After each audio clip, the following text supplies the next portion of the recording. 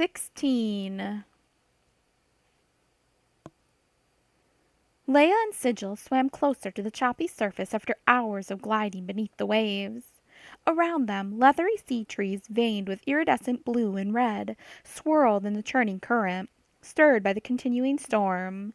The sea tree fronds formed a tangled forest around them, filled with thousands of strangely shaped blobfish, crustaceans, and tentacled things. Most were small, but others cast large shadows as they drifted among the fronds, feeding on the air-filled fruit bladders that kept the dense weed afloat. When Akbar was younger, he had a small dwelling here in the wild sea tree thickets, Sigil said. The fish noticed his return, and though they have short memories, they passed the word from creature to creature until it reached the mollusk knowledge bank. Leia's arms and legs ached as she continued the long swim, though the wonderful clinging mesh suit seemed to revitalize her muscles. All I want is to talk to him. Ahead, she saw a spherical dwelling made of plasteel covered with algae and draping weed that had grown up from the spray clinging to its hull. Large valves of water recirculation equipment, desalinization devices, and round viewports dotted the open spaces on the curved walls. A bare deck looked clean and bright, as if recently scrubbed. A white utility submersible, ovoid with a mass of articulated working arms, had been lashed to the side of the deck. Leia treaded water on the surface in the pelting rain and the whipping wind, still breathing through the symbiote. Sigil tucked her arm, motioning her to go down. The entrance will be below, she said. They stroked down through the water. Thick sea tree trunks anchored the dwelling module in place, rocking it from side to side. Traps and nets dangled beneath the water. Some held tiny green fish that could easily swim through the open mesh. From inside, shafts of illumination struck down into the depths like watery spears. On the bottom of the hull they found an opening like a wide mouth. Sigil went first through the containment field, and Leia followed, brushing her shoulders against the metal lip.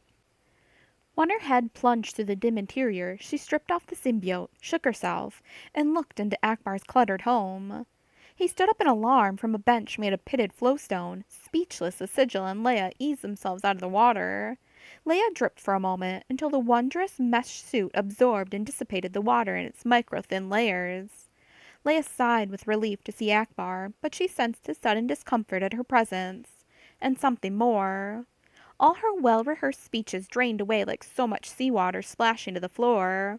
They stood silently staring at each other for a long moment. Finally, Leia recovered enough to speak. "Admiral Akbar, I'm glad we found you." "Leia," Akbar said. He held his hands in front of him, then withdrew them as if completely at a loss. He turned to Sigil. "Ambassador, I believe we have met twice before?" "It was an honor both times, Admiral," Sigil said. "Please," he said, "just call me Akbar. I no longer hold that rank." His dwelling was like a large, solid bubble with extruded knobs for sitting, pedestals for tables, and cubbyholes for storage. Possessions lay strewn about, though the back of the room was neatly organized, cleaned, polished, as if he had methodically begun repairing and organizing the chaos 1 square meter at a time. Akbar gestured toward the warmly lit galley area, where delicious-smelling food bubbled over a heater. "Would you join me? I would not insult a potential Jedi by asking how you found me, but I would like to know what has brought you all the way from Coruscant." Later they sat finishing bowls of simple but delicious fish stew. Leia chewed on the tender meat, swallowed another mouthful, and licked her lips to taste the burning sweet tingle of calamarian spices. She had spent the meal trying to work up her courage, but Akbar finally addressed the question himself. "Leia, you have not yet said why you are here." Leia drew a deep breath and sat up straight. "To speak with you, Admiral, Akbar, and to ask you the same question. Why are you here?" Akbar seemed to deliberately misunderstand her. "This is my home." Frustrated, Leia was not ready to give up yet. "I know this is your home world, but there are many others who need you. The New Republic." Akbar stood and turned away, gathering the empty stew bowls. "My own people also need me. There's been much destruction, many deaths." Leia wondered if he referred to the Imperial attacks at Calamari, or his own crash at the Cathedral of Winds. "Mon Mothma is dying," Leia said abruptly before she could change her mind. Sigil sat up in the most sudden reaction Leia had yet seen from the calm ambassador. Akbar heaved his weary eyes to look at her. He set the stew bowls down. "How can you be certain of this?" "It's a wasting disease that's tearing her apart," Leia answered. "The medical droids and the experts can't find anything wrong with her. She looks bad. You saw her before you left us. Mon Mothma was covering the worst with extensive makeup to hide how ill she really is. We need you back, Admiral." Leia used his rank on purpose. She leaned on Akbar's small table and stared at him, her dark eyes pleading. "I'm sorry, Leia," Akbar said, shaking his head.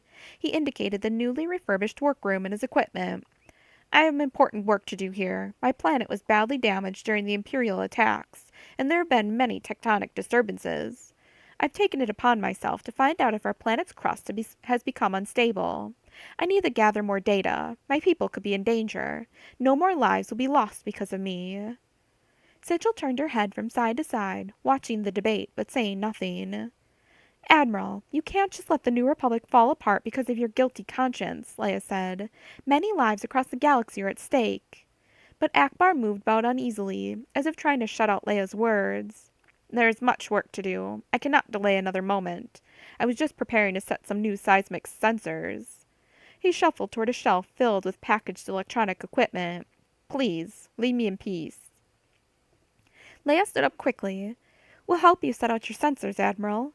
Akbar hesitated, as if lonely but afraid to have their company. He turned to meet Leia's eyes, then Sigil's. "Yes, I would be honored to have your assistance. My submersible can carry the three of us." He blinked his large, sad eyes. "I enjoy your company, even though your requests are most difficult." Strapped into one of the seats in the cramped utility sub, Leia watched as water sloshed around the upper ports. The sea swallowed the craft, and they descended into the isolated sea tree forest until the ocean around them looked like panels of dark green smoked glass. Leia watched in awe as Akbar picked a course through thick, ropey strands and wide pillars. Underwater, the sea flowers blossomed in shimmering reds and blues to attract darting creatures that flitted in and out of the fronds. As one of the small fish came too close to a brilliant flower, the petals suddenly contracted like a fist, snatching its prey and swallowing it whole. "I have only begun deploying my seismic network," Akbar said, as if to divert the conversation. "I've set up the baseline grid beneath my dwelling, but I need to extend it into the sea tree forest to get higher resolution surroundings." Sigil said, "I am pleased with the important work you are doing for our planet, Admiral." Leia was amused at how the ambassador continued, whether consciously or unconsciously, to use his military title. "It is necessary to do important things with your life," Akbar said, then said no more. Walling himself off with silence, behind them, stowed seismic equipment rattled beside the empty nets and sea harvest baskets. Leia cleared her throat and spoke, keeping her voice gentle. "Akbar, I understand how you must feel. I was there too, remember?" "You are kind, Leia, but you do not understand how I feel. Were you piloting the B-Wing that crashed? Are you responsible for hundreds of deaths?" He shook his head sadly. "Do you hear their voices in your dreams each night, calling out to you?"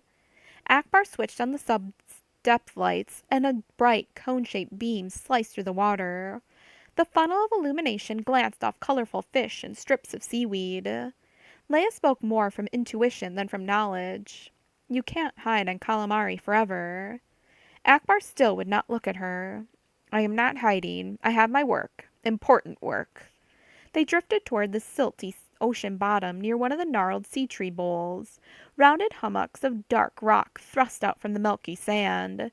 A coating of algae smoothed every surface, making the sea floor appear soft and soothing. Akbar hunched forward to stare through the murk, searching for a stable place to implant another seismic sensor. "Important work, perhaps," Leia said, "but not your work. Many Calamarians would gladly help with that research, Admiral. Are you equipped to handle such a task by yourself? Remember that old proverb you used to quote when I complained about all those senseless council meetings? Many eyes see what one alone cannot. Wouldn't it be best to share your concerns with a team of specialists?" Sigil interrupted, leaning forward to indicate some curved, half-buried section of metal, like the ribbed shell of some sort of escape pod. "What's that?" The edges had corroded, and traces of new algae grew in the protected crevices. Perhaps a wrecked ship, Akbar said. Sigil nodded. We fought back when the Imperials tried to enslave us. Many of their ships lie beneath our waters. Akbar inserted his hands into the Waldo control gloves for the automated metallic claws that extended from the front of the small sub. The sharp, jerky motions reminded Leia of the vicious Krakana monster near the mollusk knowledge bank. If that wreckage has been stable here for years, Akbar said, this is a good place to deploy another set of sensors. Watching the external metal arms, Leia saw Akbar remove a canister from the external storage bin on the submersible. Akbar lowered the craft until plumes of pale sand drifted up from the disturbance like a slow-motion Tatooine dust storm. The nimble robotic claws positioned the cylinder upright in the soft silt. Reversing propellers, Akbar lifted them away. Craning his neck so he could see better through the front viewport, Akbar pushed the activate button. With a vibrating thump that Leia could feel through the sub's hull, the seismic canister detonated its tiny explosive. A long rod plunged deep into the ocean floor, while spraying out a web of secondary detectors symmetrically around the core like a shooting star. Now we'll send a test signal, Akbar said. With a whir, he lifted the sub through the densely tangled sea tree forest, moving slowly enough so the fronds could be nudged out of the way, slithering over the rounded hull. Leia fidgeted, swallowing numerous phrases that sounded flat to her. Admiral, you know better than anyone on this world how important it is to have the right leadership, to have everyone working toward a common goal. You helped lead a band of rebels from 100 different planets, turned them into a united fleet that was able to defeat the Empire, and you guided them as they formed a new government. Akbar let the sub drift and turned to meet her gaze. She continued rapidly, hoping to cut off any arguments. At least come to Coruscant and talk to Mon Mothma. We've been part of the same team for many years, you and I. You won't stand by and watch the New Republic fall apart. Akbar sighed and gripped his controls. Sea tree branches flapped against the viewing windows. It seems you know me better than I had thought. A pinging alarm beeped from the control panel. Akbar reacted smoothly and swiftly, slowing the sub. He peered into his widely set stereoscopic sensor displays. This is interesting, he said. What is it? Leia asked. Another large metallic mass tangled in the weeds right above us. Maybe it's part of that crashed ship, Sigil said. If something fell from the sea tree forest, it could have been swallowed up for eternity, Akbar said. He eased the sub ahead. As Leia saw the outline of a large, multi-legged thing wrapped with sea trees and overgrown with algae, she thought it was some kind of alien life form. Then she recognized the squashed, epileptic head, the segmented body core trailing jointed mechanical arms, its non-reflective black surface. She had seen something like this on the ice planet Hoth, when Han Solo and Chewbacca had stumbled upon the Imperial probe droid. Admiral, Leia said. I see it. A Rakid Viper series probot. The Empire dispatched thousands to all corners of the galaxy to hunt down rebel bases. It must have landed years ago on Calamari, Sigil said. The wreckage we found below was its landing pod. Akbar nodded. But when the probe droid tried to rise to the surface, it tangled in the seaweed. It must have shut down. He nudged the sub closer, shining his depth light on the outer surface. But when the beam struck the probot's rounded head, its entire bank of round eyes blinked to life. It's been activated, Leia said. She could hear the high-pitched vibrating hum of powerful generators as the probe droid began to move again. The head swiveled and directed its own glowing beam at the sub. Akbar pushed the propellers into reverse, but before the sub could move away, the probot launched itself out with spider-like claws. Mechanical arms latched onto one of the sub's rounded fins. The head of the probe droid rotated slowly, trying to bring its built-in blaster cannons to bear, but the sea tree fronds tangled its joints. Akbar threw all the sub's power into pulling away and succeeded only in yanking the probe droid along with him, tearing it free of ancient strands of weed. Akbar dug his flippers into the wide gloves that controlled his ship's articulated arms. He brought up two of the segmented mechanical tools, wrestling with the probe droid's gripping black claws. Through the speakers of the comm unit, a sudden static-filled burst of subspace gibberish blasted out from the probe droid in some kind of powerful coded signal. The long chain of data shouted toward space, even as the deadly probot wrestled with Akbar's sub. The black droid finally succeeded in rotating its head, bending its laser cannons toward the sub. Akbar fired the lateral jets, wrenching them and the probe droid sideways as a volley of vicious laser blasts screamed past them, plowing a tunnel of sudden steam through the water. He tugged at the Waldos and brought another of his equipment arms to bear, a small cutting laser. Its tip heated to incandescent red-white as he slashed through the probe droid's gripping metallic claw, severing the plasteel and breaking them free. Akbar pulled the sub away and brought the cutting laser to bear again just as the probe droid turned to fire a second time. Leia knew it was hopeless. They couldn't get away, and the cutting laser would do nothing against the far superior weapons of the probot. And unlike Luke, she had not mastered Jedi skills enough to mount even a feeble defense. But Akbar, still looking cool and in control, fired 2 blasts from the cutting laser at the head of the probe droid, attempting to blind its optical sensors. The feeble beam struck. The probot detonated in an unexpected explosion. Bright concentric waves of light hurled the sub back, tumbling it end over end. They were thrown backward. Leia felt the chair's restraints automatically tighten around her. The shock wave rang against the hull, sending a sound like a gong through the enclosed sub. A fury of bubbles and drifting debris surged around them. Large splintered sea tree trunks sank to the ocean bottom. "The probe self-destructed," Sigil said, "but we didn't stand a chance against it." Leia remembered Han's conjecture and Hoth. The probe droids had programming to destroy themselves rather than risk letting their data fall into enemy hands. Akbar finally managed to stabilize the spinning submersible. 4 of the mechanical arms extending from the front of the sub had been snapped off, leaving only frayed edges of broken metal and dead circuitry. Akbar blew one of the ballast tanks, and the sub rose toward the surface. Leia noticed 3 hairline cracks in the transparisteel window port and realized how close they had come to being crushed by the shock wave. "But the probot already sent its signal," Sigil said. "We'd heard it before the self-destruct." Leia felt a cold fist of fear close around her stomach, but Akbar tried to dismiss the peril. "This probe droid has been here for 10 years or more, and that would have been a very old code, almost certainly obsolete," he said. "Even if the Imperials could understand its message, who would be out there listening?" 17. With her 3 Imperial Star Destroyers safely hidden among the ionized islands of the Cauldron Nebula, Admiral Dalla retired to her private quarters to review tactics. She sat stiffly in a slick lounge chair, refusing to relax into the warm contours. Too much comfort made Dalla distinctly uncomfortable. The holographic image of Grand Moff Tarkin stood with her in the dim room, unchanged after all these years. The gaunt, hard man presented his recorded lectures, his communiques. Dalla had watched them dozens of times before. In the privacy of her chambers, she allowed herself to miss the one person in the Imperial Military Academy who had seen her talent. Tarkin had raised her to admiral, as far as she knew, the highest rank held by any female in the Imperial Armed Forces. During her years of exile in Maw Installation, Dalla had often replayed Tarkin's messages, but now she studied them intently. Her eyebrows knitted together, and her bright green eyes narrowed as she concentrated on every word he spoke, searching for some indispensable advice for her private war against the rebellion. "Liquidating a dozen small threats is easier than rooting out one well-established center of defiance," his image said in a speech given on Caradia explaining the Tarkin Doctrine. "Rule through the fear of force rather than through force itself.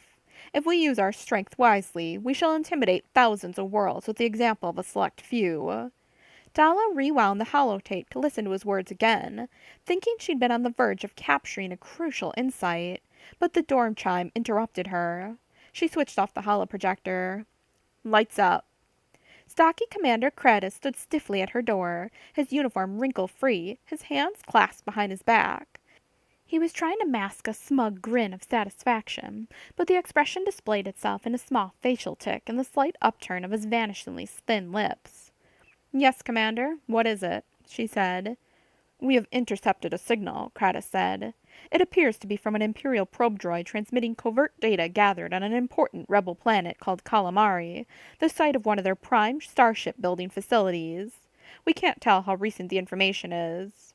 Dalla raised her eyebrows and let her colorless lips form a smile. With both hands she swept her molten metal hair behind her shoulders, feeling static electricity crackle through her fingertips, as if generated from the excitement building within her. "Are you certain this transmission is genuine? Where was it directed?" "It was a broad-spectrum signal, Admiral. My assumption is that these probe droids were deployed in a widely scattered pattern. They would not know the location of any particular Star Destroyer when they transmitted a report." "Could it be a hoax sent by the rebels? A trap?" "I don't believe so. It was heavily encoded. We almost couldn't crack it ourselves until we double-checked against one of the new codes Grand Moff Tarkin delivered on his last visit to Maw Installation." "Excellent, Commander," she said, brushing her palms down the smooth olive gray of her uniform slacks. "We've been looking for a new target to strike, and if this is an important starship construction facility, that sounds like a good candidate. As good as anything, I suppose. I want you and the captains of the other two ships to meet me in the war room. Prepare the Star Destroyers for immediate departure. Recharge all turbolaze batteries. Outfit all TIE fighters. This time we will follow Grand Moff Tarkin's strategy to the letter." She punctuated the last phrase with an index finger jabbing the air. "Have everyone review their tapes. I want no mistakes. A flawless attack." She dimmed the lights as she stepped into the corridor. Her two stormtrooper bodyguards fell into ranks behind her. Their boot heels clicked on the floor in perfect echoing unison. "We are through practicing," Dala said to Kratos. "After our strike, the planet Calamari will be nothing more than a rubble heap." Leia piloted Akbar's open-canopied wave speeder as they rushed over the oceans of Calamari. The sky was still a congealed soup of dark clouds, but the previous day's storm had run out of energy. The wind remained fresh and cool, tossing droplets of salty spray into their faces, but Leia could not stop smiling with relief just to know that Akbar had agreed to come to Coruscant with her, if only to speak with Mon Mothma. She and Sigil would take him back to Foamwander City, where he could turn over his seismic data to other Calamarian scientists. Sitting in the back seat of the wave speeder, Akbar seemed deeply troubled and unsure of himself. The lumpy hemisphere of the Calamarian city looked like a gunmetal gray island.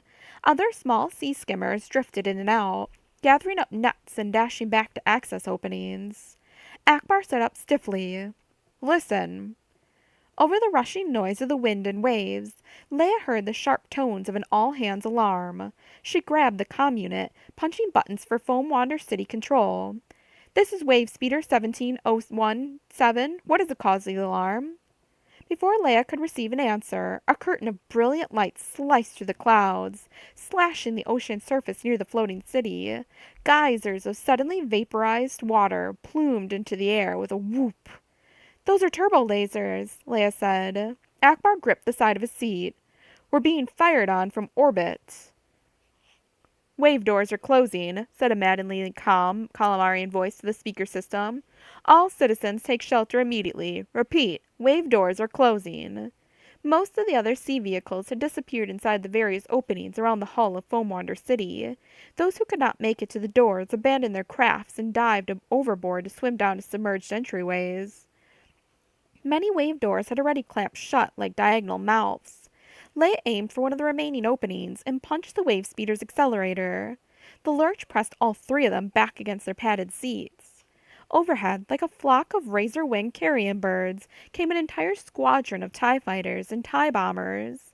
They swooped down in a steep descent with a roaring howl of their twin ion engines.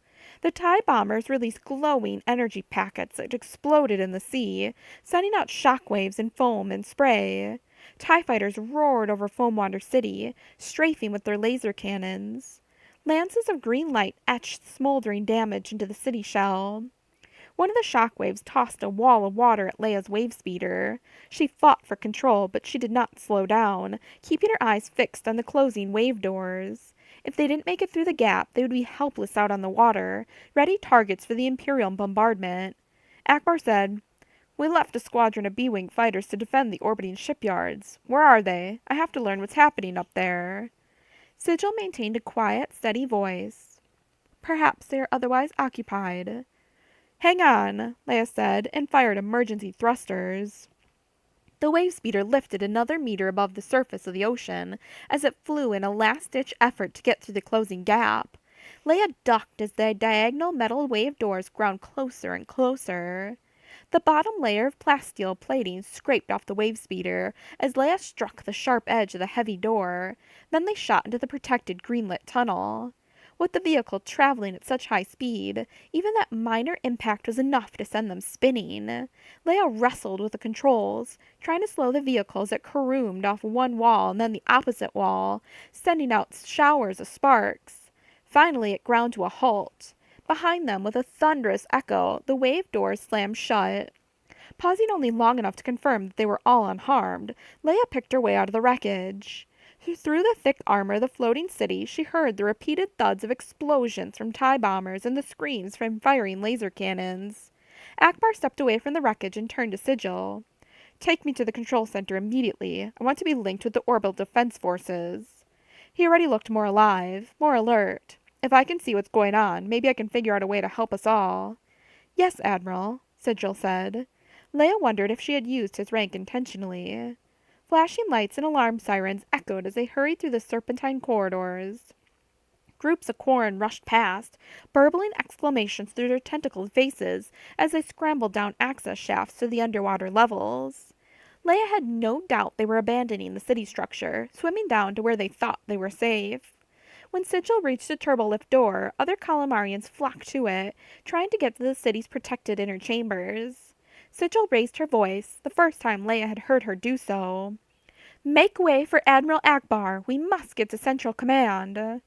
"Akbar?" several Calamarians echoed, stepping aside to allow him passage. "Admiral Akbar!" Akbar seemed taller now, without the haunted look he had worn since the crash on Vortex. Leia knew that all Calamarians remembered the nightmare of Imperial attacks, but if anyone could mount a successful defense with what little resources they had, it would be Akbar. After the turbolift spilled them out into the proper level, Ambassador Sigil led the way. She used her diplomatic access codes to let them into the core of Foamwander City until they finally emerged into the chaotic Central Command. 7 Calamarian tactical experts sat at command stations, watching the battle overhead. In the center of the room, a holographic wireframe diagram of the planet and its moon hovered amid sparkling pinpoints of fighters flying in defensive formation. Leia stared in awe at the 2 Imperial Star Destroyers that orbited the planet side by side, firing turbolaser blasts into the oceans. Overhead, TIE squadrons continued to harass Foamwander City. External viewers showed smoldering holes where proton bombs had punctured the city's armored plating. Foamwander's defensive lasers fired upward, burning ship after ship out of the sky. But more attackers kept coming down. Reeling with shock, the city commander turned from his post and noticed them for the first time. "Admiral Akbar, please, sir, help us with our defense. I cede my position." "Give me a tactical update," Akbar said, stepping to the holographic projection. "Sigil," Leia said, raising her voice through the hubbub, "get me to the comm system. I can use my priority codes to send for New Republic military assistance. On a low frequency, the codes can punch through any interference from those Star Destroyers." "Can their battleships get here in time?" Sigil asked. "Depends on how long we can maintain our defenses here," Leia said. Though Leia could read no specific emotion on Sigil's face, she sensed some measure of pride. "The Mon Calamari broke the first Imperial occupation using only common tools and scientific implements. This time we have real weapons. We can hold them off as long as necessary." Sigil motioned to a nearby control panel. "You may use that communication station to send your message." Leia hurried to the comm station and punched in the override codes to send a tight beam encoded signal directly to Coruscant. "This is Minister Leia Organa Solo," she said. "The planet Calamari is currently under attack by 2 Imperial Star Destroyers. We request immediate assistance. Repeat, immediate assistance. If you don't get here soon, don't bother to come." The city commander thrust a webbed hand into the holographic display of the battle. "We positioned the entire squadron of B-Wing fighters to defend the shipyards, because we thought that would be the most likely target, but when the Star Destroyers came out of hyperspace, they went into orbit and began an assault on the floating cities. Right now, both Star Destroyers are concentrating their firepower in Reef Home City. They've left 2 squadrons of TIE fighters and TIE bombers to cover Foamwander City. Another 3 squadrons are currently pummeling Coral Depths." "Commander," one of the Calamari technicians spoke up, touching an implanted microphone at his ear hole. We've lost all contact with Reef Home. Their last transmission showed the outer hull breached in at least 15 separate places, water rushing in. The final image showed a large-scale explosion. Static signature analysis implies that the entire city has been destroyed. A quiet moan of dismay ripped through Central Command. The city commander said tentatively, "I was about to withdraw defenses from the shipyards to attack the Star Destroyers." Akbar looked at the swarms of B-Wings still harrying the Imperial fighters. "Good decision, Commander," he said, but stared intently at the map, at the moon, at the 2 Star Destroyers on the far side of the planet. "Wait a moment," he said. "Something looks very familiar to me." He paused, nodding slowly as if his great head were too heavy for his shoulders. "Yes, Commander. Withdraw the B-Wing fighters. All of them. Send them to fight the Star Destroyers. Leave the shipyards entirely undefended." "Is that wise, Admiral?" Leia asked. "No," he said. "It is a trap." On the bridge of the Star Destroyer Gorgon, Admiral Dalla watched the battle unfold below her, exactly as planned. In her heart she felt a warm glow of pride for the tactical genius of Grand Moff Tarkin. Beside her ship the Basilisk mowed a swath of death across the watery surface. Like a swarm of angry insects, the TIE fighters swept away the pitiful resistance the Calamarians managed to mount. The rebel B-Wing fighters and some of the mid-sized capital ships in orbit proved only a minor nuisance. As the Gorgon and the Basilisk went through their carefully choreographed misleading attack, the Calamarian defense forces had followed along as expected, like marionettes pulled by strings. She turned to the communications officer to station. "Contact Captain Brusque on the Manticore," she said. "The Calamarian forces have finally left their shipyards undefended. He may begin his attack at once." Akbar gestured with his hands and spoke with an undignified rapidity, as if he knew he didn't have much time. "Before I was liberated by the Rebel Alliance, I was Moff Tarkin's indentured assistant. He took great pleasure in telling me exactly how he was going to enslave other worlds. By observing him, I learned the fundamentals of space warfare tactics, including Tarkin's own favorite strategies." He pointed a flipper hand into the images of the 2 Star Destroyers. "Tarkin is dead, but I recognize this trick. I know what the Imperial commander plans to do. Do we have a sensor network on the far side of the moon?" "No, Admiral," the city commander said. "We had considered it years ago, but—" "I didn't think so," Akbar said. "So we're blind there, correct?" "Correct." "What are you getting at, Admiral?" Leia said. "There's a 3rd Star Destroyer hiding behind our moon." When Akbar said that, half of the chittering voices in the room fell silent. The others turned toward him in amazement. "What proof do you have?" Leia tried to use her fledgling powers with the Force to sense the hidden enemy ship, but either it was too distant, or she was not skilled enough, or it wasn't there. "The actions of the Imperial commander tell me all I need," Akbar said. "Their main target is indeed the shipyards. Moments after those 2 Star Destroyers came out of hyperspace, a 3rd also emerged, concealed in the shadow of our moon. The Vanguard attack is designed to lure us away from the shipyards, tricking us into throwing our entire defenses against a feint. When the 3rd Star Destroyer comes in at full sublight speed, the shipyards will be helpless. With one run, the 3rd Star Destroyer can obliterate our starship assembly facilities with virtually no losses of its own." "But, Admiral," the city commander said, "why did you just withdraw all of our forces from the shipyards?" Akbar nodded. "Because you are going to give me remote command of that ship." He indicated the huge space dock hangar where the skeletal hull of the new battlecruiser Startide hung in orbit. "But, sir, none of the Startide's weapons are functional." "But its engines work, if I am not mistaken." "Yes," the city commander said. "We tested the sublight engines only last week. The hyperdrive reactor core has also been installed, but we've never taken the ship into hyperspace." "Not necessary," Akbar said. "Have all the construction engineers been evacuated?" "Yes, at first sign of the attack." "Then give me remote operations."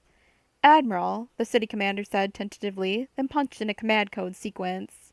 "If it were anyone other than you—" Taking control, Akbar stepped into the field where virtual images were projected with a parallax designed for wide-set telescopic eyes.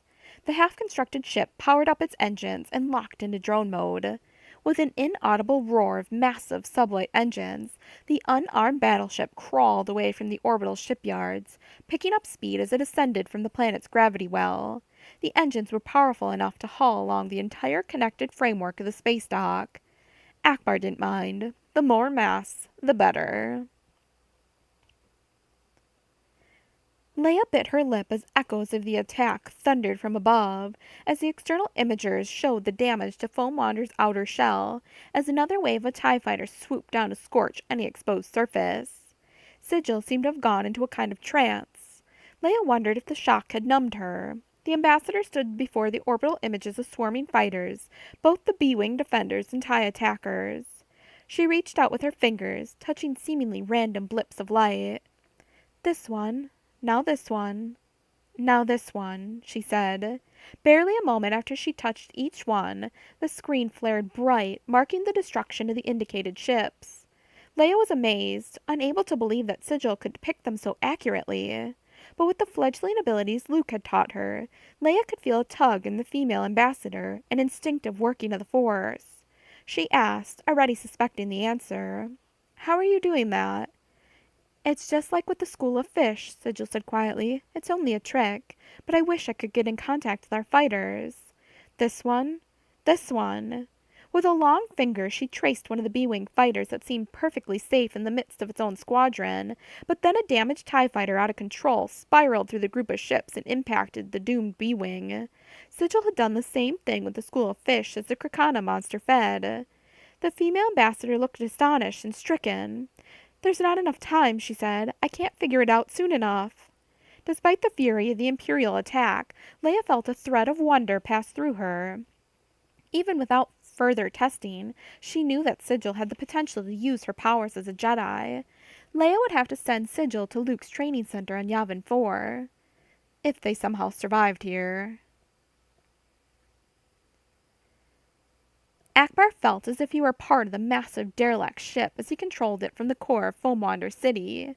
He paid no attention to the loud status reports and alarms in Central Command. His entire body was an extension of the Startide, and he stared through sensor eyes. Its engines added velocity to the great hulk. Calamari's moon grew larger as it approached it, then began to streak by close to the airless, cratered surface and out of sensor range to the dark side of the moon, where the third Star Destroyer lay in wait.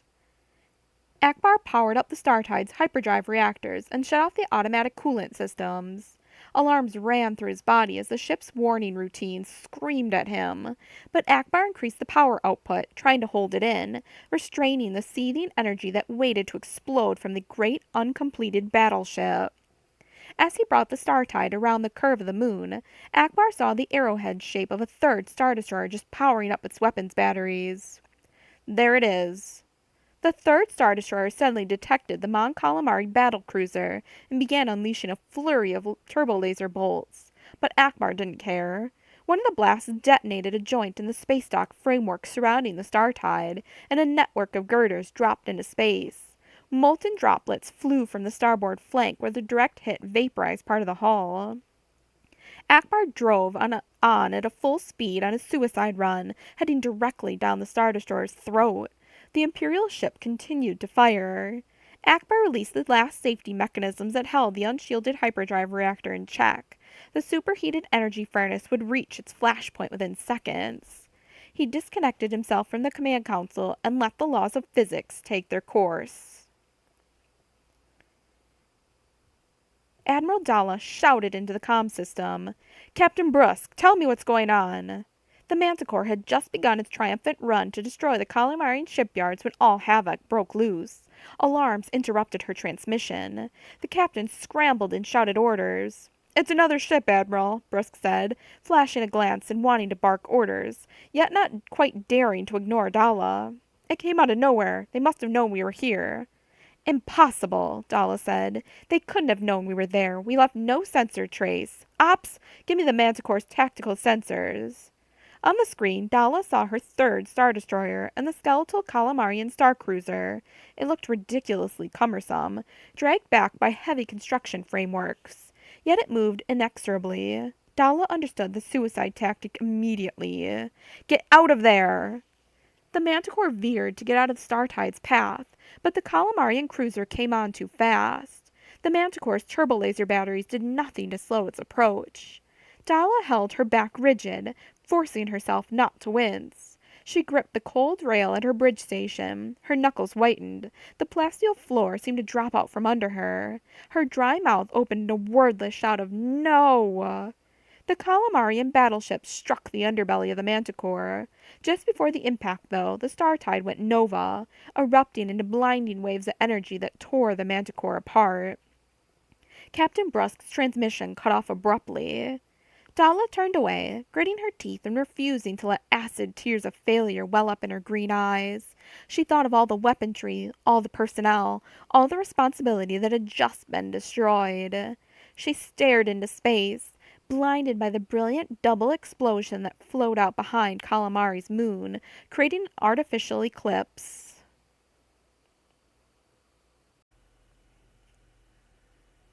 18. Kip Duron felt exhilarated, yet foolish at the same time. The other Jedi students had stopped their own exercises and dropped back to watch Kip at work. Surrounded by the dense foliage of the jungle, with humid air wrapped like sweat around him, Kip balanced his body. His feet extended straight up into the air, his back rigid. He held himself upright with one hand resting flat on the rough ground. The heel of his palm sank into the soft dirt. Blades of sharp grass stuck between his fingers. He could balance himself with less difficulty on the more level piece of ground, but that would be too easy. His dark hair hung around his face. Droplets of perspiration ran in tiny trickles along his scalp. With his free hand, Kip supported a moss-covered boulder he had uprooted from the ground. Clumps of dirt pattered to the grass. He held the rock in the air with only a small effort, using the force to do most of the work. R2-D2 bleeped in alarm, chittering from high in the branches above. Kip had levitated him up there as a warm-up exercise, and he would get the little droid down in good time. For now, he maintained his concentration. He blocked out his awareness of the other Jedi trainees. He let his eyes slit halfway closed as he concentrated, and raised a fallen, fungus-shrouded tree limb, yanking it from a tangle of blue-leaf shrubs and standing it on end beside him. Kip blew out a long, slow breath and concentrated on keeping every piece in its place. The rest of the universe focused around him. Highly attuned, he felt a vibration in the force, a ripple of amazement and pride. Master Skywalker had come to watch him. Kip knew how to feel the force, how to use it. It came naturally to him. It seemed instinctive, just as navigating the Sun Crusher through the black hole cluster had been. He felt that he had been ready for this all his life, but he could not see it simply because he had never been shown how to use his abilities. But now that Master Skywalker had nudged him, the new skill came flooding into him as if a long-closed valve had been twisted open. In little more than a week of intensive work, Kip had surpassed the achievements of the other Jedi students. Kip shut himself off from socialization among the trainees. He spoke to few of the others, focusing every moment upon honing his Jedi ability, increasing his concentration, developing a rapport with the Force. He hounded Master Skywalker to give him new tasks, to set him greater challenges so he could continue to learn and grow stronger in the Force. Now, enclosed by the jungle and observed by other trainees, Kip did not see his exercises as showing off. He didn't care whether Master Skywalker watched him or not. He simply meant to push the boundaries of what he could do. After he completed one set of exercises, he tried another more difficult routine, adding greater challenges, and that way he could continue to improve. While trapped in the detention levels of the Star Destroyer Gorgon, when he had been sentenced to death by Admiral Dalla, Kip had vowed that he would never again allow himself to become so helpless. A Jedi was never helpless, since the Force came from all living things. Still balancing, dark eyes closed, Kip felt the other creatures in the jungle, traced their ripples in the great tapestry of the forest. He smelled the plants and flowers and small creatures in the rainforest. He ignored the tiny gnats swarming around his head and body. He felt the tidal vibrations of the gas giant Yavin and its other moons as he extended his thoughts outward to space. He felt at peace, a part of the cosmos. He pondered what difficulties he could add to his balancing act. Before he could decide, Kip sensed R2-D2 being lifted from his perch high in the Masasi trees and lowered gently to the ground. The little droid made relieved beeping sounds. Then Kip felt the mossy boulder invisibly removed from his hand and set back in its depression. The rotting branch also drifted down, replaced exactly in its former place on the mulch of the jungle floor. Kip felt a slash of annoyance at having his exercise forcibly stopped, and he opened his eyes to see Master Skywalker grinning proudly at him. "Very good, Kip," Master Skywalker said. "In fact, it's incredible. I'm not sure even Obi-Wan or Yoda would know what to do with you." Kip nudged with his levitating skills to flip himself upright so that he landed on his feet. Staring into Master Skywalker's eyes, he felt his heart pounding with exhilaration, filled with far more energy than he knew how to contain. He spoke breathlessly, blinking as if he had suddenly opened his eyes into the brighter daylight on Yavin 4. "What else can you teach me today, Master?" He felt his skin flush. Droplets of sweat trickled from his dark hair and along his cheeks. Master Skywalker shook his head. "Nothing more for today, Kip." The other Jedi candidates stood slumped in exhaustion, resting on broken stumps and overgrown rocks. Kip tried not to let his disappointment show. "But there's so much more to learn," he said. "Yes," Master Skywalker answered with a barely contained smile. "And patience is one of those things to learn. The ability to do a thing is not all there is. You must know the thing. You must master every facet of it. You must understand how it fits with everything else you know. You must possess it for it to be truly yours." Kip nodded solemnly at the spoken words of wisdom, as Jedi students were expected to do, but he promised himself he would do everything necessary to make all of these new abilities his. Even in the deepest hours of the night, Kip did not sleep. He had eaten a bland but filling meal by himself, then retired to his cool quarters to meditate and practice the skills he had already learned. As he concentrated with only a small glow lamp in the corner, he set his mind out to feel between the cracks of all the stone blocks in the great temple. He followed the life cycles of the strands of moss. He tracked tiny arachnids skittering through the corridors and vanishing in dark spaces, where his delicate touch could follow them through the blackness into their hidden homes. Kip felt as if he had plugged into a network of living things that expanded his mind and made him feel both insignificant and infinite at the same time. As Kip thought and dabbled with his fledgling abilities, he could feel a cold rip in the force, like a black gash opening the structure of the universe. He snapped himself back to the present. Kip whirled and saw behind him the looming shadow of a tall, cloaked figure. Even in the dim room, the dark man's silhouette seemed intensely black, a hole that swallowed up all glimmers of light. Kip said nothing, but as he continued to gaze, he saw the tiny star points of distant suns within the outline of his mysterious visitor. "The force is strong in you, Kip Duran," the shadowy figure said. Kip looked up, feeling no fear. He had been imprisoned and sentenced to death by the Empire. He had lived in the pitch-dark spice mines of Kessel for over a decade. He had fought against a predatory energy spider, and he had flown through a black hole cluster. As he looked at the imposing liquid black outline, though, he felt awe and curiosity. "Who are you?" Kip asked.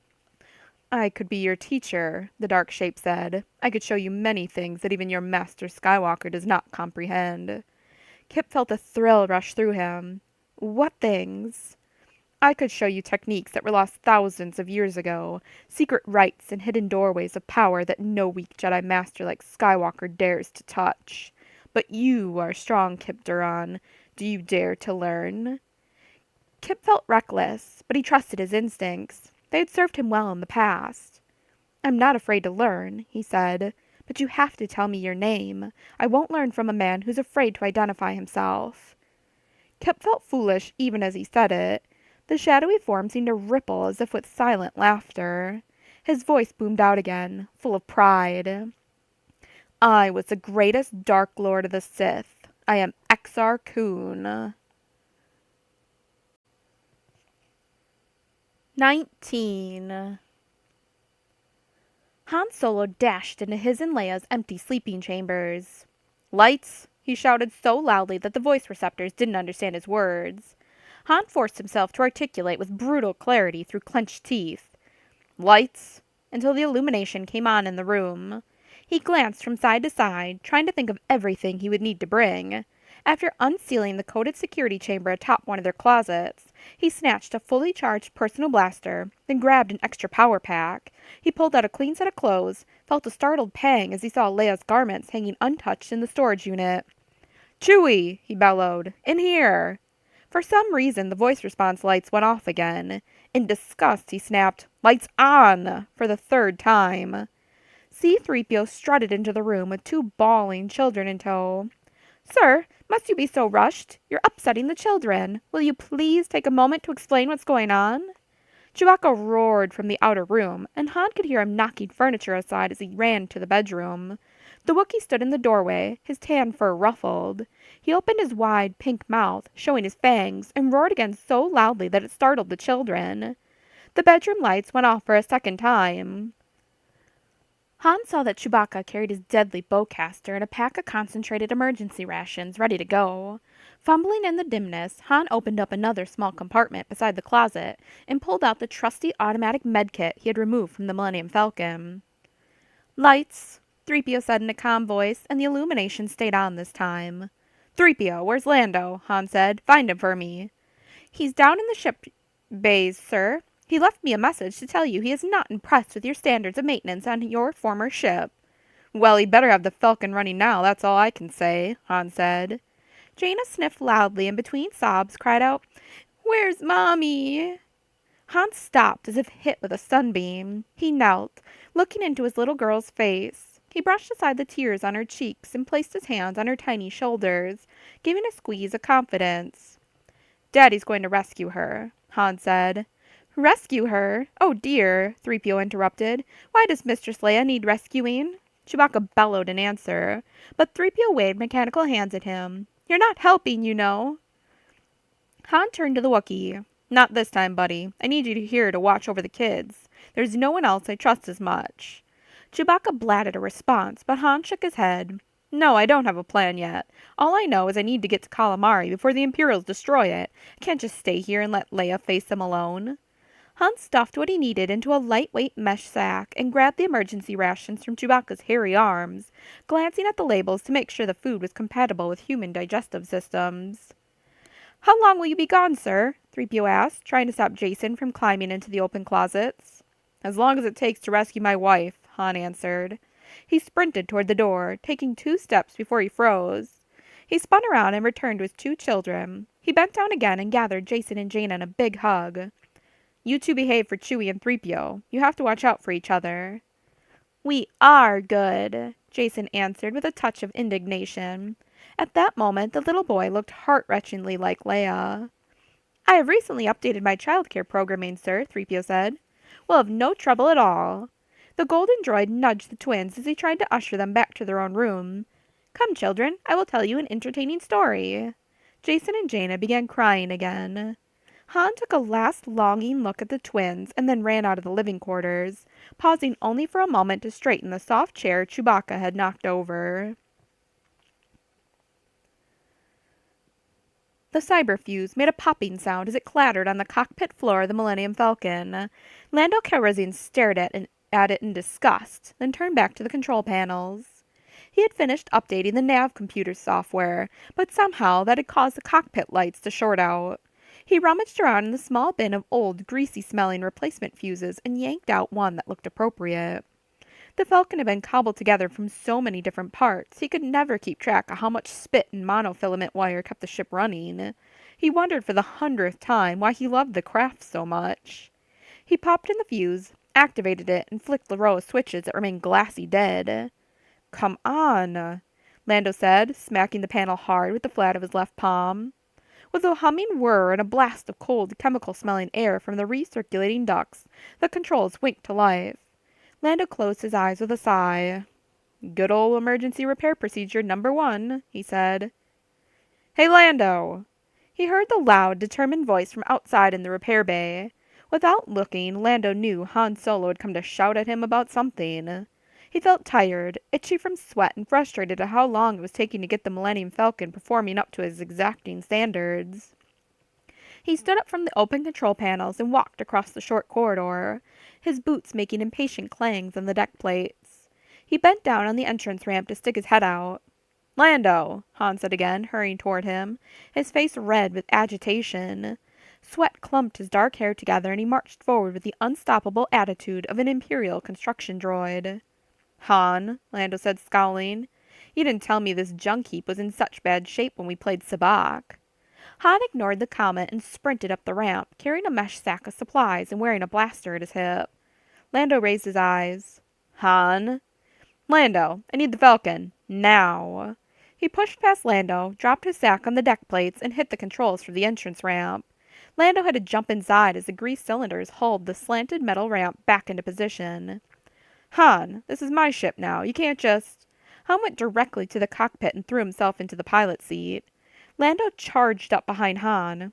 What do you think you're doing? Han spun around in the pilot chair and fixed Lando with a stare that skewered him like a pair of stun bolts. The planet Calamari is being attacked by Admiral Dala at this very moment. Leia's trapped there. Now are you going to help me go rescue her in the Falcon, or do I pick you up by your scruffy neck and throw you off the ship? Lando backed off, holding both palms up in a gesture of peace. Whoa, whoa, Han. Leia's in trouble? Let's go. But I'm flying, he said, motioning for Han to move into the co-pilot's chair. It is my ship. Grudgingly, Han unbuckled his restraints and slid over to the right-hand seat, normally reserved for Chewbacca. Lando toggled on the comm system. Millennium Falcon requesting clearance for immediate departure. He raised the modified light freighter off the floor on its repulsor lift jets, hovered, and punched the sublight engines the moment Coruscant Control gave him permission to depart. The Falcon shot through the atmosphere and headed out to the stars. On the planet Vortex, Queezux wandered on the fringes of the reconstruction site of the Cathedral of Winds. Her companion, Wedge Antilles, had joined the other New Republic cleanup crews. The workers wore thick gloves to protect their hands from the razor edges of the crystal shards they hauled to the materials reprocessing bins, dissolving broken fragments and synthesizing new building material. Overhead, the swirling gray clouds warned of the rapidly approaching storm season. Soon, all the winged Vors would take shelter in their low-to-the-ground bunkers and wait out the hurricane-force gales. Already, cold gusts hissed across the unbroken plains of pale grasses. Qui feared that her own ethereal form might take flight, whisked into the air by a sudden powerful gust to join the lacy-winged inhabitants. The Vors kept away from the New Republic teams, working at the site of the devastated cathedral, reinforcing the foundations and preparing to erect a new network of hollow musical towers. The aliens followed no plan that anyone could see, and had answered only with silence when the engineers asked to study the architectural drawings. Qui watched the activity, wishing she could help. The Vors had not demanded aid from the New Republic. In fact, they had barely acknowledged it, simply accepting the new workers and continuing the breakneck pace of their project. The seemingly emotionless Vors had filed no formal protest, made no threats of cutting off relations. It was as if they understood the New Republic bore them no ill will, but as a race they had been stunned and could not return to normal activities until their Cathedral of Winds sang again. As she walked among the scattered shards of crystal pipes, Qui found a small, narrow tube, a broken piece of one of the high-pitched windpipes from the tallest pinnacles of the towers. She bent and picked it up with her long fingers, careful to avoid the sharp edges. The wind gusted around her, rippling the fabric of her tunic, tossing her pearlescent feathery hair around her head. She stared at the tiny flute. Back at Maw Installation, Qui had often programmed her own computers using musical notes, whistling and humming to set subroutines into motion. She had not played music in a long time. Over at the materials reprocessing station, Wedge and two helpers accidentally dropped a large section of crystal pipe which crashed to the ground. Wedge shouted, and the others jumped out of the way to escape the fragments. At the construction site, the Vors fluttered up in the air in a panic, alarmed by the sound of breaking crystal. Qui put the flute to her mouth, taking a tentative breath. The smooth crystal felt cool against her thin blue lips. She blew into the unbroken end and held a finger over one of the holes, letting a test note whistle through the air. She tried another, and a third, gaining a feel for the songs the crystal flute could sing. She planted her feet among the crushed glassy fragments on the ground, steadying herself against the blowing wind, and she played. It took her several tries to work the notes into the shapes she wanted, but she closed her large indigo eyes and let the music flow from her. The Vors flapped through the air, approaching her, circling overhead. Some landed in the whipping lavender grass nearby, turning their angular faces toward her, blinking horny eyelids over pupilless obsidian eyes. They listened. Cleve thought of the destruction of the Cathedral of Winds, the loss of a great artifact and work of art, the deaths of so many Vors. The music took on a keening tone. In her mind, she also saw her own home planet of Umwat, when Moff Tarkin had placed her in an orbital training habitat as a child, so she and the other talented Umwati children could watch as he destroyed their family's honeycomb settlements if ever the children failed an examination. Music skirled out of the flute, rising and falling. She heard the flap of Vor wings over the sound of the notes in the wind. Qui blinked nervously and looked up at her silent audience, but she kept playing. From his position with the New Republic workers, Wedge came running over to see if she needed help. The other human engineers noticed the attention she had drawn. As Wedge approached, breathless and wide-eyed, Qui stopped playing. She took a deep breath and lowered her crystal flute. Surrounding her, the Vors did not speak. They stared at her, fluttering their wings to keep their balance. Segmented leathery armor covered their faces, masking any readable expressions. She couldn't think of anything to say. A large male Vor, obviously a clan leader of some kind, stepped forward and extended his hand to take the flute from her.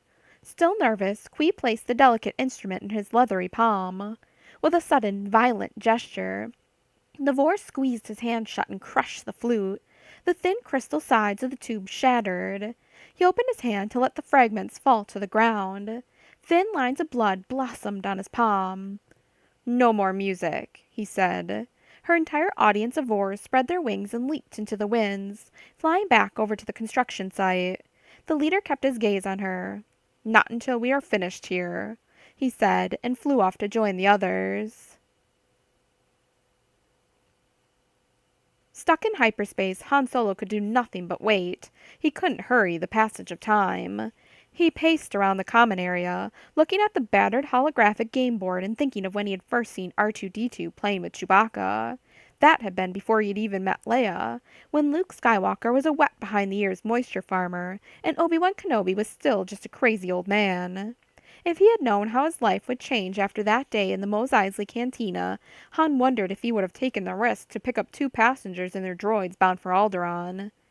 But then he would never have met Leia, never have married her, never have fathered 3 children, never have helped defeat the Empire. Yes, he thought, despite all the turmoil, Han would make the same choices all over again. And now Leia was in great peril. Lando came from the cockpit. "She's on autopilot." He looked at the dejected expression in Han's face and shook his head. "Han, why don't you rest? Let's kill some time." Then, as if the idea had just occurred to him, "How about we play a round of sabacc?" Lando raised his eyebrows and flashed one of his famous grins. Han wondered if his friend was just trying to cheer him up, and decided to see how serious Lando really was. "I'm not interested in sabacc right now." He sat down and lowered his voice. "I don't suppose you'd put up my ship as a stake?" Lando scowled. "It's my ship, Han." Han leaned forward across the holographic chess table. "Not for long, buddy. Or are you afraid?" The Falcon shot through hyperspace on autopilot, oblivious to the fact that her ownership was being decided. Tiny pearls of sweat tickled the back of Han's neck as he stared at his cards. Lando, who prided himself on a perfect bluffing expression, showed concern and uneasiness. For the 3rd time in as many minutes, he wiped a hand across his brow. The scoring computer held them at 94 points each. The time now passed in a flash, and Han found himself so intent on the game that he had not thought about Leia's desperate situation for at least 15 seconds. "How do I know you don't have some trick programmed into these cards?" Lando said, staring at the aluminized plates but holding the displays out of Han's line of sight. "You suggested this game, buddy. These were my old cards, but you degaussed them yourself. They're straight. No tricks." He let a smile creep across his lips. "And this time, there's no sudden change of rules during the final scoring round." Han waited a second longer, then impatiently took the initiative. "I'm keeping 3 cards," he said, and put 2 others face down in the center of the randomizer field. He pressed the scan button to change the value ensued on his cards, then slid them back out of the field to look at what he had drawn. Lando held out 2 cards and thought better of it, biting his lower lip, and pulled out a 3rd. Han felt a wave of jubilation. Lando's hand was even worse than his own. Han's heart pounded. He had a flush of staves. A low flush with no face cards, but if he could beat Lando, this hand would give him enough points to pass the target score. Lando stared at his own cards, smiling a little bit, but Han thought it was forced. Go on, Han said, and slipped his cards one at a time onto the platform. Do I get extra points for having a completely random hand? Lando said, then sighed. He put his elbows on the table and frowned. Han slapped a hand on its flush. The Falcon's mine again. Lando smirked, as if losing the ship were a mixed blessing. Well, at least you're getting her back in better condition. Han clapped his friend on the back and with a light step danced back toward the cockpit. Slowly, with a sigh of satisfaction, he lowered himself back into the pilot's seat. Now, he thought, if he could just get to Leia in time, this would be a perfect day.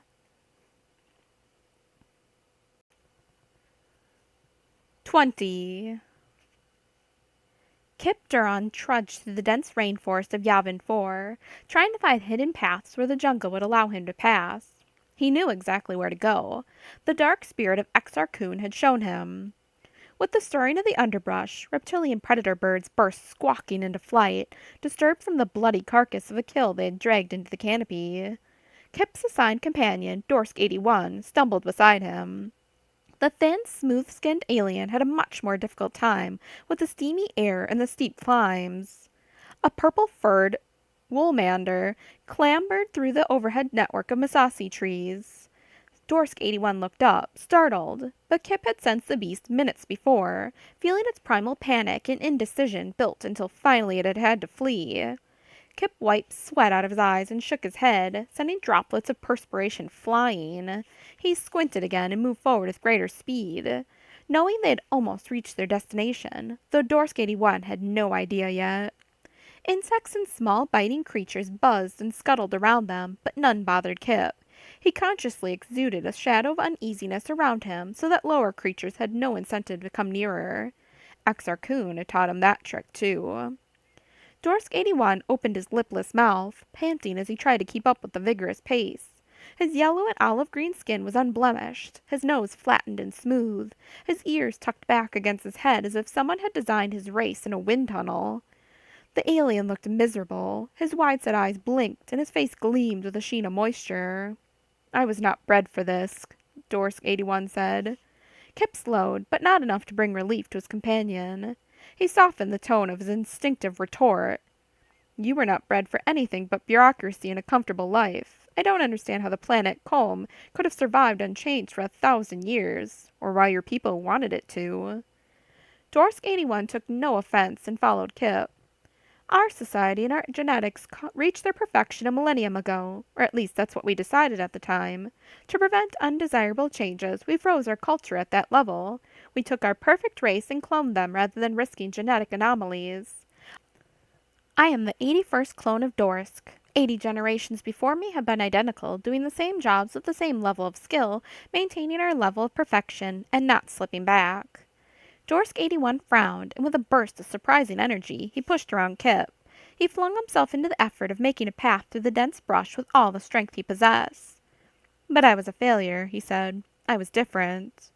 Kip gestured to an identical-looking thicket of raven thorns, spotting the invisible maze of a relatively simple path. You have the potential to become a Jedi Knight, he said. How can you consider that a failure?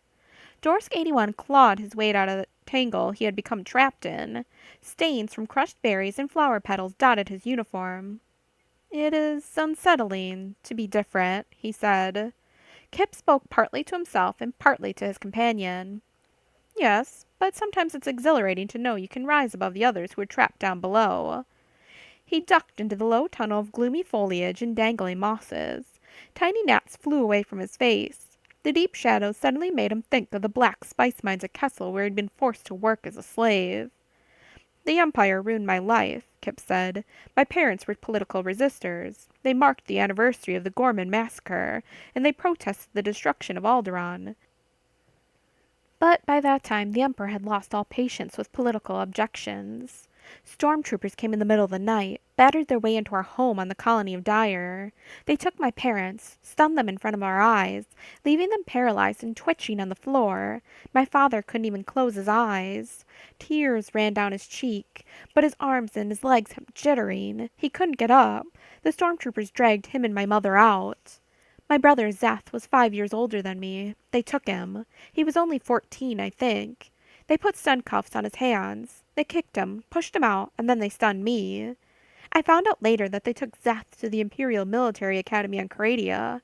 They put my parents and me in the correctional facility on Kessel, where we had to work in the spice mines. I spent most of my days in pitch darkness, because any light straying into the mine shafts spoils spice crystals. My parents died there after only a few years. I had to take care of myself even when the prisoners overthrew the correctional facility and took over. The crime lord there, Morith Duel, tossed the captured Imperials down into the spice mines. Duel let some of the prisoners out, but not many, and not me. Our masters had changed, but we remained slaves. Dorsk 81 looked at him with his glittering, wide-set eyes. "How did you escape?" he asked. "Han Solo rescued me," Kip answered, warmth filtered into his voice. "We stole a shuttle and fled into the black hole cluster. There we stumbled upon a secret Imperial research installation, and we were captured again, this time by Admiral Dala and her fleet of star destroyers. Han got us out of there after Dala had placed a death sentence on me." Anger curled through him, making his head buzz, making him feel stronger. He tapped into that strength. "You can understand why the Imperials make me so furious," he said.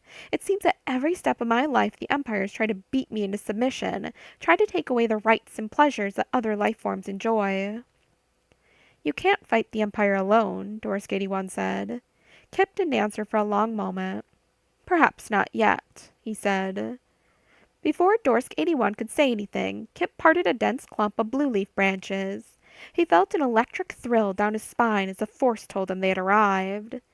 "This," Kip whispered, "this is our destination." In front of them, the jungle gave way to a circular pod that shone like a flat quicksilver mirror, completely free of ripples. In the center of the lake stood a small island dominated by an obsidian split pyramid of sharp angles showing the distinctive markings of Massassi architecture. Another temple, the same one Gantoris and Streen had located weeks before, but Luke Skywalker had not yet explored it. Exar Kun had told Kip all about it.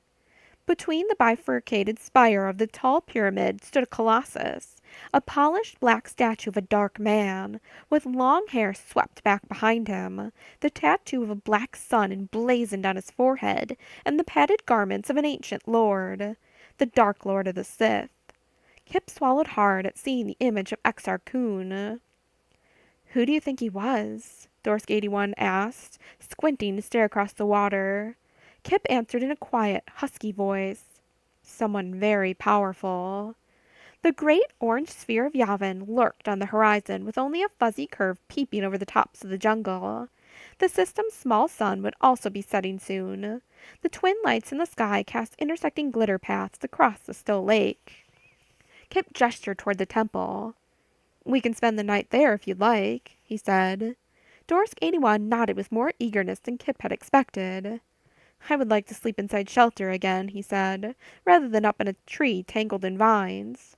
But how are we going to get out there? How deep is the lake?" Kip went to the edge. The water was as transparent as diamond and so deep that it reflected the bottom like a lens, making it impossible to determine how far down the water went. Just below the surface he saw columns of rock rising from the bottom like submerged stepping stones that stopped just barely beneath the water. Kip stepped out onto one. The clear water rippled around the bottom of his shoe, but he did not sink in. He took another step to the second stone. Dorsk 81 stared at him. Kip knew he must appear to be walking directly across the surface of the water. "Are you using the Force?" Dorsk 81 said. Kip laughed. "No, I'm using stepping stones." Without hesitation he splashed to the next stone, and then the next, eager to reach the temple, a source of new knowledge and secret techniques. On the island he stepped onto mounds of pitted volcanic rocks splotched with orange and green lichen that looked like droplets of alien blood. He could already feel the power. Kip turned to watch his companion pick his way across the lake.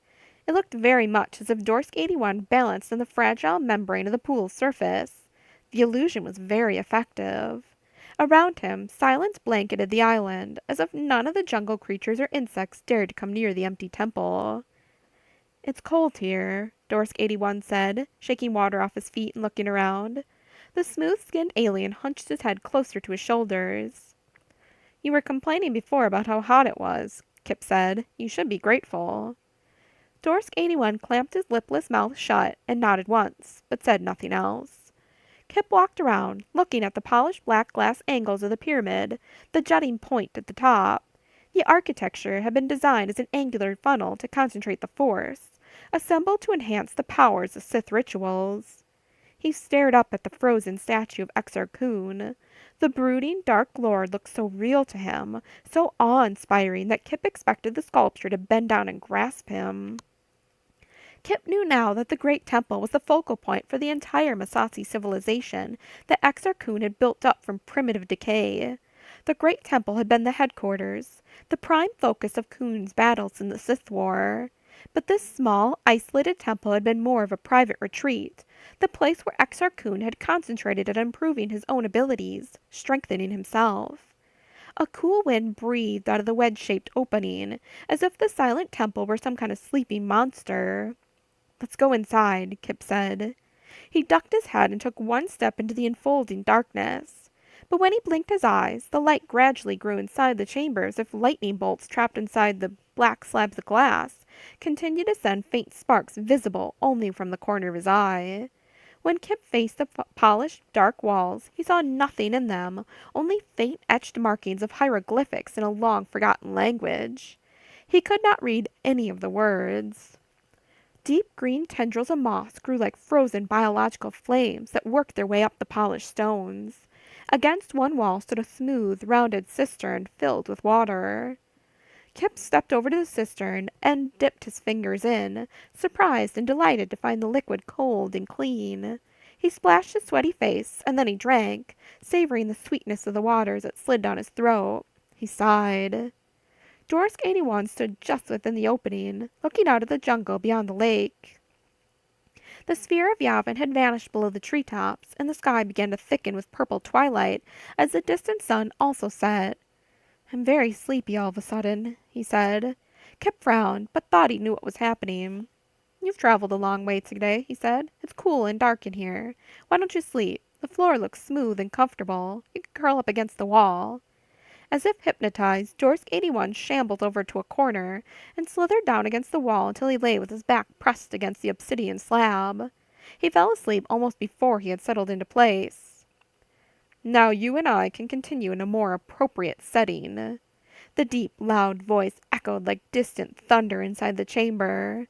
Kip turned to see the hooded silhouette of Exar Kun like a black oil stain shimmering in the air. Kip stood tall, squashing a thrill of terror every time the ancient Lord of the Sith spoke to him. Kip indicated Dorsk 81. "Will he wake up? Will he see you?" Exar Kun raised his shadowy arms. "Not until we have finished," he said. "All right." Kip squatted on the cool floor, tucking his robe around him as he found a comfortable position. He knew that his relaxed attitude might appear to be haughtiness or defiance of Exar Kun, but he didn't care. The ancient Sith Lord began to speak. "Skywalker has taught you everything he knows. He makes excuses, but he can go no further because he has denied himself other options. He cannot grow as a Jedi by blocking out possibilities, but wearing blinders to what can be and should be." Exar Kun loomed over Kip, hovering closer even though he didn't appear to have taken a step. "You have already learned more than Skywalker will ever know, my student." Kip felt enthusiasm and pride burn through him, and he tensed his body, wanting to leap to his feet, but he restrained himself. "Look at what I can show you today," Exar Kun said, gesturing toward the obsidian walls and the incomprehensible hieroglyphs barely visible, black lines against black volcanic glass. But as Kip stared at them, the words filled with white fire, standing out against the bottomless, opaque background until they burned into his eyes. And suddenly Kip could understand. The words snapped into focus and filled his mind, an incredible history from 4,000 years ago, telling how Exar Kun had begun to learn forbidden teachings, how he had come to the fourth moon of Yavin to find a lost Sith power object, and how he had enslaved the timid and weak Massassi people, making them build enormous temples for him as focal points for the dark forces he played with. The Brotherhood of the Sith could have ruled the galaxy, could have squashed the doddering Republic and turned the other Jedi Knights into mere parlor magicians. But I was betrayed. The shadow of Exar Kun drifted about the floor of the temple, making no sound as he moved. He hovered over the sleeping and helpless form of Dorsk 81. When the Jedi combined their might and came here to this moon to fight me, they unleashed such power that I had to drain dry every last one of the Massassi just to trap my spirit within these temples, to survive so that one day I could come back. Kuhn's coal-black arms reached down as if to strangle Dorsk 81. The smooth-skinned clone stirred uneasily in his spellbound sleep, but he made no move to defend himself. With a thrill of fear and reluctance, Kip called out, "Exar Kun, I'm the one you're trying to teach. Don't waste your time with him." He was enthralled by the new wonders Kun had shown him, but Kip was savvy enough to know when he was being manipulated. Exar Kun thought he was playing Kip like a mesmerized convert, but Kip was skeptical. Han Solo had taught him that much. He could play his own part, however, to get what he so desperately wanted. As Exar Kun turned back to face him, leaving Dorsk 81 unharmed, Kip spread wide his arms in complete acceptance of his new instructor.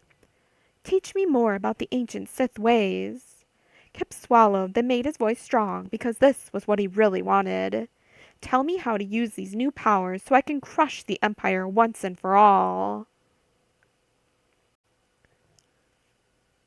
21. On Coruscant, Chewbacca and 3PO took the twins to the sculpted Duracrete columns at the entrance to the holographic zoo of extinct animals. At home, the pestering children had rapidly worn down even 3PO's patience programming and had driven Chewbacca into a roaring frenzy. Getting Jason and Jaina outside seemed like a good idea for all concerned. The foursome took transit tubes across the upper skyscrapers in Old Imperial City to reach the rooftop levels of the holographic zoo. At the zoo's gaudy archway, Chewbacca let his furry arms dangle behind him. His huge paws engulfed the tiny hands of the children. Chewbacca took 2 sprawling strides forward, then waited for the twins to catch up before he took 2 more steps and waited again.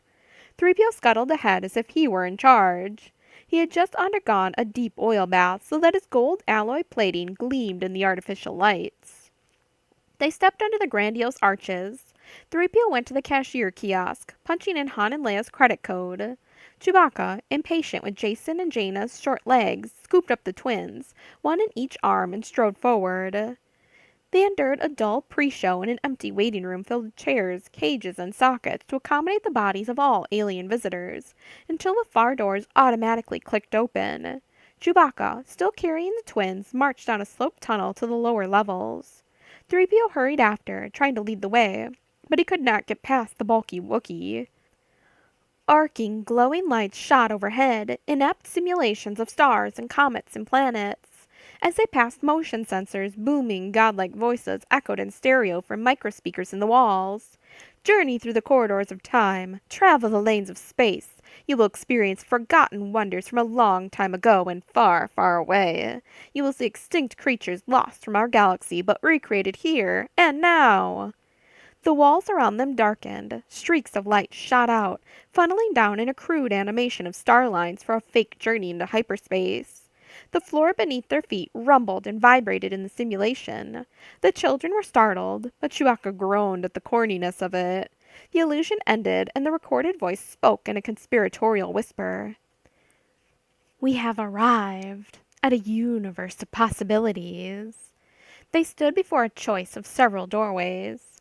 "This way, children, this way," 3PO said, stepping forward. He had already scanned the data brochures about the exhibits, and after correlating them with the twins' interests, decided exactly which dioramas he would show them first. "Let us go see the mammoth crabix of Calamari." As they stepped through the portal, holograms flared, surrounding them with a turbulent oceanscape, a jagged reef thrusting out from white foamy waters. Standing in a swirl of green and purple seaweed battered by the rushing waves, stood a segmented crustacean, a 10-legged crebex, with dual mandibles in its mouth, twin rows of spines down its back, and 18 glossy black eyes, 4 of which were on its front grasping claws. The crebex reared up and let out a bellow like a wampa ice creature set on fire. The twins watched as 3 green-skinned mermen thrashed out of the foaming waves, cocking jagged spears made of pale bone. The mermen hauled themselves into the reef and attacked. The spears pierced the exoskeleton of the crebex, and the monster clipped at them with its pincers. It swung to the left and grabbed one of the mermen, slicing into his smooth green flesh, and dragging him out of the water where his fused fin legs thrashed like the tail of a fish. "Let's go," Jaina said. "Next one," Jason said. "But children, I haven't told you the biological background of these creatures yet," 3PO said. "Go now," Jaina insisted. They walked right through the surrounding illusion to the far wall, where several more openings presented themselves. Chewbacca urged the children through the left-hand door. "Oh no, not that one, Chewbacca," 3PO said. "I'm not certain." But they were already entering the second chamber to be surrounded by the illusion of a desert planet. Waves of invisible heat rippled from a scabbed, dry clay surface. A strange creature scuttled atop a rocky outcropping with a blood-curdling roar. It had a squarish, humanoid head and a massive feline body, huge curved claws, and a segmented tail that thrashed back and forth, capped with a wicked-looking scorpion stinger. As it opened its mouth to bellow again, cracked yellow fangs dripped with venom. "A manticore?" 3PO said in disbelief. "Well, really! I'm astonished they haven't updated their display yet. That creature was proved to be a jumble of mismatched fossils long ago. Manticores never existed." Directly behind them in the hologram, another manticore echoed the bellowing challenge and climbed over the baked rocks. The twins tugged on Chewbacca's furry arms and headed through the non-existent creatures toward the next set of openings. "Let me choose this time, children," 3PO said. Chewbacca groaned. The twins didn't seem to care. "Go home," Jason said. Jaina nodded in agreement. "I want to go home." "But children," 3PO said, "I'm sure you'll enjoy this next one. Let me tell you all about the mournful singing fig trees of Pildiller."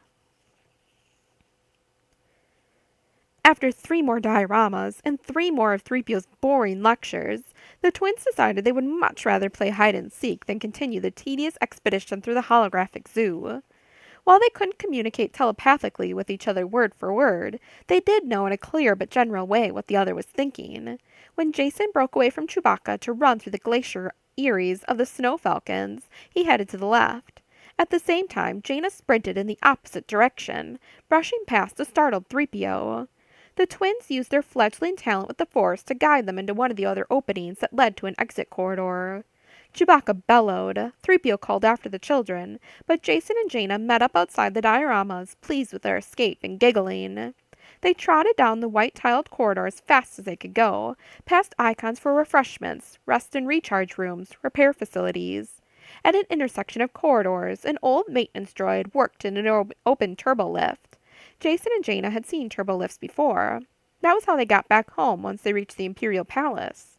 The maintenance droid was gunmetal gray with 2 heads and numerous mechanical arms, each studded with a handful of attachments.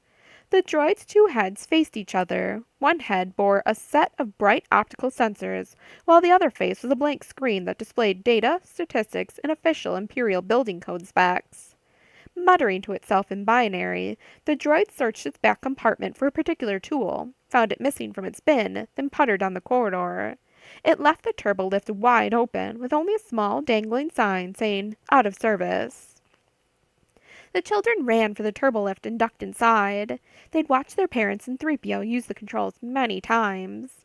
The panel looked different from the one in the Imperial Palace, much less ornate, discolored with age and rough use, with a wall of buttons marking hundreds of different floors in the kilometer-high metropolis. Since the lower levels of the city had been abandoned and buried long ago, a thick metal plate had been welded onto the bottom half of the panel, sealing off the first 150 floors. But the maintenance droid had removed the barrier plate to check the turbolift circuits. The children barely knew their numbers, though 3PO had been trying to get them to recognize the primary numerals. The lessons frequently frustrated the protocol droid, but the twins were bright. They had picked up more than 3PO had realized. The row of buttons looked like shiny, colorful circles to Jason and Jaina. They stared at them, not knowing which to push, but they did recognize some of the numbers. Jaina spotted it first. "Number 1, she said. Jason pushed the button. "Number 1, he repeated. The turbolift door closed, and the floor fell away as the elevator shot downward, humming as it accelerated. Jason and Jaina looked at each other in momentary terror. Then they giggled. The turbolift descent went on, until finally the platform came to a stop. The door whisked open. Jason and Jaina stood blinking. They stepped out into the shadowy bottom levels of the forbidden metropolitan wilderness. Around them, they heard large, startled creatures clattering through the fallen debris. "It's dark," Jason said. Behind the twins, the turbolift door slid shut as the elevator reset itself and returned to the upper floors, leaving Jason and Jaina alone. Chewbacca blasted through the exhibits like a land speeder out of control. He howled and called out for the two lost children. 3PO scurried behind him, trying to keep up. "I can't see anything through these holograms," 3PO said. Chewbacca sniffed for the twins. He charged through another opening. All the shouting and chaos finally brought one of the Bothan zoo attendants. The Bothan fluffed up his white fur and flailed his arms as he tried to get Chewbacca to calm down. "Shh! You are disturbing our other patrons. This is a quiet place for enjoyment and education." Chewbacca roared at him. The Bothan, much smaller, stood on his pointed toes, trying to draw himself up in a laughably ineffective attempt at meeting Chewbacca's eyes. "We never should have left Wookiees into the holographic zoo." Chewbacca grabbed the Bothan by the white chest hairs and hefted him off the ground. He let loose a string of growls, grunts, and howls. 3PO rushed up to him. "Excuse me if I may be allowed to translate," the droid said. "My friend Chewbacca and I are currently searching for two small children who appear to be lost. Their names are Jason and Jaina. They are 2.5 years old." Chewbacca roared again. Yes, I was just getting to that. This is really something of an emergency. The children just ran off from us, and any assistance you could offer." Chewbacca used both hands to shake the Bothan attendant like a rag doll. "Would be most appreciated," 3PO finished. But the Bothan had fainted. Jason and Jaina hiked through a forest of fallen girders, orange and yellow toadstools, and lumpy fungus growing in ancient garbage. Unseen feet skittered across fallen beams and webwork structures overhead. The massive foundations of the buildings looked indestructible, overgrown with thick moss. Things moved in the shadows, but nothing came clear, even as the children's eyes adjusted to the shadowy light. Drips of warm, bad-tasting water fell around them in a slow, rhythmic rain. Jason looked up, and the enormous building seemed to rise forever and ever. He could glimpse only a blurred slice of what might have been the sky. "I want to go home," Jaina said. The wreckage of abandoned equipment lay in piles, rusted and corroded. The twins scrambled over crashed vehicles, the hulks of discarded battleships and fighting machines, deep debris left from the previous year's civil warfare. Jason and Jaina came upon a half-collapsed wall that had once contained a computer screen. The terminal lay tilted on its side with the screen smashed inward, leaving broken teeth of transparent steel. But the twins recognized it as a data unit similar to the ones inside their own quarters. Jason stood in front of the broken panel and put his small hands on his hips, trying to look like his father. He addressed the computer screen, and he knew exactly what to say after having heard the bedtime story many times before. "We are lost," he said. "Please help us find our home." He waited and waited, but received no response. No lights illuminated the panels. He heard no answer from the torn speaker unit, where glistening black beetles had made a nest. Jason sighed. Jaina took his hand, and the two turned as they heard a slithering sound down the cramped alleyway. A formless gray-green creature paused behind them, a granite slug with two eyes protruding on gelatinous stalks as if assessing two children. As it moved, it scoured green sludge off the cracked Duracrete alleyway, trailing thick translucent slime. The granite slug slithered toward them, and the twins backed away. From the bottom of the slug's underbelly, a jagged crack opened up, a quivering, lipless mouth that sucked in a long, hollow whistle of air. Jaina stepped up to it. It was her turn this time. "We are lost," she said. "Please help us find our home." The granite slug reared until it towered over the little girl. She blinked up at it. Jason stood by her side.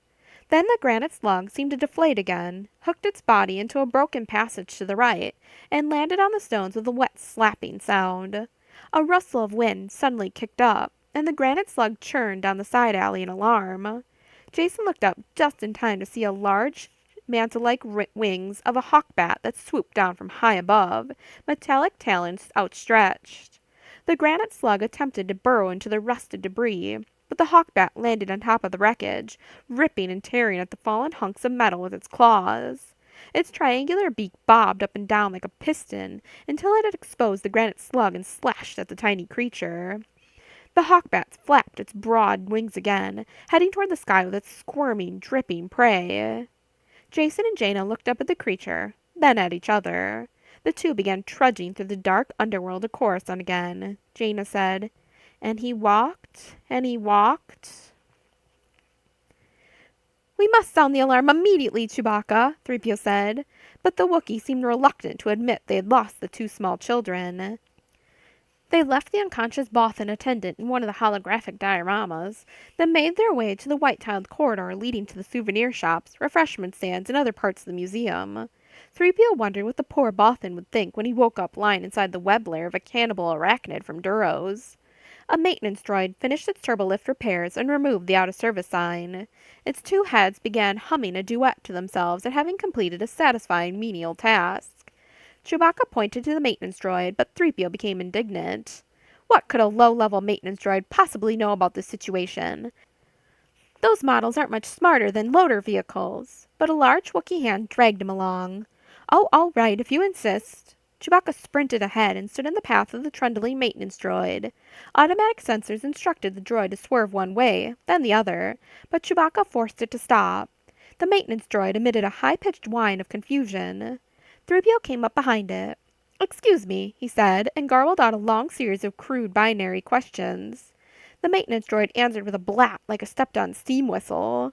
3PO repeated his question, but got the same answer. "I told you he'd be of no use," 3PO said. "Maintenance droids aren't programmed to notice anything. They just do their repairs and wait for new instructions." Chewbacca moaned, shaking his big hairy head. 3PO said, "Oh, be quiet, you big walking carpet. I was not talking too much. Besides, you're the one who has the life debt to Han Solo." The maintenance droid continued, oblivious to their bickering. 3PO wished he could simplify his own program and be so blissfully ignorant in the ways of the galaxy. He felt his circuits overheating as the full impact of what might happen to him slammed down on his poor head. "Master Solo will probably remove my legs and make me recompile and alphabetize all the fragmented files in the Imperial Information Center." In the dim underworld, Jason pointed to a noisy machine in front of them as the cluttered street widened. "Look," he said. "Droid." The children ran, waving their hands and hoping to get the droid's attention, but they stopped as the machine continued along a polished path worn through with the debris. The droid was vastly older than the maintenance model up at the turbolift. It had bulkier joints, squarish limbs, large bolts held the pieces together. The antique repair droid was little more than a mobile cart of tools with a torso, arms, and an angled hexagonal head. One of its optical sensors had fallen off. Thick cables ran down its spine and along its neck, corroded and caked with dust and dirt. Moss had begun to grow on its sides. It moved with a stuttering motion as if desperately in need of lubricant. Along the street a line of corroded poles stood a meter taller than the twins. Atop each pole rested an old glow crystal engraved with magnifying facets, but each crystal was a dead, translucent gray, shedding no light onto the dim streets.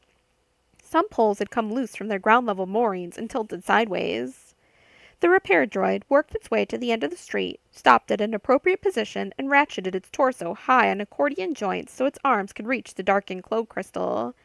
The droid removed the burned-out crystal, cradling it carefully in segmented pincers.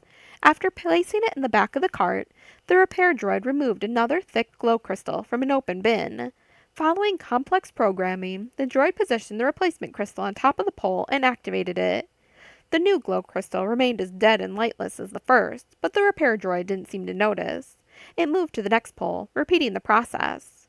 Jason stood in front of the droid, addressing it in his best daddy voice. "We're lost," he said. Jaina came up beside him.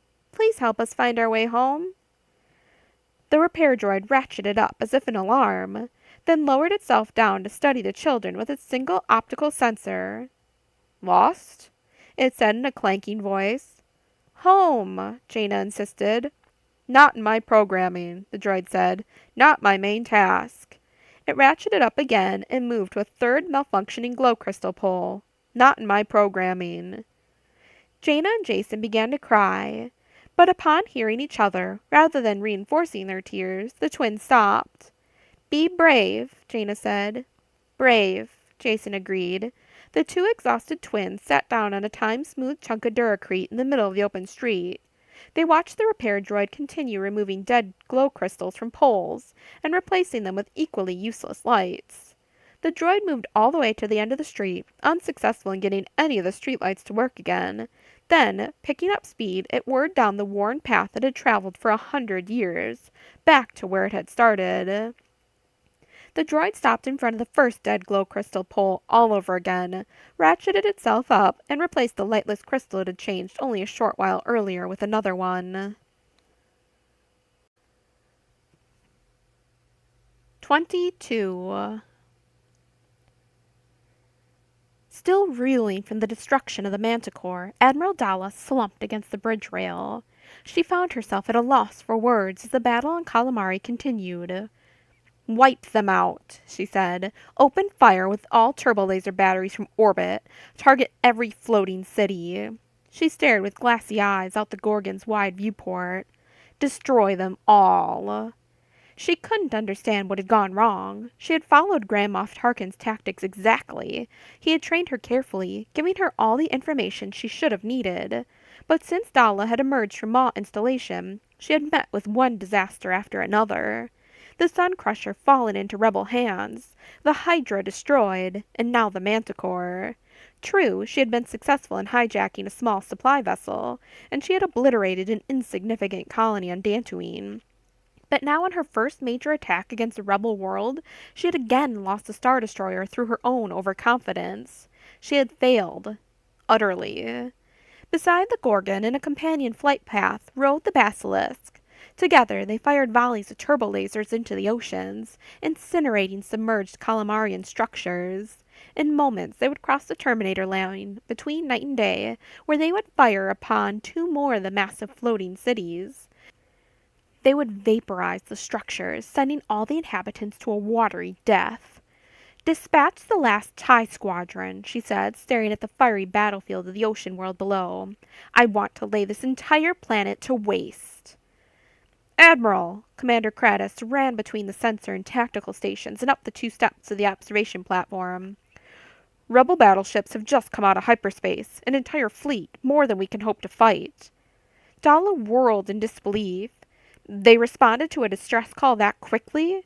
Then she, too, saw the glinting figures of large battleships streaking like comets toward them in planetary orbit. Her breath caught in her throat.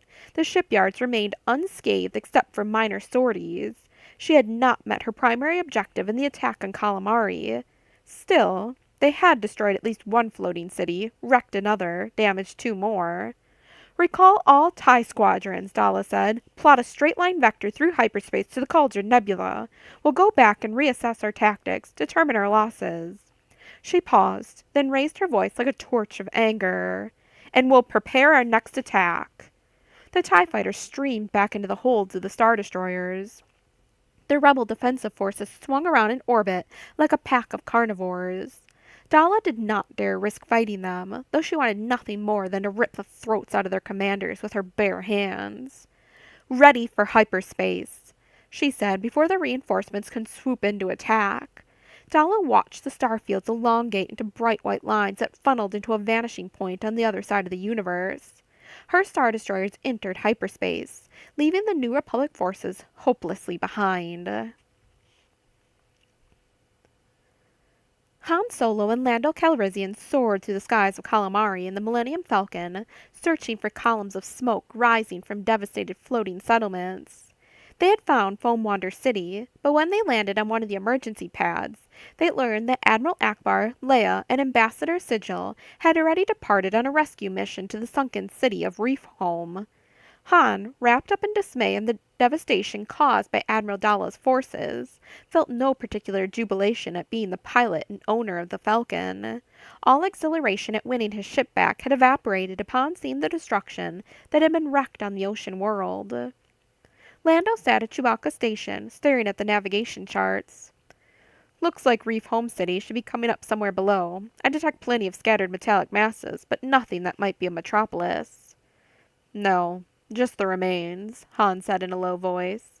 As they skimmed low, he looked out the Falcon's viewports at floating wreckage scattered on the waves. Blackened tracings of blaster scars showed prominently on the fragmented metal. Broken chunks of the floating city, sealed and airtight with flood bulkheads, remained afloat like buoyant coffins. Calamarian Quarren rescuers swarmed over the self-contained segments, trying to break through to free those inside. That used to look like Cloud City, Han said. Now it looks like leftovers from a garbage masher. He pointed to a smooth chunk of Reef Home's outer shell. Think we can set down on that section over there? Lando gave a nonchalant shrug. Nobody'd even notice the Falcon among all this other junk. Hey, Han said. Lando looked at him. She's your ship, Han. I just wish I had the Lady Luck back. Han set the Falcon down on the rocking plasteel debris, locked down the stabilizers, then broke open the door seals. As he clambered down the exit ramp, he scanned the rescuers to see if he could find Leia. He hadn't held her in his arms in so long. As usual, when they were forced apart, he thought of all sorts of things he wanted to say to her, the promises and sweet nothings she deserved, though he usually didn't manage to force them through his gruff exterior.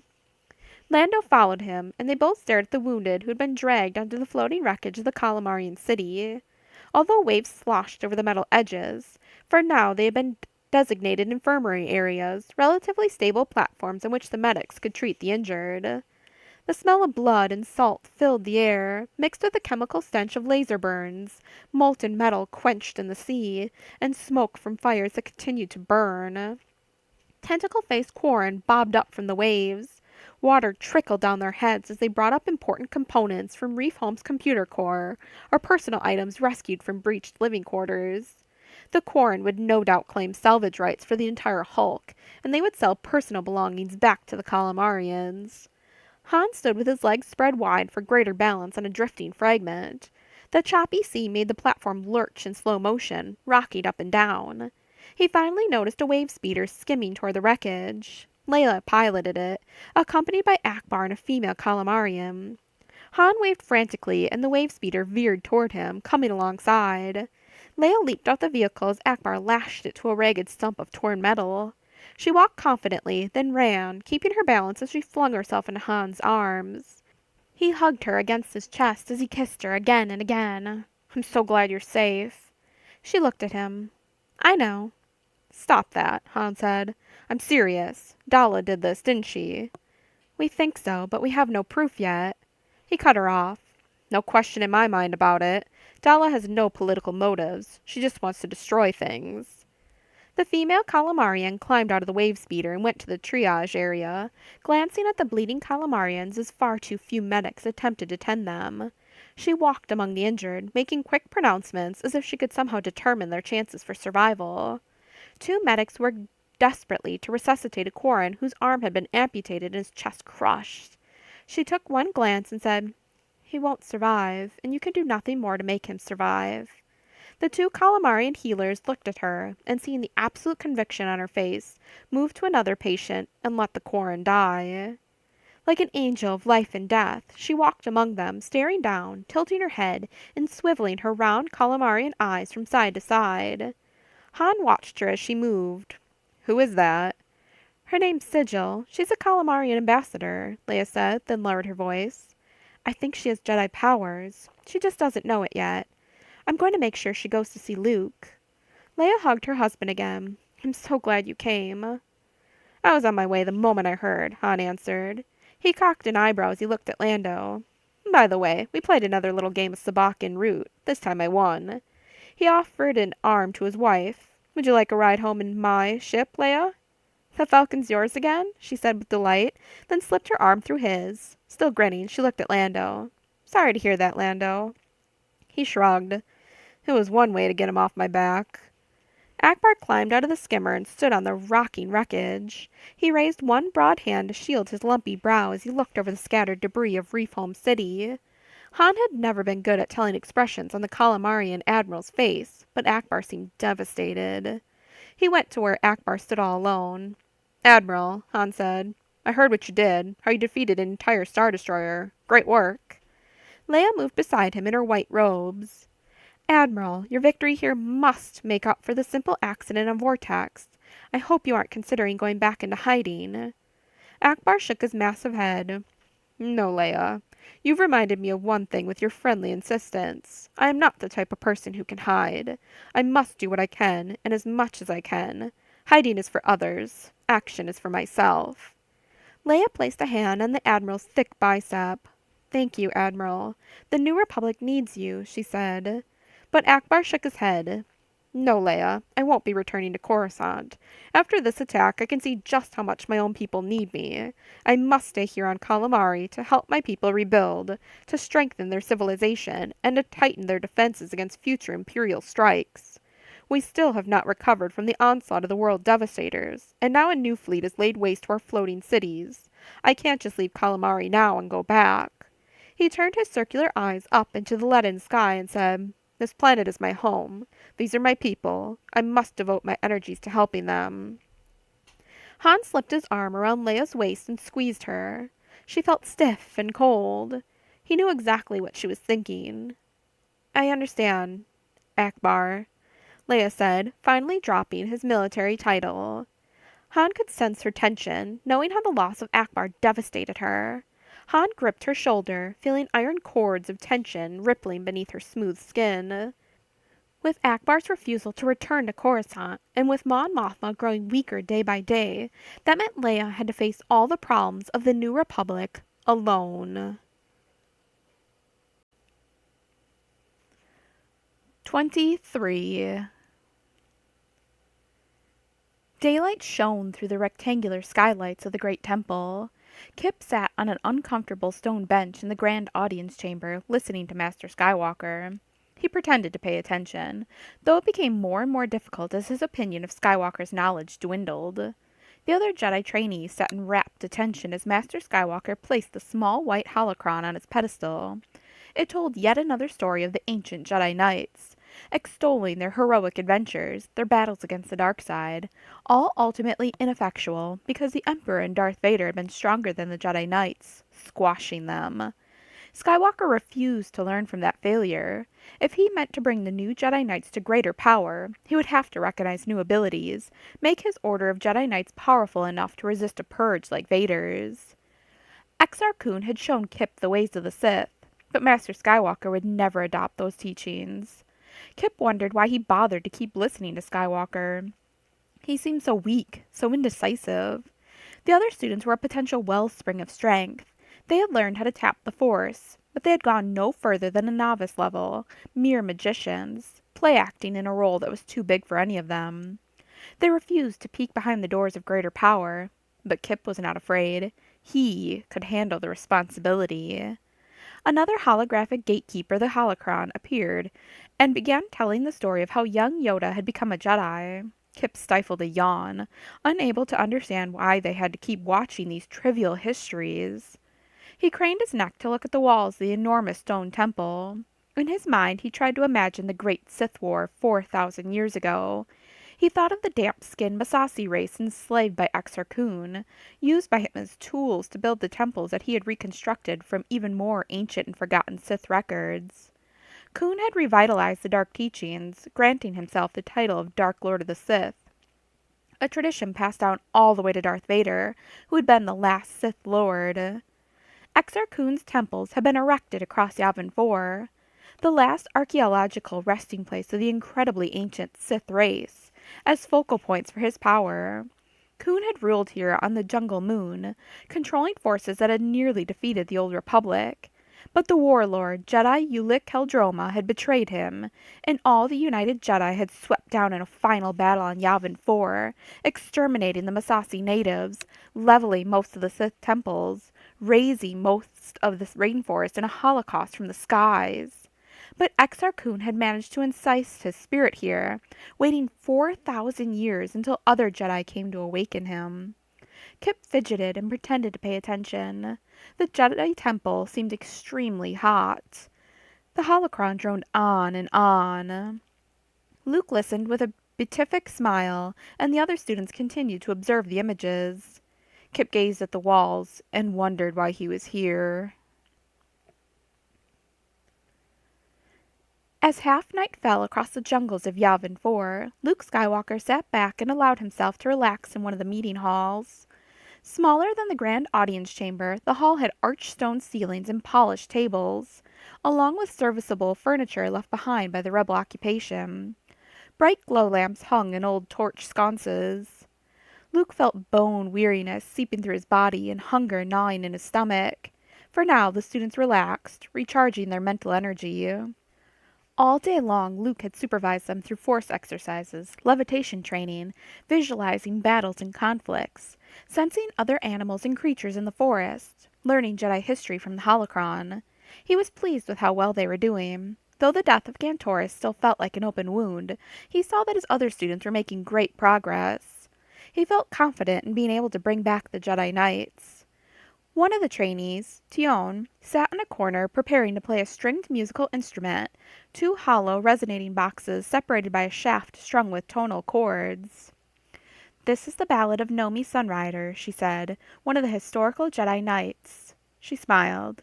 Long silvery hair streamed past her shoulders, hanging down to her chest and splitting like a white-capped river down her back.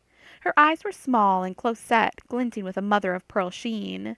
Her nose was small, her jaw squarish. Luke thought she looked more exotic than beautiful. Tion had a great passion for the old Jedi legends and ballads and histories. Even before Luke found her, she had dedicated her life to resurrecting the old stories, digging them out of the archives and popularizing them. Luke had tested Tion's Jedi talent, and while her potential was perhaps less than the other students, she made up for it with absolute devotion and enthusiasm. The others found chairs, benches, or just a smooth spot on the floor to hear Tion sing.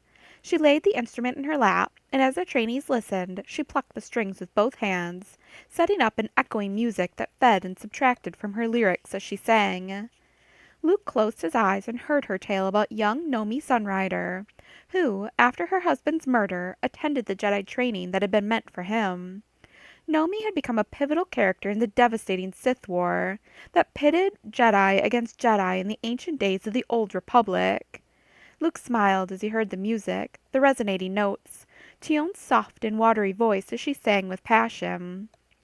From the side of the room, Luke heard a restless stirring and turned to see Kip Duron, his face stormy with a scowl.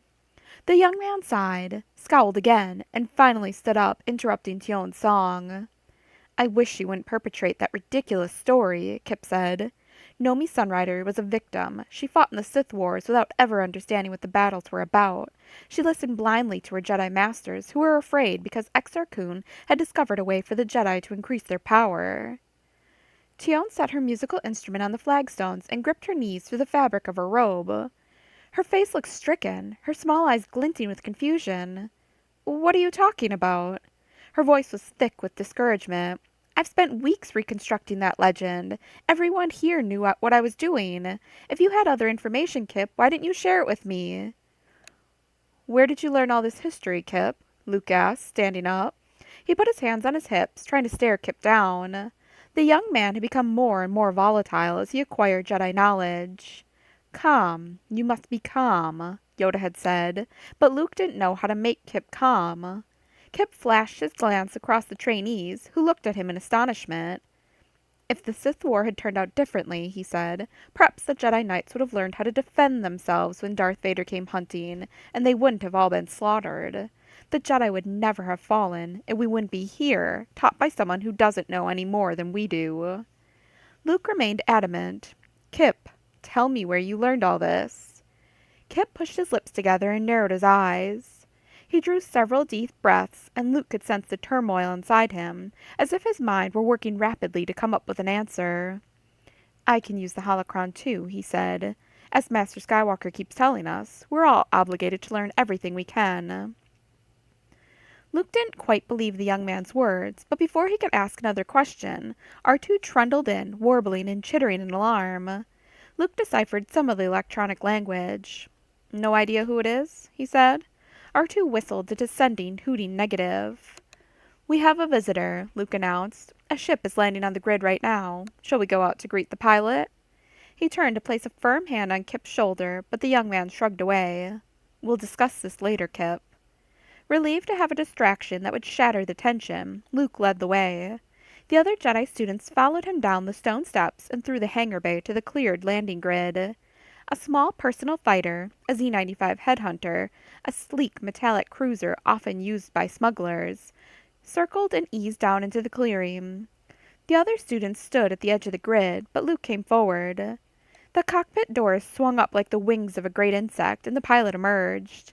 Luke saw a sleek, silvery suit clinging to the curves of a young woman's body. She stepped down, pulled off an opaque helmet, and shook her dark reddish-brown hair. Her angular face had once been pinched with determination, but now seemed softened, her eyes wider, her full lips not entirely unaccustomed to a smile. "Mara Jade," Luke said. She tucked the helmet under her left arm, squeezing it against her ribcage. "Hello, Luke." She looked at him with just a hint of a friendly expression, then raised her eyebrows. "Or do I have to call you Master Skywalker now?" Luke shrugged, holding out his arms to welcome her. "That depends on why you're here." She left the headhunter open behind her as she strode across the clearing to take his hand in greeting.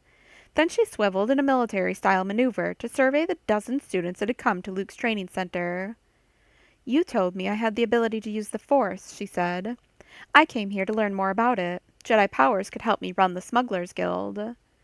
She unzipped a flexible pouch at her side and tugged out a packet of micro-compacted folds of cloth, more than Luke could believe would fit inside a tiny package. She shook the brownish folds, unwrapping her garment. She looked at the identical garments on all of Luke's trainees and then back at him. "See," she said, "I even brought a Jedi robe." Over a generous meal of spiced runip stew and bowls of chopped edible greens, Luke watched Mara Jade feed herself as if she were famished. Luke savored every bite, sensing the nutrients and energies as they slowly permeated his body.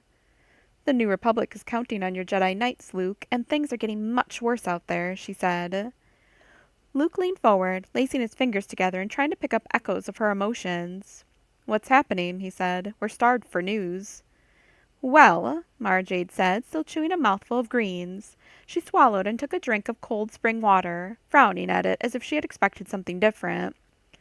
"Admiral Dalla has continued her depredations. She doesn't seem to be allied with any of the Imperial warlords. From what we can tell, she's just trying to cause a lot of damage to anyone who opposed the Empire. And she is causing plenty of damage. You know that she has been hitting supply ships, blowing them out of space? She leveled the new colony on Dantooine." "Dantooine?" Luke said. Mara looked at him. "Yes. Is it one of your students from that group of people?" Luke sat rigid. Some of the trainees gasped in shock. His mind whirled, thinking of all the refugees he had helped relocate to a supposedly safe place from the treacherous world of Io Shah. But now they'd been wiped out. "Not anymore," he said. "Gantoris died. He was unprepared for the powers he tried to use." Mara Jade raised her thin eyebrows, waited for him to explain further. When Luke said nothing else, she continued. "The worst part was when Dalla struck the planet Calamari. Seems she meant to take out the orbiting shipyards, but Admiral Akbar recognized her tactics. He blew up one of her 3 Star Destroyers, but Dalla still managed to sink 2 Calamarian floating cities. Countless thousands died." Kip Duran stood up at the far end of the long table. "Dalla lost another one of her Star Destroyers?" Mara Jade looked at him as if noticing the young, dark-haired man for the first time. "She still has 2 Star Destroyers and no inhibitions. Admiral Dalla can still cause incredible destruction, and she has a weapon no one else seems to have. She knows she's got nothing to lose." "I should have sacrificed myself," Kip said. "I could have killed her with my bare hands when I was on the Gorgon." He lowered his voice, relating the story Luke already knew. "We stole the Sun Crusher out from under her nose, and we wasted our opportunity. We had a weapon that could have struck a decisive blow against the world still loyal to the Empire, But what did we do with it? We threw the Sun Crusher into a gas planet where it won't help us at all. Come, Luke said. He gestured for Kip to sit back down, but Kip placed his hands flat on the veined stone table, leaning over to glare at Luke. The Imperial threat is not going to go away, he said. If we pool our Jedi powers, we can resurrect the Sun Crusher, tear it out from the core of Yavin. We can take it and go hunt the Imperials. What could be a clearer mission for us? Why are we just hiding here on this backwater moon? He paused, fuming. When the other students looked at him, Kip glared back at them. Are you all stupid? He shouted. We don't have the luxury to fine-tune our levitating abilities or balance rocks or sense rodents out in the jungle. What good does that do? If we aren't going to use our powers to help the New Republic, then why bother? Luke looked at Mara Jade, who seemed greatly interested in this discussion. He refocused his attention on Kip. The young man's meal was practically untouched. Because that isn't the Jedi way, Luke said. You've studied the code. You know how we must approach a difficult situation. The Jedi do not set out to destroy recklessly.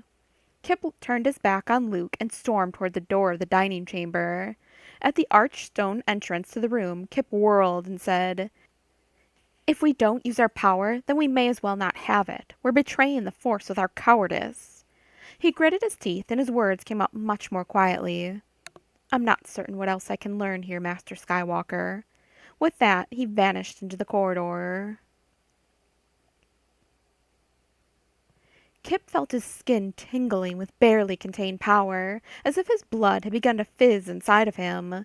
He moved down the temple corridors like a projectile, and when he reached the heavy door to his quarters, he used the force to fling it open and slam it against the far wall with enough strength to flake a long splinter of stone from the blocks.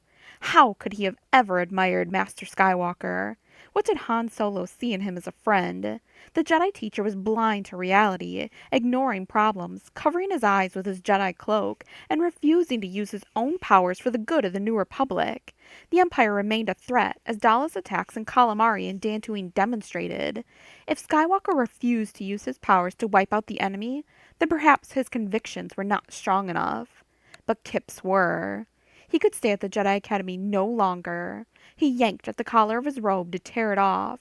From his stash of personal belongings, Kip pulled out a satchel that contained the flowing black cape that Han had given him as a goodbye gift. During his training at the Praxium, he had been content to wear the rough old robe Master Skywalker provided, but now he wanted nothing more to do with it. Exar Kun had shown him how to unleash great powers.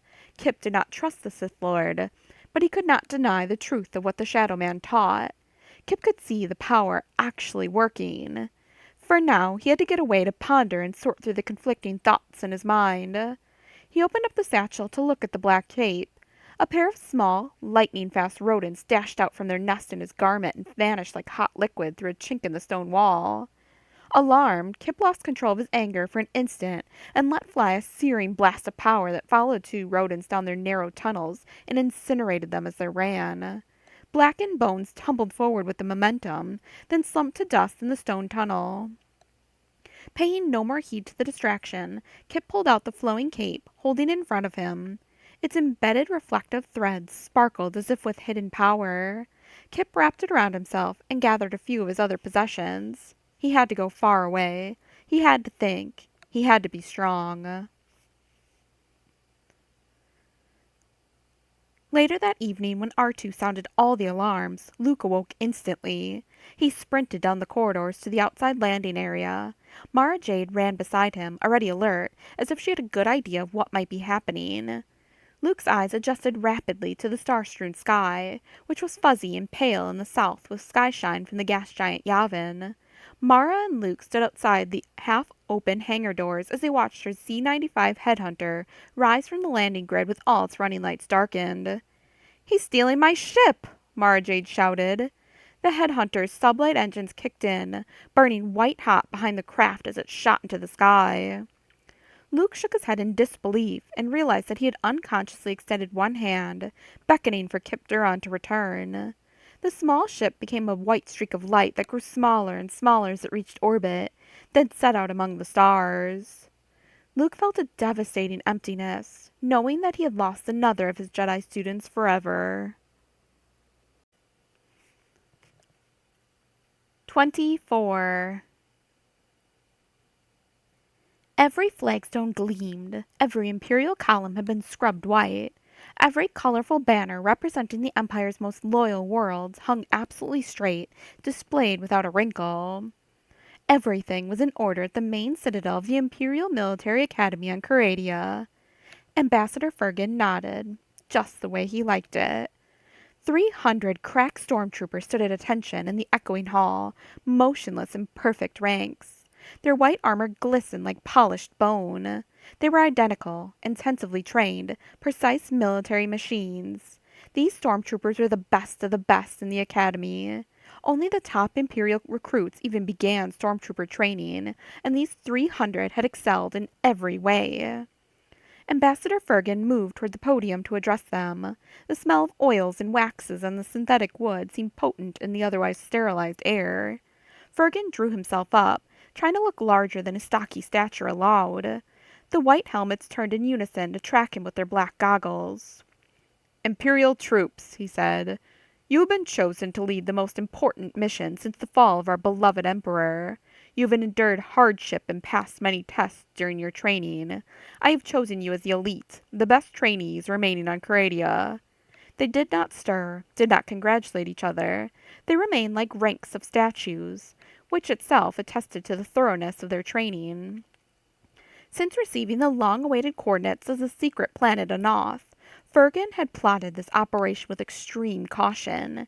He had studied the personnel data of thousands of his best troops. He had analyzed the records of their training exercises, mock combat in the harsh ice caps of Coradia, prolonged sieges out in the baked and waterless deserts, jungle survival tours through dense and uncharted rainforests filled with primitive predators, carnivorous plants, and poisonous insects.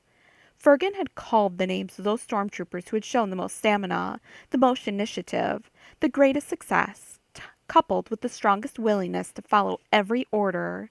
He was proud of his assault force. "We have obtained secret information regarding the location of a certain baby, a child with enormous potential for using the Force." He paused, expecting to hear them groan, but the stormtroopers made no sound. "This child is the son of Leia Organa Solo, the New Republic's Minister of State. If we were to apprehend this child, it would deal an enormous psychological blow to the rebellion. But beyond that, this boy is the grandson of Darth Vader." There, finally, he thought he heard a rustle of superstitious fear or awe. This child could be extremely valuable to the rebirth of the Empire. A child such as this, raised properly and trained properly, could become a worthy successor to the Emperor Palpatine. Fergan kept talking, faster now as he felt the excitement within him. He was more than just an ambassador. He planned to go along on this assault himself. He would not expose himself to any part of the attack, of course, but he would be there to snatch the young child named Anakin. "Your unit leaders will provide you with specific assignments. This expedition is currently being provisioned. We've secured transports to take you to the secret location of this world." Fergan allowed himself a broad grin with his thick, purplish lips. "It is also my pleasure to announce that this assault will mark the first combat use of our new mountain terrain armored transports, on which you have been training these past months. That is all. Hail to the Emperor!"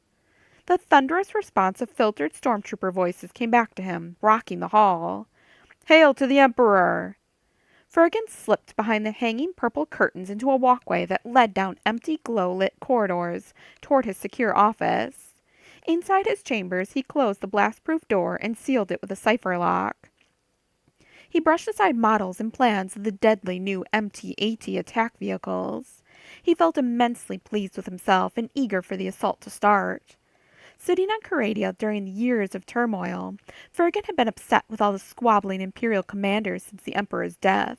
Many of the warlords in the core systems were extremely powerful, yet they spent their time wrestling for dominance among the remnants of the Imperial fleet rather than fighting against their real enemy, the rebellion.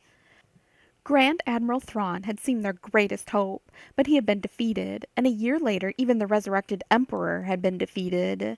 The power vacuum of leadership left the Imperial forces with no leadership, no goal, battling only for their own advancement. Even this surprise new threat by renegade Admiral Dalla disturbed Fergan. At least Dalla was putting her Star Destroyers to appropriate use, attacking rebel worlds and creating as much havoc as possible. But Dalla had no overriding plan, no strategy that would bring her ultimate success. She was simply a juggernaut, striking target after target for the satisfaction of causing pain. Fergan had discovered to his surprise that Dalla herself had been trained on Caradia. Digging through old records, he had uncovered many disciplinary actions taken against her, reprimands in her file. Even then she had been a maverick, performing admirably but refusing to learn her place, insisting that she deserved promotions instead of others. Fergan had no record of her advancement to admiral, but Moff Tarkin had transferred her to his personal staff after one of his brief inspection tours. Fergan had no other information about Dalla since that time. It angered him that this admiral continued her attacks on the rebellion without even attempting to get in touch with Caradia. Perhaps Dalla considered herself a vigilante, but the Empire needed its soldiers to fight as parts of an immense whole. The Empire did not need vigilantes.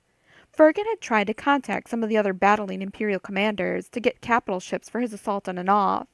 The Emperor and Grand Admiral Thrawn and other depredations had already taken most of the ships available to Caradia. On the military training planet, Fergan had access to some of the most sophisticated weaponry and soldiers in the entire galaxy. But because of the perpetual squabbles between the Imperial Army and the spacefaring Imperial Navy, he had no place to go with his troops. This left Fergan in a position of being on the most heavily armed, but useless, planet still loyal to the Empire. Fergan absently played with one of the articulated models of the MT-AT fighting vehicle. It would be fascinating to see the marvelous new machine in operation. Even with the death of the Emperor, his loyalty to the Empire and the New Order had never been shaken, not even slightly. Fergan kept doing his best to strike vital blows against the New Republic one way or another. He was pleased to watch indirect reports that gave him evidence of the inexorable progress of Mon Mothma's mysterious illness. She would be dead before long. And as soon as Fergan had the grandson of Darth Vader in his possession, all those still loyal to the Empire would have to listen to him. 25. When Wedge Antilles wasn't looking, Kweezuk stole a glance at the coordinates displayed on his navigation panel. Sitting in the co-pilot seat of the disguised personal space yacht, Kwee used her nimble fingers to tap the coordinates into the nav computer, requesting a full display.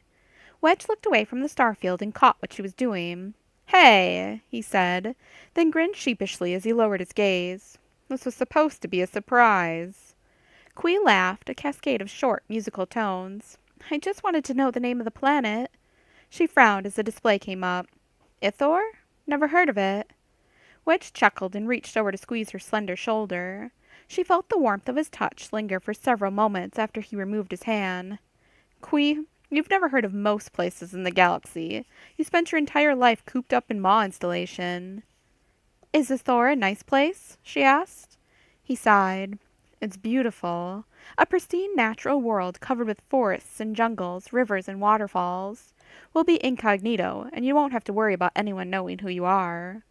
Kwee looked around at the metal-edged control panels of the space yacht, at the synthetic fabric of the seats that felt so smooth and soft.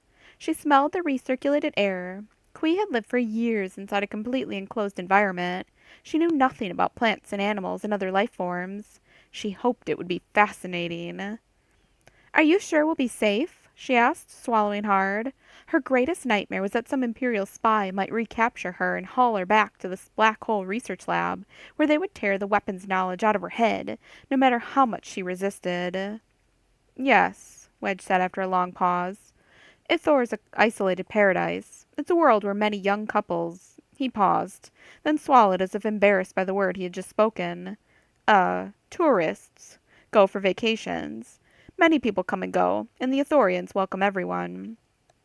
The Empire blockaded this world during the rebellion, causing some damage as a show of force.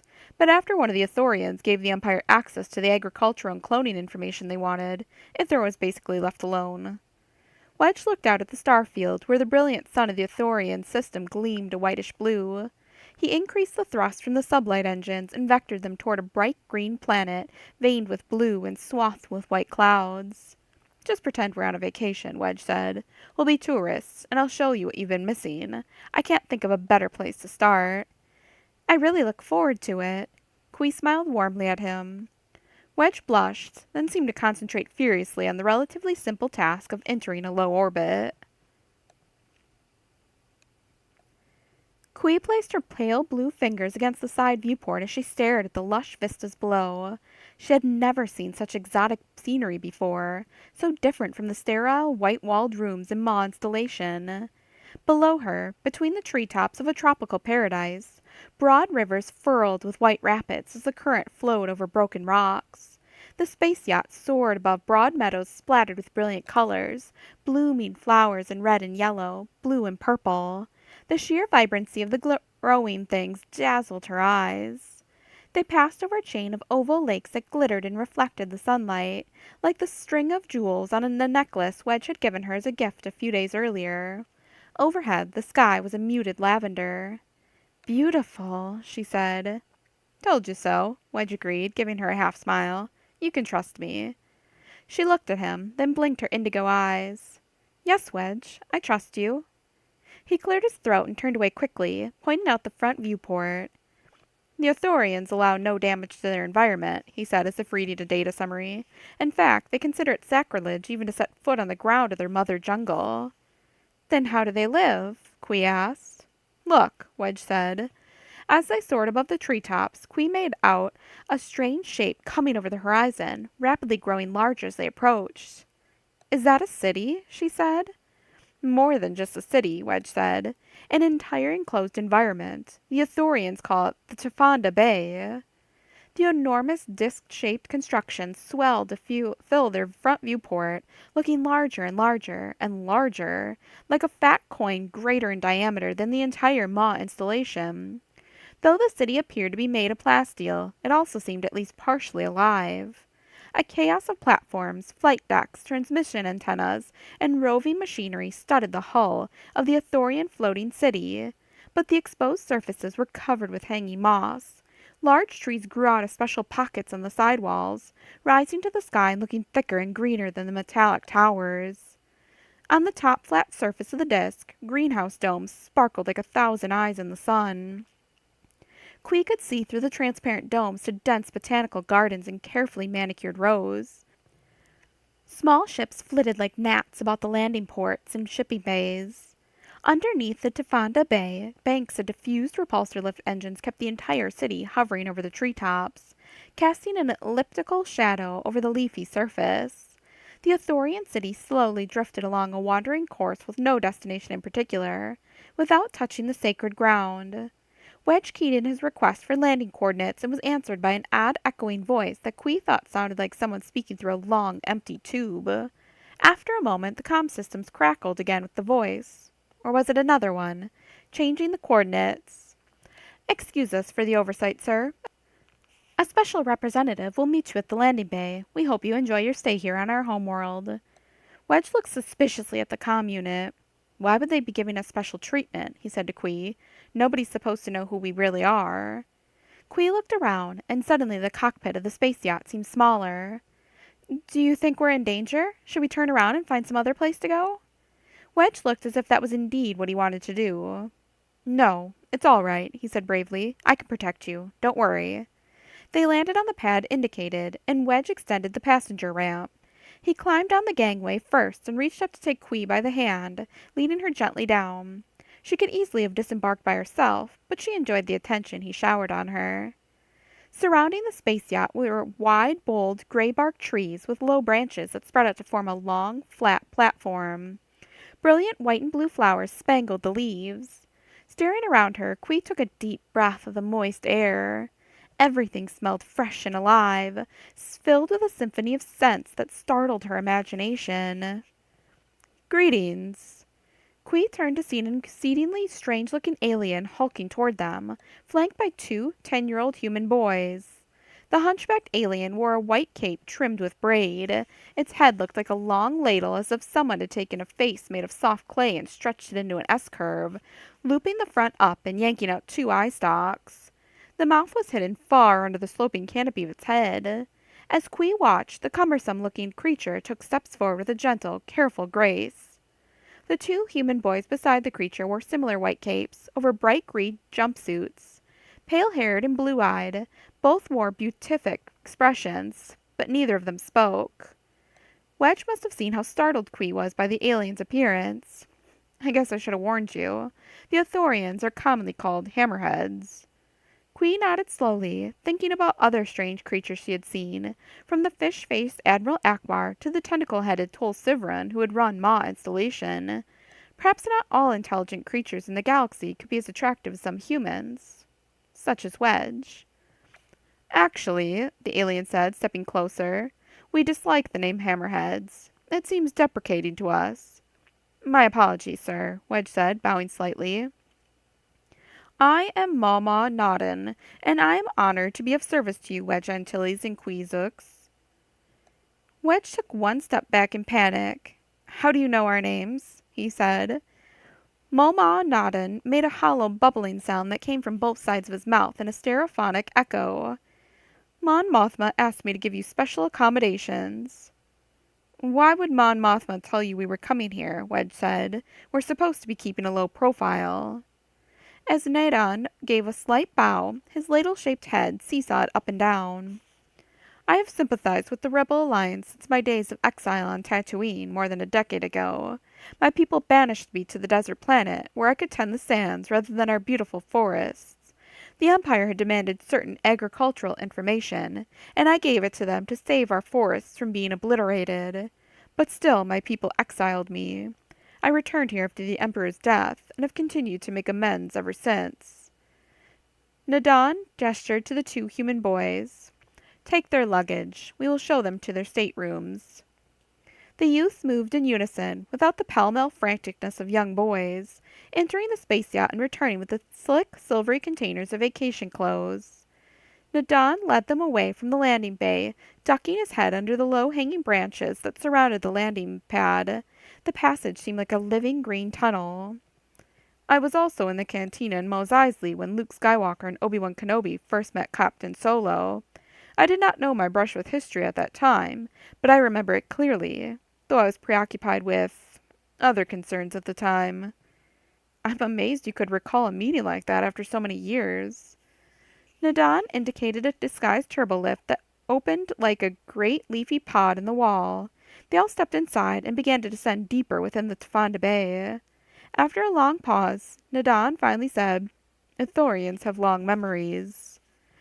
He led them through winding corridors, past small domes that contained specimens of plant life from different parts of the planet. Near a delicately spraying fountain, Nadan pointed to two doors across the corridor from each other. I have assigned you these staterooms, he said. Please contact me if you desire other amenities. I am here to serve you. The two mysterious boys deposited the luggage in the corridor and stepped back to stand on either side of Nadan. Kui finally said, You haven't introduced us to the children. Are you their caretaker? Nadan made a rumbling, bubbly sound in his twin throats. They are seedlings, grown from the flesh of my enemy. They are also a memory of my days on Tatooine. Nadan hung his ladle-shaped head. The two boys remained impassive, and Nadan ushered them off. Without a backward glance, he left Wedge and Kui standing outside their staterooms, wondering what he meant. After nightfall on the upper observation deck of the Tfanda Bay, Kui went with Wedge to watch the moon's rise. The lavender skies had turned a deep violet, punctuated by brilliant stars in a wash across the heavens. A small moon in full phase climbed over the eastern horizon, while the fingernail crescent of a much larger moon hung close to the western sky, following the brilliant colors of sunset over the edge of the world. High up, two other moons showed swollen quarter phases. Kui took a deep breath of the humid air, smelling a plethora of spicy perfumes from green plants and night-blooming flowers, like a complex mixture of all the perfumes and all the pleasant cooking herbs she had ever smelled.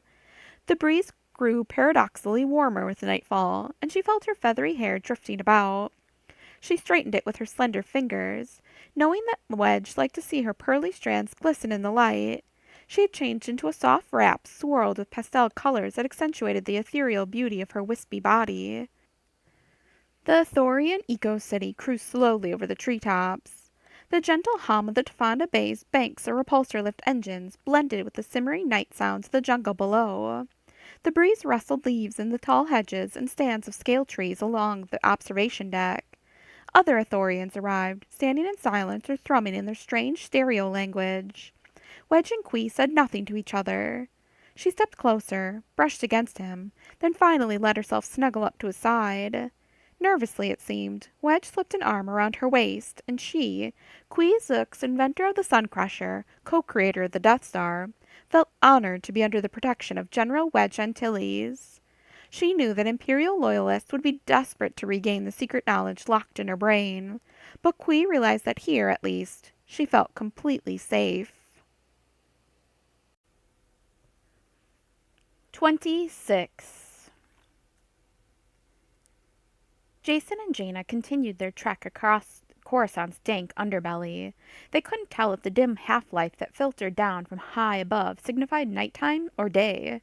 The air smelled thick with rotted garbage, dead things, corroded metal, and stagnant water. They walked along the widest streets, dodging rubble, clambering over fallen and ancient wreckage. They had seen nothing familiar for hours, and neither of them knew what to do next.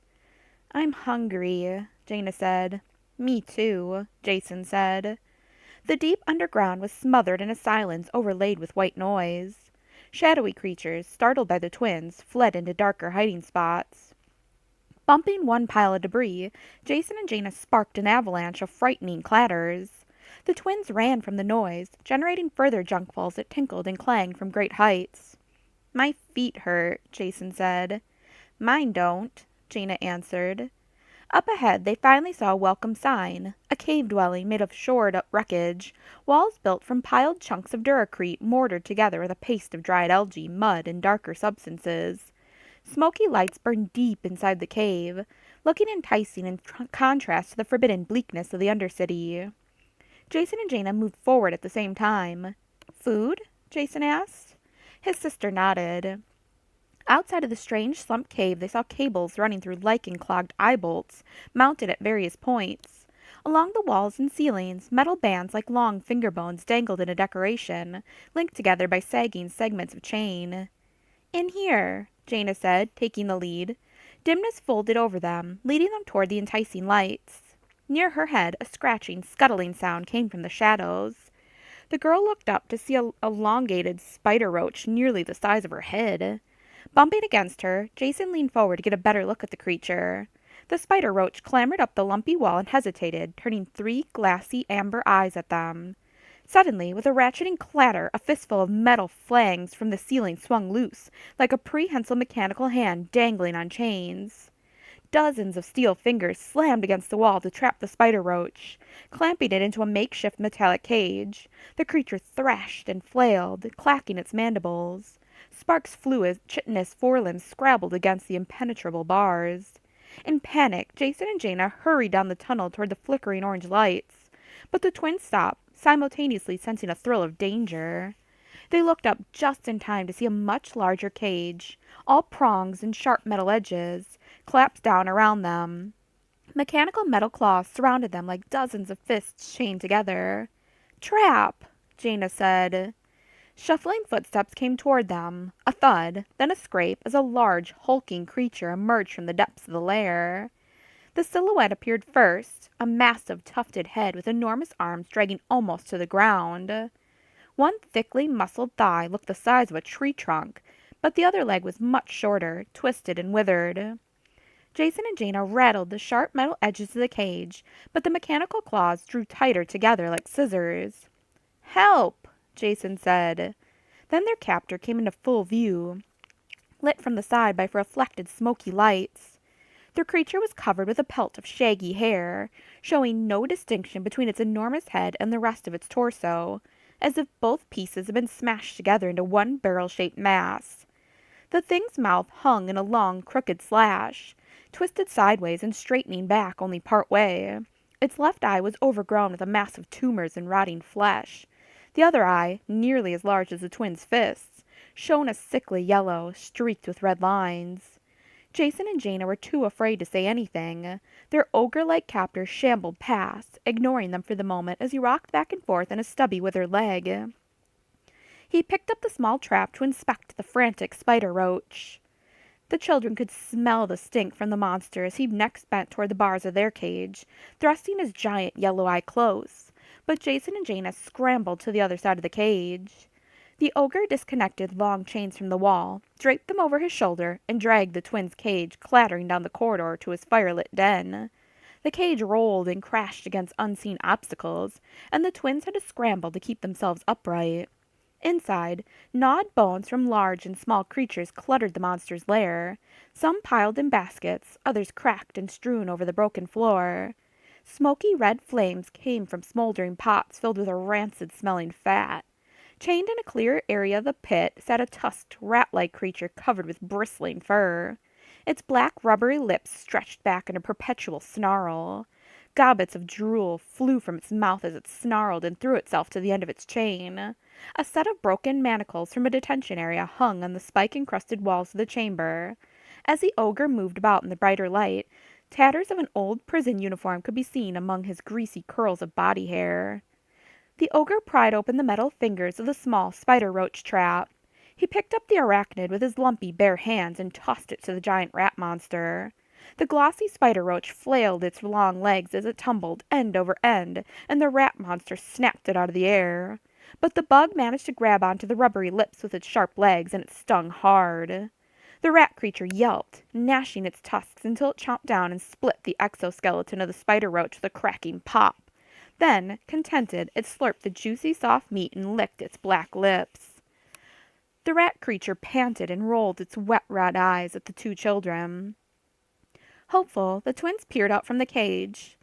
"We are lost," Jaina said, calling to the ogre from between the bars.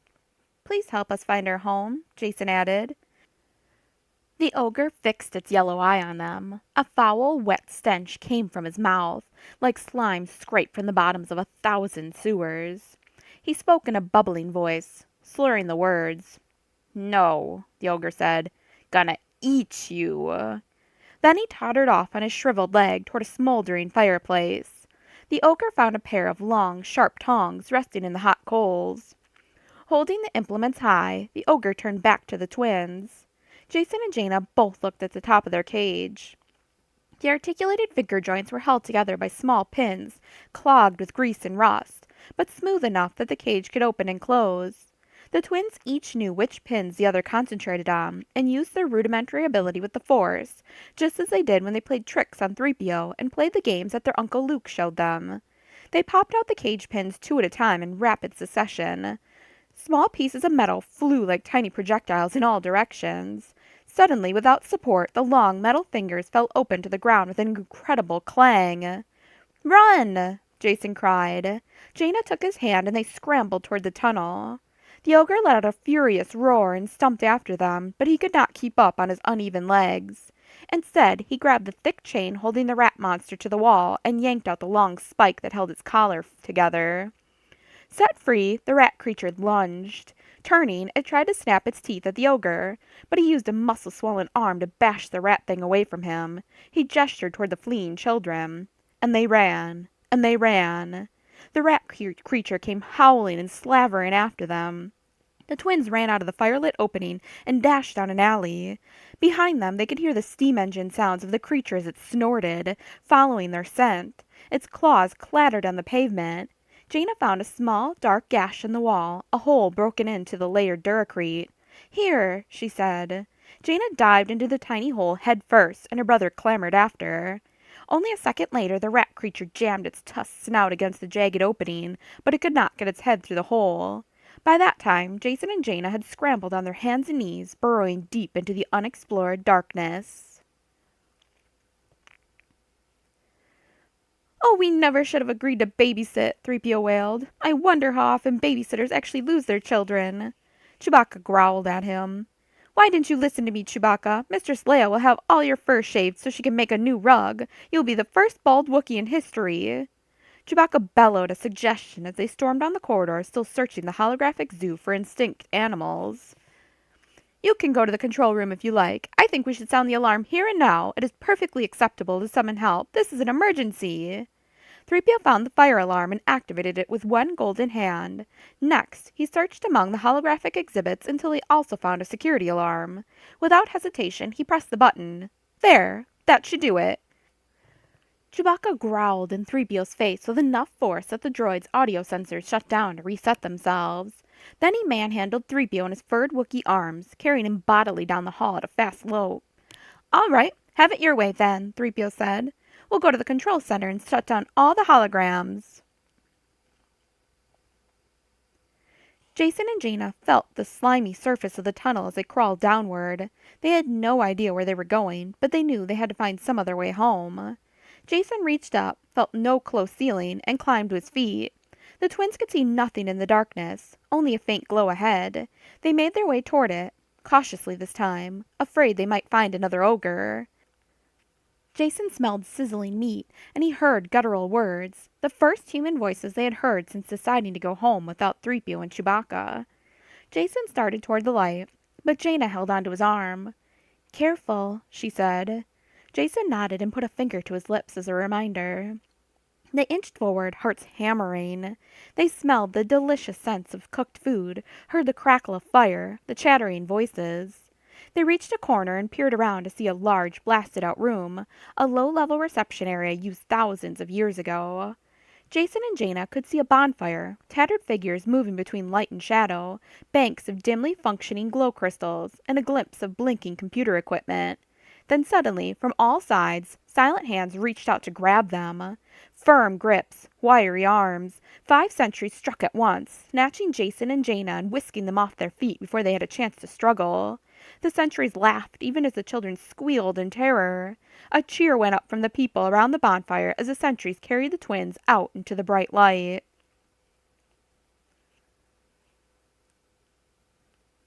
Alarms pulsed and whooped in the control center of the holographic zoo.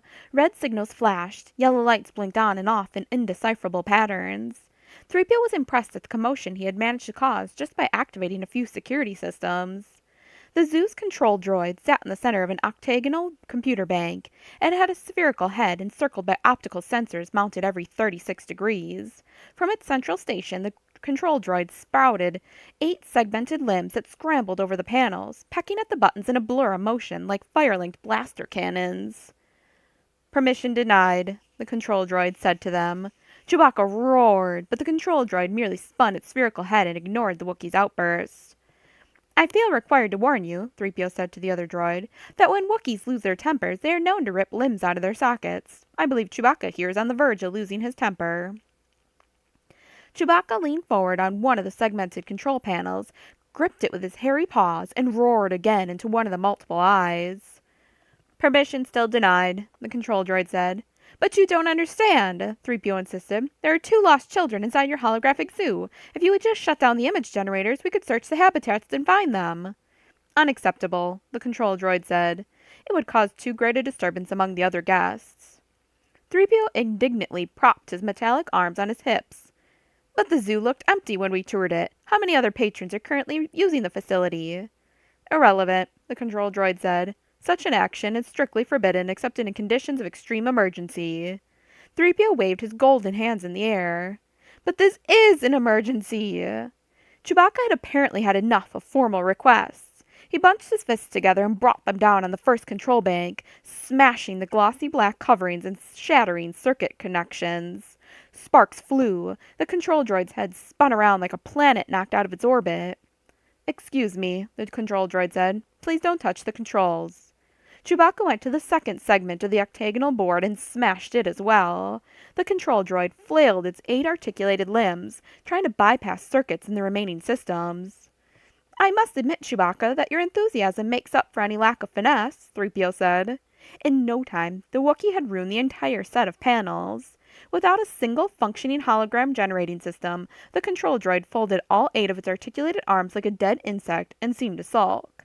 Chewbacca yanked 3PO's mechanical arm and hauled him back down to the holographic habitats. Now every chamber was empty, white tiled walls with strategically mounted hologram generators at the vertices of the room. Various guests had dropped garbage in among the illusions, refreshment wrappers, torn scraps of paper, and half-eaten non-organic treats that had failed to decompose. "Jason! Jaina!" 3PO called.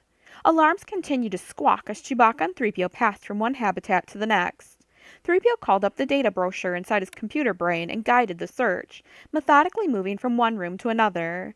Every cell in the deactivated holographic zoo looked identical, and they found the children in none of them. When they finally hurried to the last chamber, hoping against hope that they would discover the twins crouched in the corner and waiting to be rescued, they were suddenly met by the New Republic militia charging toward them in response to all the alarms. "Halt!" the captain of the guard said. 3PO instantly counted 18 humans, all wearing blaster-proof armor.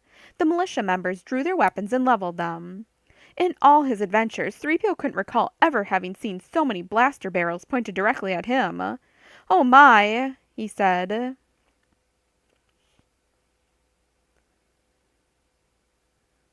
The feral humans brought Jason and Jaina before their king. The flickering warmth of the junk heap bonfire made a pleasant smell.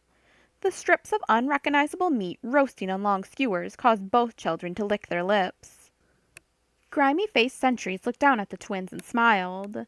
Their mouths seemed a checkerboard of yellow teeth and black gaps.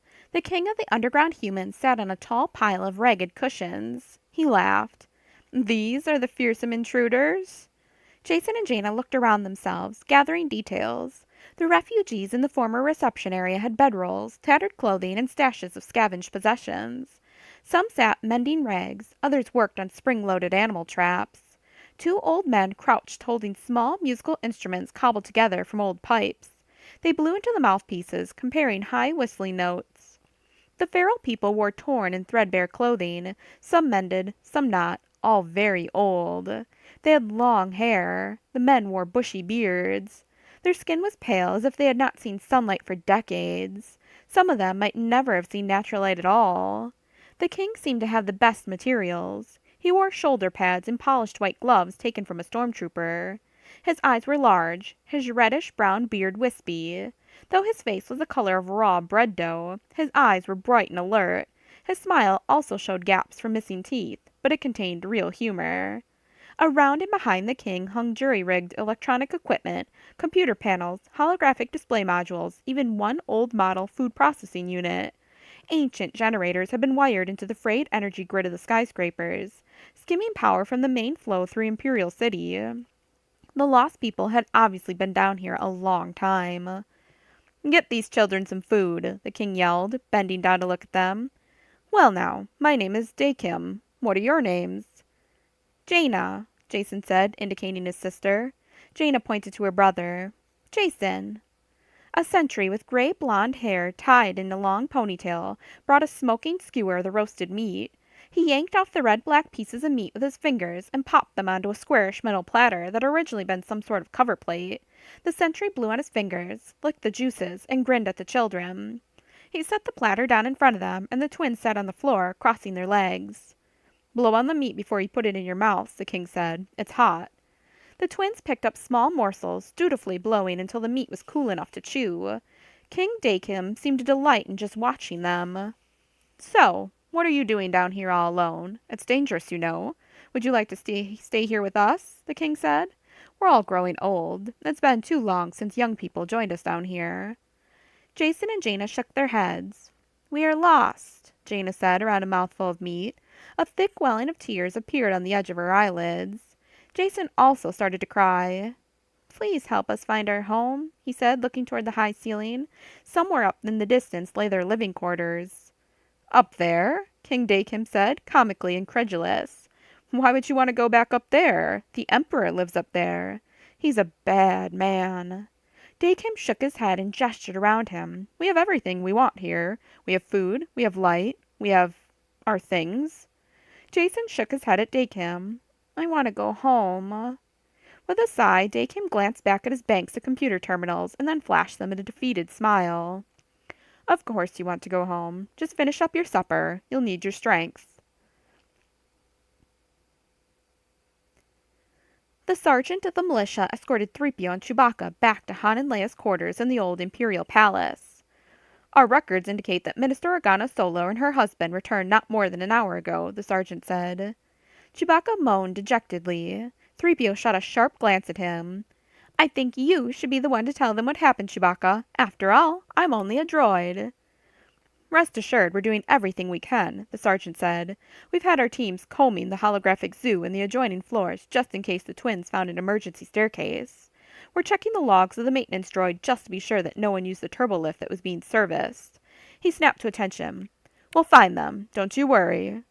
3PO used the override code in the doorway to open it. Then he and Chewbacca stepped into the living quarters, to find Han and Leia sitting on the self-conforming chairs with the twins balanced on their knees. "Children! Oh, thank goodness you're home!" 3PO cried. Chewbacca thundered a high-pitched bellow. Han and Leia both turned to look at them. "Well, there you are." 3PO noticed at once that one of the panels from the air ventilation system had been knocked off, apparently from the inside.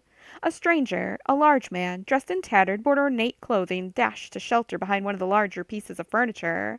He had long, reddish-brown hair, a wispy beard, and uncommonly pale skin. Leia returned her attention to the rag-clad man. "Seriously, Mr. Dakim, I can't tell you how much we appreciate what you've done. I assure you the New Republic will do everything it can to repatriate all your people." Dakim shook his head. "The Emperor never forgave mistakes, not even accounting mistakes. We saw many of our fellow civil servants either executed or sent off to horrendous penal colonies. As soon as we caught ourselves in a simple but irrevocable filing error, we knew we didn't have long to live. So we grabbed what we could and fled to the underlevels of Imperial City. My people have been living there for years. We're just a bunch of feral bureaucrats who don't know any other life." "We could find a place for you in the New Republic. We don't punish people for simple mistakes. We could bring you all back," Leia said again. "Look around you. We could give you your own quarters like these. Many of the buildings in the old Imperial City are abandoned." "We know," Dakim said. "We live there ourselves sometimes. Thank you for your offer." He stood up and cast a suspicious glance toward 3PO and Chewbacca. He patted Jason and Jane on the head and flashed his gap-toothed smile. "You're good little children. Your mommy and daddy should be proud of you." Han cleared his throat and extended his hand in thanks. The tattered man grabbed it and shook vigorously as if pleased to give a firm, business-like handshake. "I still don't understand why you want to stay down in those murky lower levels," Han said. Dakim swung one leg into the ventilation duct and looked around. "It's very simple," he said. "Up here I was just a file clerk. Down there I am a king." With a last smile for all of them, Dakim vanished into the ventilation ducts. They heard him thumping and scrambling as he disappeared down the access tubes. "Well, everything turned out right, after all," 3PO said. "Isn't this wonderful?" In answer, Han and Leia both glared at him. "We want a story," the twins said in unison. 27. Kip Duron brought his stolen ship into orbit around the small forest movement of Endor, where the second Death Star had been destroyed. Ignoring the sensors on board his stolen Z-95 Headhunter, he let his eyes fall closed. He reached out with his sense ability, seeking across the entire landscape for shadows or ripples in the Force. He had to find the last resting place of the only other Dark Lord of the Sith he knew of, Darth Vader. Exar Kun, who had lived long before Vader, was pleased to know that the Lords of the Sith had continued for millennia, but Kip still felt driven to find answers to the clamoring questions in his mind. Master Skywalker said that Darth Vader, his own father, had returned to the light side in the end. From this, Kip concluded that the powers of the Sith were not permanently connected with evil. That gave him a thread of hope. He recognized full well that the dark spirit of Exar Kun had lied to him, or at least misled him. The risk was terrible, but the reward would benefit the entire galaxy, if he succeeded. Here on Endor, Kip felt he could hide from the watchful eyes of Exar Kun. He didn't know how far Kun's power extended, but he didn't think the ancient Sith Lord could leave Yavin 4. Not yet, at least. Kip instinctively worked the controls of Mara Jade's fighter, bringing the headhunter lower as he scanned the forest. After the rebel celebration of their victory over the Emperor, Luke Skywalker had built a pyre for his father near the towering trees, not far from the Ewok villages. He had watched the roaring flames consume the remnants of Darth Vader's mechanical attire. But perhaps something had survived. As the headhunter cruised over the tops of the immense Ewok father trees, Kip searched with his mind, ironically making use of the exercises Master Skywalker had taught him, how to reach out and touch all life forms. He caught the stirrings of the furry Ewoks in their tree cities. He sensed large predators on the prowl. One humanoid behemoth, a giant Gorx, crashed through the trees, black hair swinging from side to side as he searched for Ewok dwellings low enough to grab. As he flew onward, Kip's mind ranged far and wide across the Endor wilderness. Then he felt a ripple, an echo of something that definitely did not belong. Everything else seemed to have its place, but this did not conform. A stain that seemed to absorb all other senses, casting waves of leftover darkness that caused the creatures on Endor to avoid the place instinctively. Kip changed course and arrowed to the coordinates, circling once until he found an appropriate clearing. The repulsor lifts whined, and his landing jets kicked up fallen forest debris as he landed the headhunter in the underbrush. Afraid and yet eager, Kip swung out of the cockpit and hopped down, landing with a crunch in the twigs and dead leaves. The breeze died, as if the evening forest were holding its breath around him. Silvery planet shine trickled through the dense leaves, lighting the clearing with a wan, milky glow. Kip took 4 steps and stopped before the scorched site of Vader's funeral pyre. The ground surrounding the old burned area remained dead and brown. Though the thick forests of Endor were tenacious and fast-growing, no plants dared approach the scar, even after 7 years. The bonfire had been large and hot, incinerating Vader's uniform. Only a few heat-warped bits of body armor had survived, along with tatters of a black cape tangled in broken rocks and time-packed ashes. A twisted lacing of steel reinforcement lay like a torn spiderweb covered. Kip swallowed and knelt in the dirt. He reached out tentatively, afraid, until he let his fingertips brush the age-crumbled ashes. He jerked his hand away, then brought it back. The spot was cold, but the coldness seemed to go away as his hands grew numb.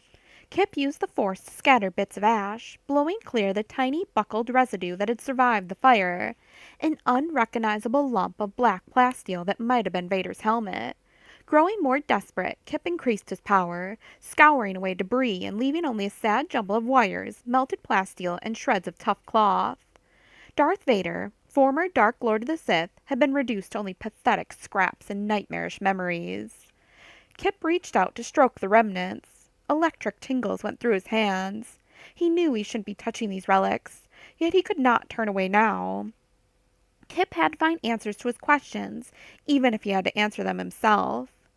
"Darth Vader, where did you go wrong?" he asked, staring down at the fragments of armor. His voice, unused for more than a day, croaked at him. Vader had been a monster, with the blood of billions on his hands. According to Exar Kun, Anakin Skywalker had been unprepared for the power that he had touched, and it had overwhelmed him. Kip recognized that he had begun to walk down a similar path, but he was not so naive. Unlike Anakin Skywalker, he understood the dangers. He could guard himself. He would not be tricked by the temptations and the brutalities that had lured Vader deeper and deeper into the dark side. Feeling cold and alone in the night, Kip returned to the ship and took out the long cape Han Solo had given him. He wrapped the fabric around his dark jumpsuit to keep warm, then went back to sit on the barren ground by the ashes of Vader's pyre. The peaceful sounds of the forest gradually returned, chirping and whistling around him like a lullaby. Kip was in no hurry. He could wait here on Endor. He needed to make sure he wasn't kidding himself. He was no fool. He knew the dangerous edge he was walking, and it frightened him. As he sat in peace, running his fingers along the slick, fine fabric of his cloak, Kip thought of how his friend Han Solo had freed him from the spice mines. But even that happy thought twisted around to make him realize just how much of his life the Empire had stolen from him. Kip rarely recalled the diamond-edged memories of his youth, when he and his older brother Zeth had lived in the colony world of Dyer. He thought of the raft cities anchored in a complex of terraformed lakes stocked with fish. Zeth had taken him out many times on a pleasure skimmer to sink crustacean nets, or just to swim under the ochre-colored skies. His brother Zeth had long, dark hair, eyes narrowed against the brightness of the sun, his body wiry and rippling with lean muscles, his skin tanned from long days spent outside. The colonists had tried to build a perfect society in Dyer, fully democratic with every person serving a term of the Council of Raft Towns. Unanimously, the representatives on Dyer had voted to condemn the destruction of Alderaan, to request that Emperor Palpatine rescind his new order. They had worked through the appropriate political channels, naively believing that with their votes they could influence the Emperor's decisions. Instead, Palpatine had crushed the dissidents on Dyer, overrunning the entire colony, scattering the people to various penal centers, and taking Szeth away forever. Kip found his hands clenched tight, and he thought again of the powers that Exar Kun had shown him, the dark secrets that Master Skywalker refused to consider. He frowned and took a deep breath. The cool night air bit into his lungs, and he let it out slowly. He vowed not to let Exar Kun twist him into another Vader. Kip felt confident in his determination, in his own strength of character. He could use the power of the dark side for the benefit of the New Republic. Master Skywalker was wrong. The New Republic stood on the moral high ground and was justified in using any weapon, any force, to eradicate the last stains of the evil Empire. Kip stood up and wrapped the black cape around his chest. He could make amends. He alone could show how well those powers could be used. Exar Kun was long dead, and Darth Vader lay in ashes on Endor. "Now I am the Lord of the Sith," Kip said. With that admission, he felt a cold strength creep up his backbone, as if his spine had turned into a column of ice. He clambered back aboard his small spacecraft. The determination felt like flames in his feet, making him move, making his heart pound, focusing his resolution into a laser-bright beam. Now he, and he alone, had the opportunity to solve all the New Republic's problems. By himself. 28. Reflected glows from the Cauldron Nebula made slow dancing patterns on the polished surface of the Gorgon's war room table. Admiral Dalla sat alone on the far end, separated from Commander Kratos, Imperial Army General Odusk, and Captain Molinor of the Basilisk. Dalla stared at her own drawn and distorted reflection in the liquid sheen of the table. She kept her admiral eyes fixedly ahead as she squeezed her fist, feeling the supple black leather of her gloves. Her head pounded with a dull ache, like the imagined echoes of screaming troopers on the exploding Manticore. Hot blood roared through her veins as she thought of how she had also lost the Star Destroyer Hydra, half of her force obliterated. What would Tarkin think of her? In her nightmares she pictured his specter drawing back his open hand to strike her across the face for her miserable failure. Failure! She had to make up for it. Commander Kratos drew his bushy eyebrows together in an expression of concern.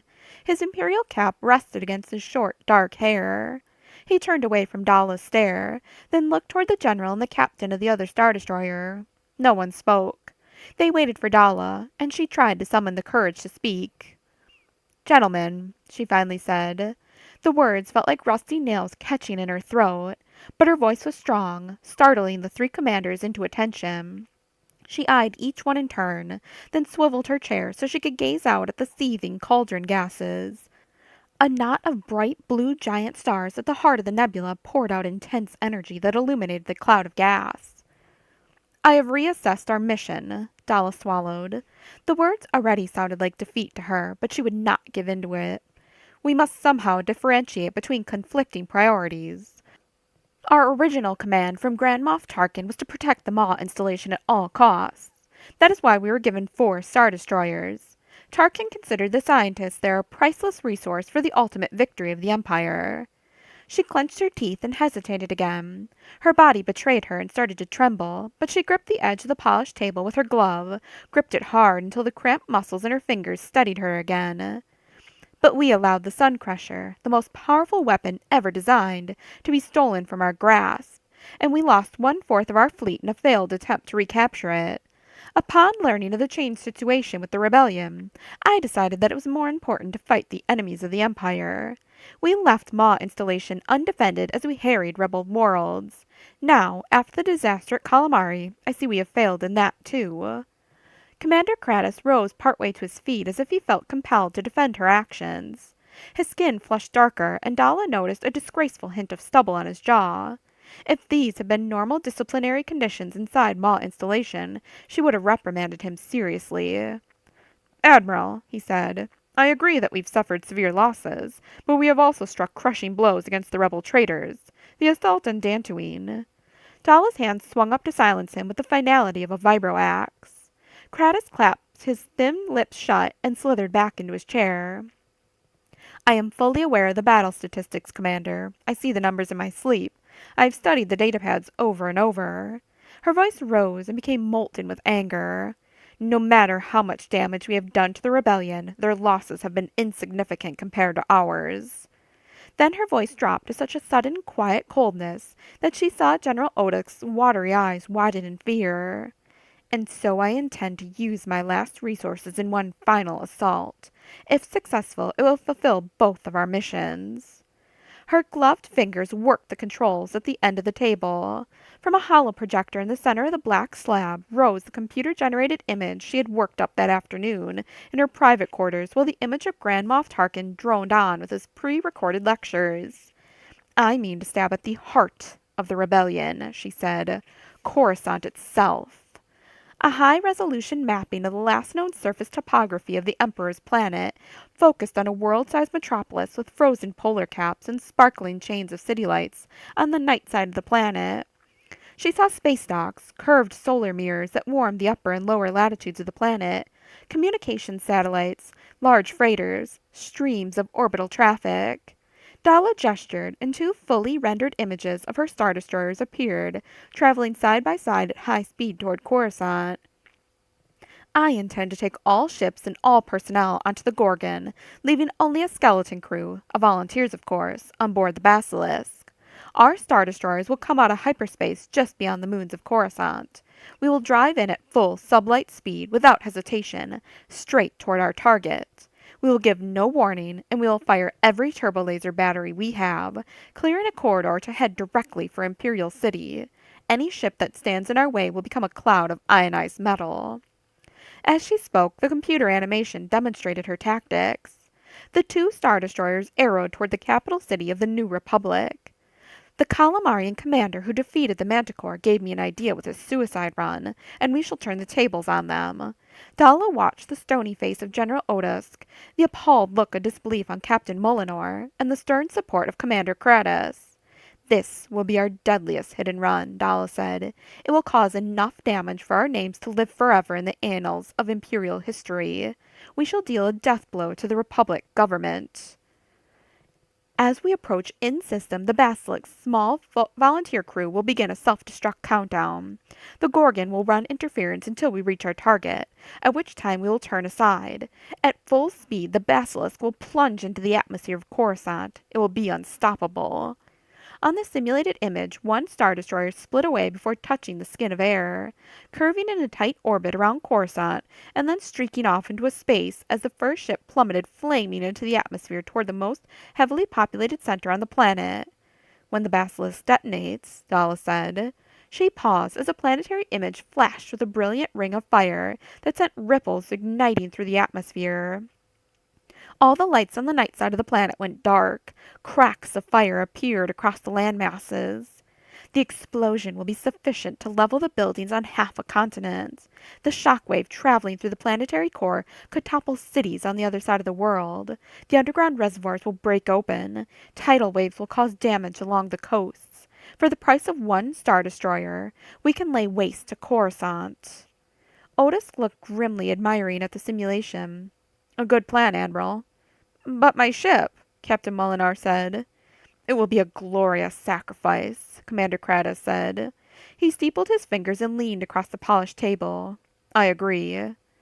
The simulated death of Coruscant continued, showing spreading fires across the cities, seismic disturbances and destruction that continued long after the Gorgon vanished into an incandescent spot of light in hyperspace. "But what of us?" Kratos said. "What will we do then?" Dalla folded her arms across her chest. "We will accomplish both of our missions, as I said. When the Basilisk has destroyed Coruscant, the Gorgon and all of our personnel shall return to Maw installation, where we will defend it to the death with every resource available. The rebels know it is there. They will be sure to come sniffing around." Dalla's need for vengeance forged her heart into a white-hot brand that threatened to burst its way steaming and pulsing out of her chest. Grand Moff Tarkin once said that setbacks are merely an opportunity for us to do twice as much damage the second time around. Captain Molinar looked even paler than usual. Pinpricks of blood vessels speckled his milky white skin. His blond hair had been cropped severely close to his head, making him seem bald in a certain light. "Admiral," he said, "let me volunteer to remain on board the Basilisk for this mission. I will be proud to captain my ship until the end."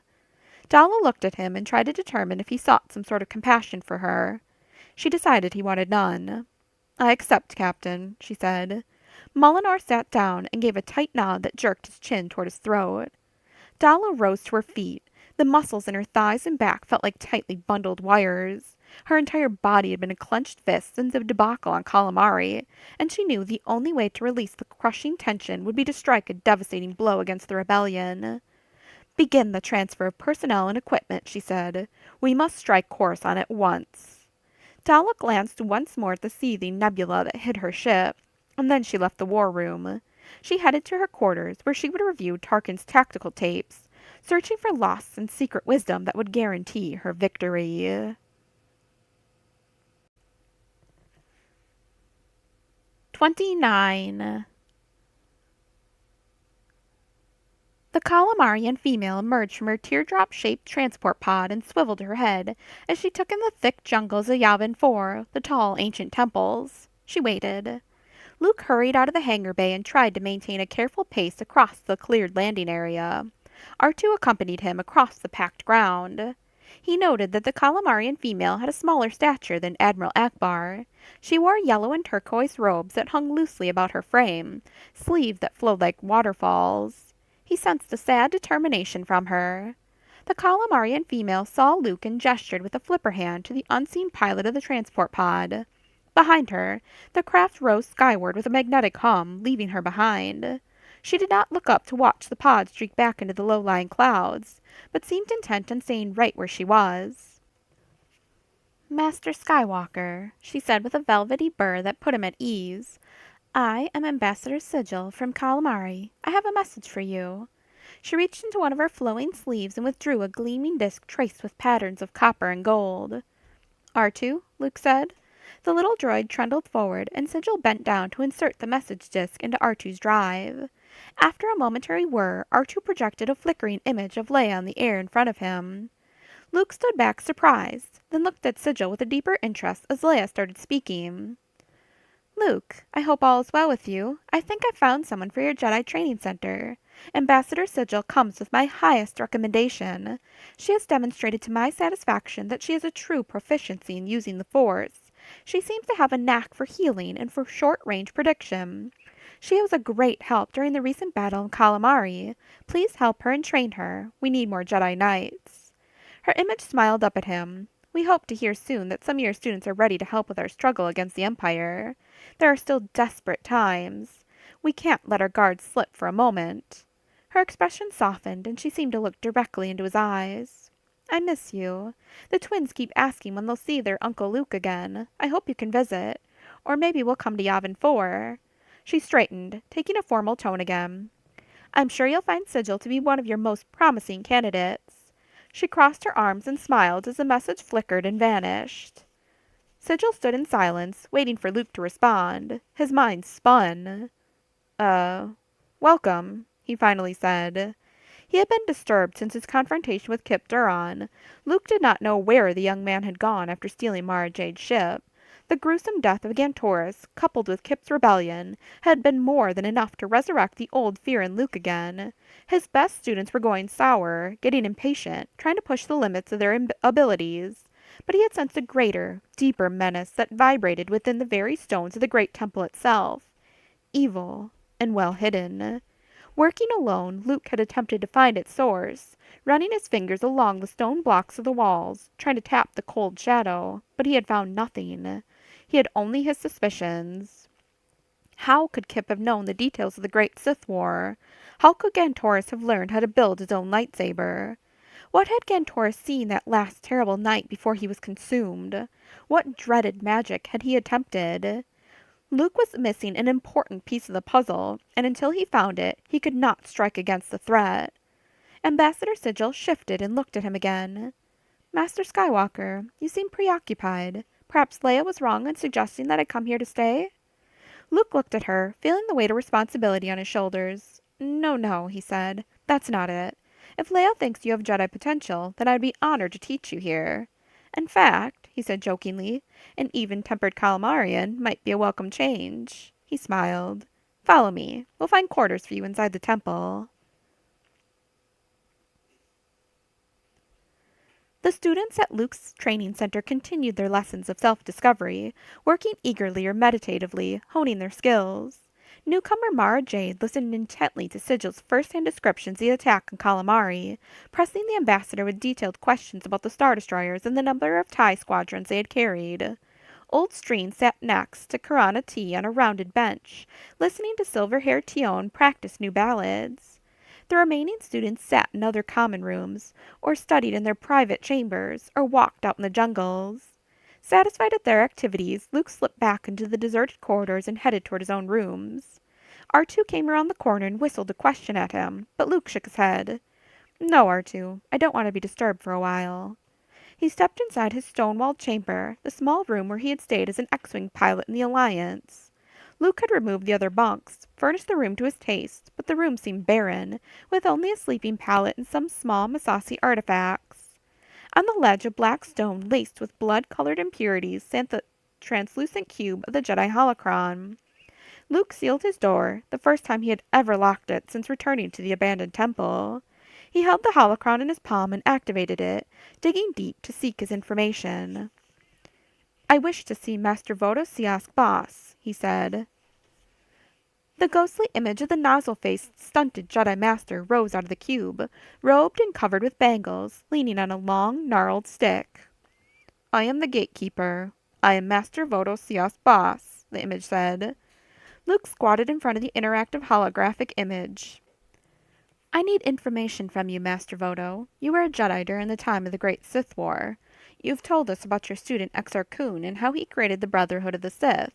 You've told us that he fought for dominance over the other Jedi loyal to the Old Republic. Luke took a deep breath. I need you to tell me more. How did Exar Kun fall at the end of the war? What happened to him? How did he die? Or were you finally able to bring him back to the light side? Exar Kun was my greatest student, Master Vodo said, yet he was corrupted. He was seduced by the powers available to him through studies of ancient Sith teachings. Luke nodded gravely. I'm afraid that the same thing might have happened to some of my own students, Master Vodo. Did Exar Kun ever return to the powers of good? That was not to be, the image of Master Vodo said. Because I was his master, I alone of the allied Jedi went to confront him, hoping that I could turn him back. I knew it was a foolish mission, but I had no choice. I had to try. What happened? Luke asked. The image flickered, as if something had sparked inside the holocron. Then Master Vodo reappeared. Exar Kun destroyed me. He slew his own master.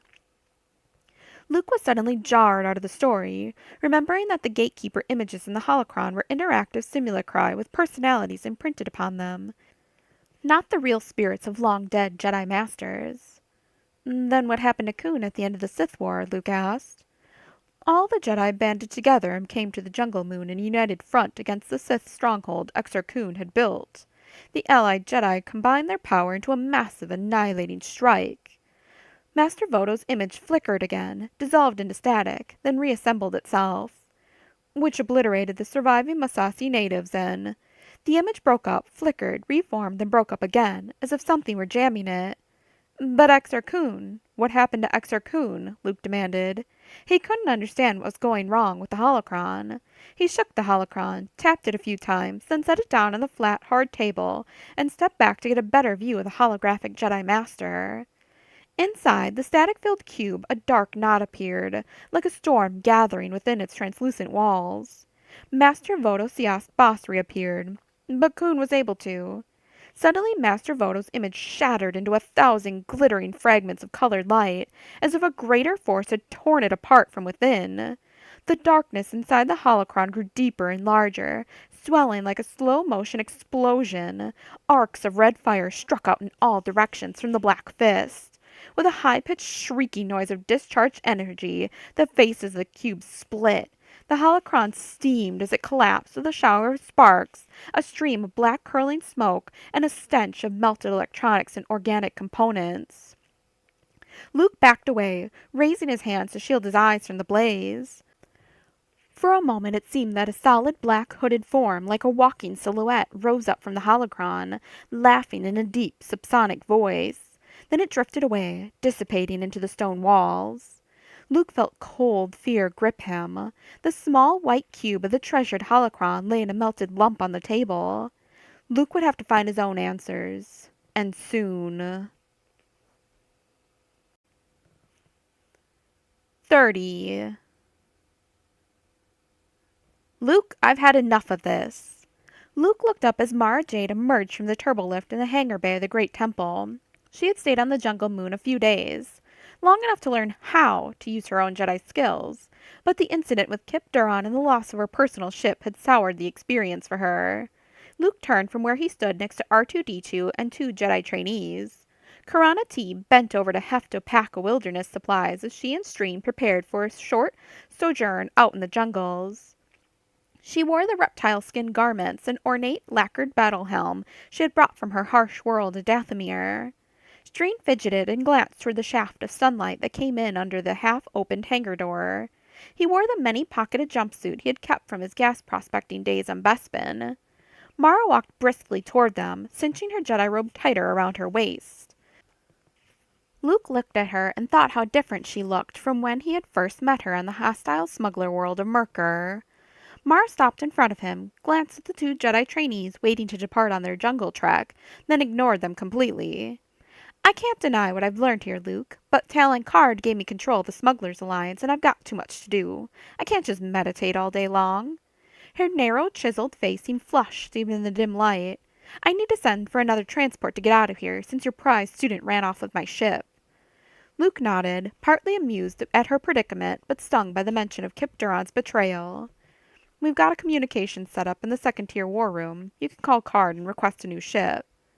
Mara snorted.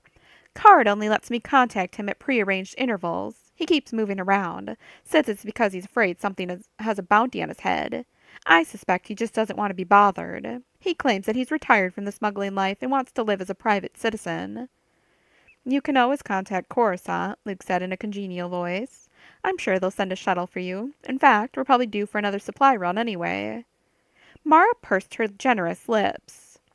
It would be nice to have the New Republic chauffeur me around for a change. Luke searched for any hidden sarcasm in her comment, but saw only wry humor instead. He shook his head. I don't know who you'd get to volunteer for a brutal job like that. When Lando came rushing into Han and Leia's quarters without knocking, Han Solo was intent on studying a list of interactive entertainment options for the twins. On the floor, Jason and Jaina played impatiently with shiny, self-aware toys that kept trying to run away from the children's grasping hands. C-3PO stood nervously next to him. I am perfectly qualified to make selections, sir. I'm certain I can find something to amuse the twins. I don't trust your choices, 3PO, Han said. Remember how much they enjoyed the holographic zoo for extinct animals? That was an anomaly, sir, 3PO said. Lando rushed into the room, looking around. Han, old buddy, I need a favor. A big favor. With a sigh, Han turned the selection process over to 3PO. Okay, pick something. But if the kids don't like it, I'll let them amuse themselves by running a maintenance check on you. I understand completely, sir, 3PO said, and bent to the task. What kind of favor? He asked Lando warily. Lando flung his cape over his shoulder and rubbed his hands together. I, need to borrow the Falcon, just for a little while. What? Han said. Lando answered in a rush. Mara Jade is stuck on Yavin 4 and she needs a lift. I want to be the gallant gentleman who rescues her. Let me take the Falcon, please. Han shook his head. My ship isn't going anywhere without me. Besides, if you're trying to impress Mara Jade, taking a ship like the Falcon isn't the way to do it. Come on, Han, Lando said. I took you to rescue Leia when Calamari was under attack. You owe me one. Han sighed. I suppose I could use an excuse to go see Luke and Kip at the Jedi Academy. He turned and smirked at 3PO. Besides, this time at least Leia's here to watch out for the children. When the Millennium Falcon landed in front of the Great Massassi Temple, Han emerged to see Luke sprinting toward him wearing an expression of boyish delight. Han grinned and stepped down the entry ramp, his boots clomping on the metal plates. Luke came forward to hug him in an enthusiastic embrace that was distinctly undignified for a Jedi Master. Han said, "Enjoying your little vacation away from the thick of galactic politics, Luke?" Luke's expression became troubled. "I wouldn't exactly say that." Lando Calrissian emerged from the Falcon after taking an extra few moments to groom his hair, straighten his clothes, and make certain his appearance was as dashing as he could make it. Han had rolled his eyes, convinced that suave gentility was no way to win the affections of Mara Jade. Though her scalding anger seemed to have cooled somewhat, Mara still showed a rough-edged hardness that made Han wonder why Lando would get so excited about the woman who had once called herself the Emperor's Hand. With a flash of insight, Han realized that Leia herself had come across as a mixture of fiery temper and icy coolness when he had first met her. And look at how that had turned out. Mara Jade's slender figure emerged from the half-open hangar doors at the base of the blocky stone ziggurat. She carried a satchel slung over her shoulder. Lando hurried down the ramp and cursorily slapped Luke on the back. "How you doing, Luke?" He practically tripped over himself as he trotted across the landing pad to meet Mara. "We hear you need a lift," he said, offering to take her satchel. "What happened to your own ship?" "Don't ask," she said, then smiled wryly at him before handing over her heavy bag. "So, you finally found something you're qualified to do, Calrissian. Baggage handler."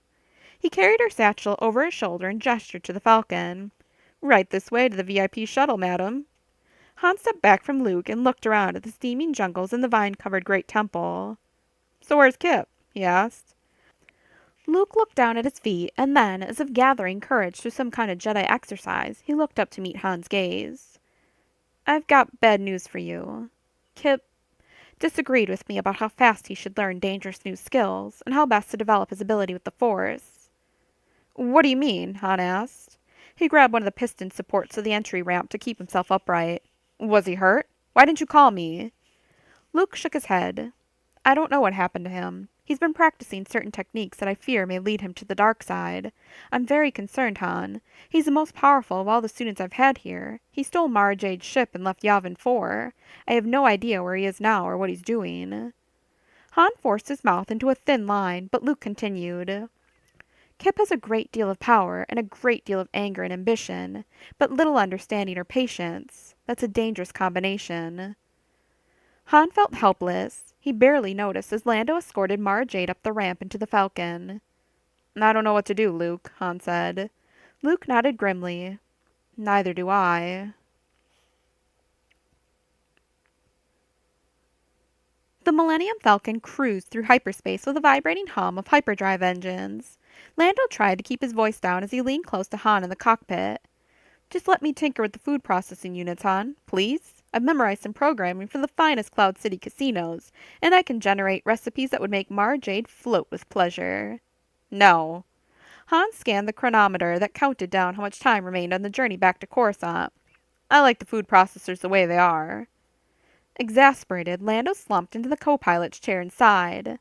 "They're all programmed for greasy, heavy Corellian recipes. Someone like Mara needs exotic food, special preparation, not Nerf sausage and dumplings with soggy charbote roots." "Lando, that's the food I was brought up on. And on my ship, I want the food prep units to make dishes that I like. I already wasted the whole journey to Yavin helping you scrub the living compartments in the back, polishing the holochess table, and perfuming the whole ship with disinfectant." "Han," Lando said, "the ship was filthy and it stank." "Well, I liked it that way," Han insisted. "It was my dirt and my stink on my ship. Only because you got lucky in Sabacc." Lando stood up, straightened his cape, and smoothed his purplish jumpsuit. "I let you in. You could never do it again." Han and Lando glared at each other across the hastily cleared game board. Lando kept flicking gazes toward Mara Jade as he randomized the rectangles of Han's old sabacc deck. Mara had ignored Lando for most of the journey to Coruscant. She had rebuffed his attempts to prepare dinner, find musical selections for her, and engage her in conversation. Now, as she watched them playing cards to settle a dispute over the ownership of the falcon, she scowled as if they were no more than two little boys scuffling in a child's amusement pen. Lando took the pack of glittering metallic cards so that the crystalline faces showed and held them toward Mara. My lady, would you care to cut the cards? No, she said, I would not. I'm getting tired of this, Lando, Han said. First I won the falcon from you in a sabacc game on Bespin. Then you won her back from me in the diplomatic lounge on Coruscant. And I won her back from you en route to Calamari. Enough is enough. This is our last hand. Fine with me, old buddy, Lando said, and started dealing the cards. No rematches, Han said. No rematches, Lando agreed. Whoever wins this time keeps the falcon from now on. You got it, Lando said. The Millennium Falcon belongs to the winner to do with as he pleases. No more borrowing, no more arguing. Han nodded. Loser gets a lifetime of Coruscant public transport. He picked up his cards. Shut up and play. Han tossed aside the cards that had betrayed him and stood up to hide the devastating sense of loss coursing through him. He felt as if his heart had been crumpled like a piece of discarded paper, and then stuffed back into his chest. Go ahead and gloat, Lando. Cool-faced, Mara Jade had watched the entire game with less indifference than she pretended to show. Now she scowled as if she expected Lando to stand up and cheer in triumph. Han anticipated the same reaction. Halfway to his feet, Lando stopped and calmed himself, straightened in a dignified fashion. That's it, he said in a slow, rich voice. End a game. We'll never play for the Falcon again. Yeah, Han said in a barely audible voice. That's what we agreed. And the Falcon is mine, to do with as I please, Lando said. Go ahead and gloat, Han said, again using sarcasm to mask his own despair. He kicked himself for being lured into another stupid game. He had been an idiot, with nothing to gain, and now he had lost everything. I should have known better than to play with you. Just like Vornskers hissing at each other in a territorial dispute, Mara said, shaking her head. Her exotic, spice-colored hair hung to one side. She did nothing to make herself look attractive, yet somehow it worked to her advantage. Lando glanced at Mara, then turned partly aside as if ignoring her. With a great flourish, he spread his hands wide and gestured to Han. But since you're my friend, Han Solo, and since I know that the Falcon means even more to you than she does to me, Lando paused for effect and stole another glance at Mara Jade before continuing. I choose to give the Millennium Falcon back to you, a gift from me to you, a testimony to our years of friendship and all that we've been through together. Han collapsed back into his chair, feeling his knees turn weak and watery. His throat shriveled, and he opened and closed his mouth several times, completely at a loss for what to say. I'm going to the food prep units, Lando said gallantly. If Han will let me adjust the programming, I'll see if I can prepare the finest repast your units can manufacture, and we'll all have a nice meal together. Han felt too stunned to argue, and Lando didn't wait for an answer. He cast a second look back at Mara, and he went toward the galley. Still in shock, Han saw her raise her eyebrows and look after him with a surprised and mystified smile, as if completely reassessing her opinion of Lando Calrissian, which, Han concluded, must have been Lando's plan all along. 31. The hammerhead Moma Nadon arranged for Wedge Antilles and Queezooks to go sightseeing across the pristine Thorian landscape in an open-air skimmer. On the transit landing platform, the dazzling morning sky was a pale whitish purple, with high wisps of cloud that masked several dim moons still riding the sky. Quee strapped herself into the plush vegetable fiber seat and looked into the sunshine. Why didn't you want Moma Nadan to guide us? She asked, studying the topography, information, and the scenic highlights Nadan had suggested. He seems very proud of his world. Wedge concentrated on the control panel, though the vehicle looked rather simple to operate. Well, because he's very busy, and because... His voice trailed off, and he looked at her with a faint smile. I kind of wanted to be alone with you. Quee felt a giddy elation rising within her. Yes, I think that would be nicer. Wedge lifted their skimmer off the pad, and they soared away from the great disk of the Athorian eco-city and across the treetops. The Tafanda Bay had drifted many kilometers during the course of the night, and Wedge had to recalibrate the skimmer's coordinates. Daylight warmed their faces as the wind breathed cool drafts against their skin. They headed for a low ridge where the dark green jungles fell away into a paler forest. "What are you taking me to see?" Quee asked. Wedge leaned forward, staring at the horizon. "A large grove of before trees that was half destroyed by the Imperials during their siege many years ago." "Is there something special about those trees?" Quee asked. "The Athorians worship them," he said. "They're semi-intelligent, like a hive mind. The greater the forest grows, the more intelligent the trees become." As they skimmed closer, Quee could see that an aquamarine crystalline forest glowed faintly in the sunlight, covering part of the hillside. Wedge let the skimmer hover as they bent over the sides to gaze down at the glassy trunks, at the smooth yet sharp webs of before branches.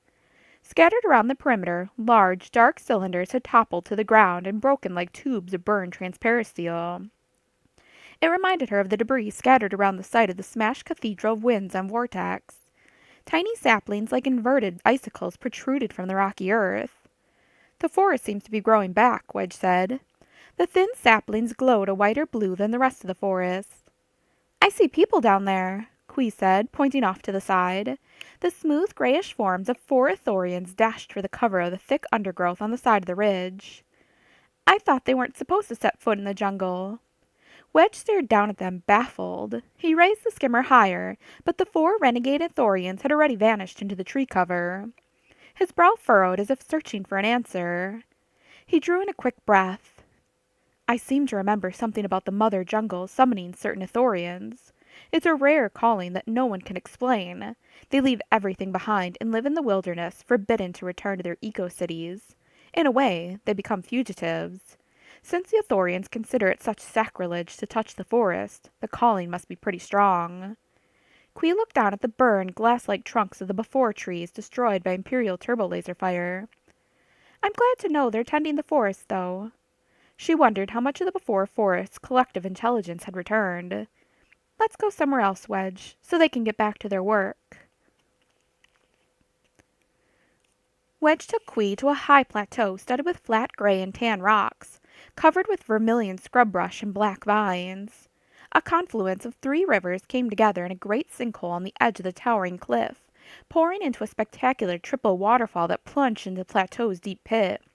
At the bottom of the plateau, water spilled out of 1,000 broken caves, flowing into a turgid, foamy marsh filled with swaying reeds and leaping fish. Wedge circled the open-air skimmer above the enormous sinkhole on the plateau, and Quee gaped at the fabulous waterfall. Curtains of spray rose from thundering echoes of plunging water. Rainbows sparkled against the lavender sky. Quee turned her head this way and that, trying to look at everything at once. Wedge grinned like a daredevil and took them over the center of the 3 waterfalls, hovering and then lowering them down the core of the sinkhole. Quee laughed as the thick, cold mist blanketed them, drenching their clothes. Wedge dropped the skimmer to where all 3 rivers crashed against the rocks with the sound of exploding planets. Green bat-like creatures flitted through the spray, catching insects and tiny fish that tumbled over the falls. "This is fantastic!" Quee shouted. "It gets better," Wedge said, "if Moma and Nadon gave us good information." He steered the skimmer toward a cluster of slick black outcroppings that jutted from the side of the pit. The overhang sheltered them from most of the cold spray and cyclonic winds swirling in the rock-walled chimney. The booming echo of water became a constant background. Wedge brought the skimmer in among the rocks to a sheltered place where shafts of sunlight pierced the rising swirls of spray. "Nadon said we could land here." He reached into the compartment under the seat, pulled out 2 translucent waterproof capes, and removed 2 packages of self-heating meals Nadon had also provided. Wedge helped Quee fasten one of the waterproof garments over her narrow shoulders, then fastened his own. He picked up their lunches and indicated the smooth rocks under the overhang. "Let's have a picnic," he said. At the end of an exhausting day, Quee stood outside her vine-covered stateroom door on the Tafanda Bay. Wedge looked into her indigo eyes and shuffled his feet. "Thank you," Quee said. "This has been the most wonderful day of my life." Wedge opened his mouth and closed it 3 times, as if searching for something to say. Finally, he bent forward, touched her silky mother-of-pearl hair, then kissed her. He let his warm lips linger on hers for a long moment. She pushed closer to him and felt delight surge through her. "And now you've given me one more interesting thing." she said in her quiet, musical voice. Blushing, Wedge backed away from her and said, I'll see you in the morning. He turned and practically fled back to his own stateroom. With a wistful smile, Quee watched his door close. She opened her stateroom and slipped inside, feeling as if she had repulsor lifts in her feet. She leaned against the door as it closed, and shut her eyes as the gentle illumination in her room slowly brightened. She heaved a contented sigh, and opened her eyes to see a dark man rising from his crouch in the shadowy corners of the room. The looming silhouette approached her, and she froze in terror at the sight of the swirling black cape that flowed around his body. Darth Vader! She tried to shout for help, but her voice locked in her throat as if an invisible hand had stilled her vocal cords. She whirled for the door and hung in mid-stride, yanked back by unseen spiderwebs. The dark man was closer now, gliding toward her. What did he want? She couldn't scream. She heard his hollow breathing echo like a snarl of a beast. A hand reached out for her, and Quee couldn't move, couldn't duck away as the fingers wrapped around the top of her head. She felt him pressing there. The other hand, cold and supple, grasped her face. She blinked her wide eyes and looked up to see the face of Kip Duran, eyes blazing, his expression soulless. He spoke in a freezing voice. I have found you, Dr. Zooks. You hold too much dangerous knowledge, he said. I must make certain no one can ever create the weapons you've been responsible for. There must be no more Death Stars, no more Sun Crushers. His fingers clamped down harder on her forehead, on her face. Her skull seemed ready to shatter. Waves of pain plunged through her brain, like the claws of a nightmare monster. She felt the sharp points of metal talons scraping through her mind, digging, prying up, and ripping out memories and scientific knowledge she had accumulated over the course of many years. Quee finally managed to scream, but it was a weak, watery cry that faded as she fell down a long, dark tunnel into forgetfulness. She slumped against the vine-covered wall of her quarters. As her sight turned dim in front of her, the last thing she saw was the black-shrouded form of her attacker as he opened her stateroom door and stalked out into the night. Next morning, Wedge whistled to himself as he dressed, smiling into a reflection plate as he straightened his dark hair. He ordered an exotic breakfast for two. Quee was an early riser, especially now that she was excited about the sightseeing they would do on Ithor. Mulma Nadan had promised them the open skimmer for another day. He sauntered across the corridor, signaled at her stateroom door, and waited. No answer. He signaled again and again until, alarmed, he tried to open the door. Finding the entrance to Quee's room unlocked, he was even more alarmed. Had someone come to assassinate her in the night? Did the Imperials know her location after all? He pushed the door open and rushed inside. Darkness and shadows filled her quarters. "Lights!" he yelled. Sudden illumination bathed the room in pale, peach-colored light. He heard Quee before he saw her. She sat crouched in a corner, sobbing. She clutched her pearlescent hair with both hands, squeezing her temples as if trying to hold thoughts inside that kept slipping through her fingers. "Quee!" he shouted and ran to her. Bending down, he took her wrist and gently forced her to turn her head. He stared into her wide, blank eyes. "What happened?" She didn't appear to recognize him, and Wedge's stomach sank with horror. Quee looked confused and devastated. She frowned as if searching her memory. She shook her head slowly, then closed her big eyes, squeezing them tight as she fought with her own thoughts. Tears ran down her cheeks, oozing in small drops, then larger splashes as she bit her lip in furious concentration. She blinked up at him again, finally finding the name that had eluded her. "Wedge? Wedge?" she said at last. "Is your name Wedge?" He nodded numbly, and with another great weeping cry she threw herself into his arms. He held her, feeling her body tremble with sobs. "What happened?" he repeated. "Quee, tell me." "I don't know." She shook her head, and feather-like hair flowed in a slow wave from one shoulder to the other. "I barely know you. I can't remember. My mind feels so empty, filled with blank spots." Wedge held her tight as she said, "I've lost everything. Most of my memory. My life is gone." 32. Kip Duran returned to the fourth moon of Yavin in the heartbeat stillness of the jungle night. Filled with a power he had decided to use to its fullest, he felt ready to explode in an exhilarating outpouring of force. But he could not let such childish demonstrations seduce him. He had a mission to accomplish, one that would affect the future of the entire galaxy. Without running lights or landing beacon, he brought the Z-95 headhunter he had taken from Mara Jade to a gentle rest on the slightly overgrown landing pad in front of the Great Temple. Kip had no interest in reacquainting himself with the other weak Jedi trainees, or even with the misguided and cowardly Master Skywalker. He simply needed access to the ancient Massassi temples Exar Kun had designed as focal points for concentrating the power of the Sith. Above him, the night sky was lush with stars, and the stirrings of the surrounding jungle wove a tapestry of hushed sounds. But the insects made their music more quietly, and a few large animals crashed through the underbrush. The entire rainforest seemed stunned by Kip's return. Kip tossed the oddly glittering black cape over his shoulders. Time to be about his business.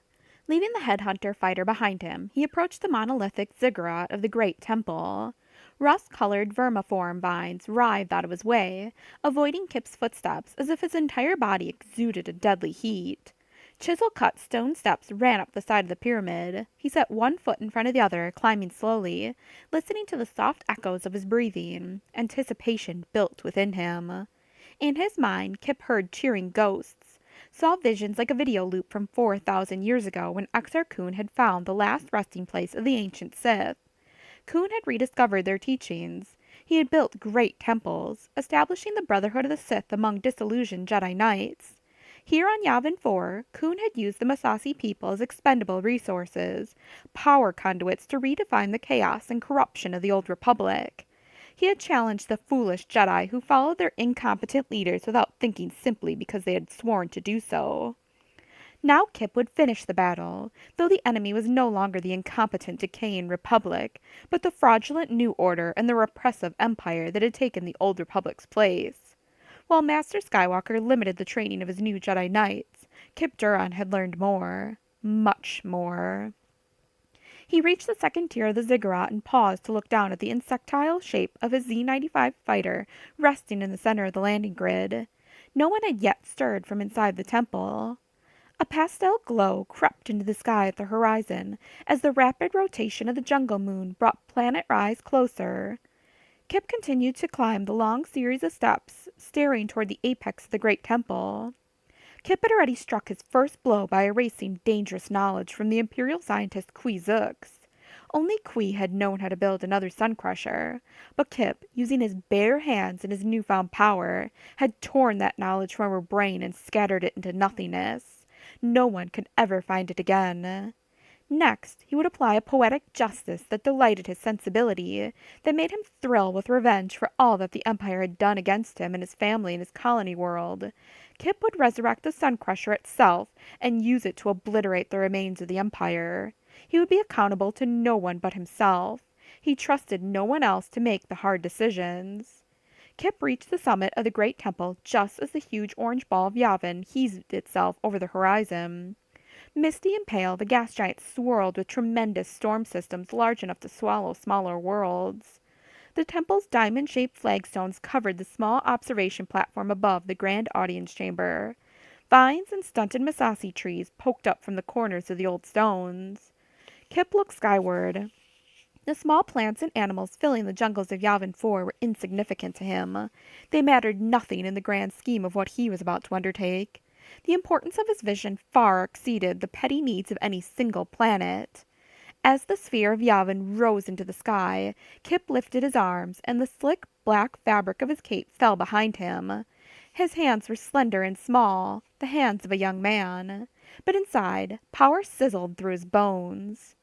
Exar Kun, help me, Kip said, closing his eyes. He reached out with his mind, following the paths of the force that led to every object in the universe, drawing power from the cosmic focal point of the Massassi temple. He searched, sending his thoughts like a probe deep into the storm systems of the gas giant. Behind him, Kip felt the black ice power of Exar Kun arise, tapping into him and reinforcing his abilities. His own feeble exploratory touch suddenly plunged forward like a blaster bolt. Kip felt larger, a part of the jungle moon, then a part of the entire planetary system, until he burrowed into the heart of the gas giant itself. Pale orange clouds whipped past him. He sensed pressure increasing as he plummeted down to the incredibly dense layers near the core. He saw the tiny speck of machinery, a small, indestructible ship that had been cast away. When he reached the bottommost levels of the atmosphere, Kip finally found the Sun Crusher. It stood out like a beacon, a bullseye in the funneling field lines of the Force. Size matters not, Master Skywalker had repeated. Kip engulfed the Sun Crusher with his mind, surrounding it, touching it with his limitless invisible hands. He thought about heaving it back up, dragging the Sun Crusher out of the depths of Yavin, but he discarded that thought. Instead, with the assistance of Exarchum, he used his innate skill to power up the controls again, to move control levers, push buttons to alter the course stored inside the Sun Crusher's memory, bringing it out of its entombment. Kip continued to watch the weapon's progress, focusing on the sphere of the enormous planet as it crested the misty treetops. The Sun Crusher appeared as a silvery dot, seeming no larger than an atom as it emerged from the highest cloud layers and streaked across space toward the emerald green moon where Kip waited. He stared upward and waited, opening his arms to receive the indestructible weapon. The Sun Crusher approached like a long, sharp thorn of crystalline alloy, cruising upright on its long axis. The toroidal resonance torpedo launcher hung at the bottom of the long hook. It looked beautiful. The Sun Crusher descended through the jungle moon's atmosphere, straight down, like a spike to impale the great temple. Kip controlled it, slowed its descent until the superweapon hovered to a stop, suspended in front of him. As the sun brightened with planet rise, the alloy hull of the Sun Crusher seemed as pristine as a fire facet gem, scoured of all oxidation and debris by the intense temperatures and pressures at the core of Yavin. The Sun Crusher looked clean and deadly, and ready for him. "Thank you, Exarchum," Kip whispered. Luke Skywalker awoke from another series of nightmares. He sat bolt upright on his pallet, instantly awake. He had felt a great disturbance in the Force. Something was not right. He got up, moving cautiously as he sent out his thoughts to check on his students. Karana T, Dorsk 81, the new Calamarian arrival Sigil, Streen, Tion, Camp Solusar, and all the others. Nothing seemed amiss. They slept soundly, almost too soundly, as if a net of sleep had been cast over them. When he reached out farther, he was stunned to feel a cold, black whirlpool of twisted force around the peak of the temple. It stunned him. Luke sprinted to the door of his chambers, hesitated, then stepped back to retrieve his lightsaber. He marched down the corridors, smoothing his fear as he rode the turbolift to the upper levels of the ancient pyramid. "Calm," Yoda had said. "You must remain calm." But the sight that greeted him under the dawn sky nearly overwhelmed Luke. The Sun Crusher hung suspended over the temple, still steaming in the morning air, resurrected from its tomb at the core of the gas giant. Kip Duron spun around to stare at Luke, his black cape swirling with the rapid motion. Stunned, Luke reeled backward. "How dare you bring that weapon back?" he said. "It goes against all the Jedi knowledge I have taught you." Kip laughed at him. "You haven't taught me very much, Master Skywalker. I've learned a great deal beyond your feeble teachings. You pretend to be a great instructor, but you're afraid to learn for yourself." He looked back at the Sun Crusher. "I will do what must be done to eradicate the Empire. While I make the galaxy safe for everyone, you can stay here and practice your simple Jedi tricks. But they are no more than children's games."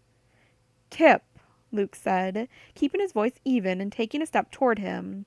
"You've been lured by the dark side, but you must return. You were deceived and misled. Come back before its grip becomes too strong." He swallowed. "I went over to the dark side once, and I came back. It can be done if you're strong enough and brave enough. Are you?" Kip laughed in disbelief. "Skywalker, it's embarrassing for me to listen to you talk. You are afraid to risk anything yourself, yet you want to call yourself a Jedi Master. It doesn't work that way. You've stunted the training of your other Jedi candidates because of your own narrow-mindedness. Perhaps I could just defeat you here and now, and then I can take over their training." With trembling hands and a deep-seated dread in his heart, Luke reached to his side and wrapped his hand around the slick handle of his lightsaber. He pulled it free, igniting it with the familiar snap hiss. The brilliant green blade extended, humming and ready for battle. A Jedi could not attack an unarmed opponent, could not resort to violence before all other avenues had been exhausted. But Luke knew the deadly potential of his most talented student. If Kip had fallen to the dark side, he could become another Darth Vader. Perhaps even worse. "Don't make me do this," Luke said, raising his lightsaber, but unsure what to do. He couldn't just cut down his student, who stood unarmed at the top of the temple, but if he didn't... "We have to send the Sun Crusher back," Luke said. "At one time you yourself insisted it should never be used." "I spoke out of ignorance," Kip said, "just as you do." "Don't make me fight you," Luke said in a low voice. Kip made a dismissive gesture with one hand, and a sudden wave of dark ripples splashed across the air like the shock front from a concussion grenade. Luke stumbled backward, the lightsaber turned cold in his hand.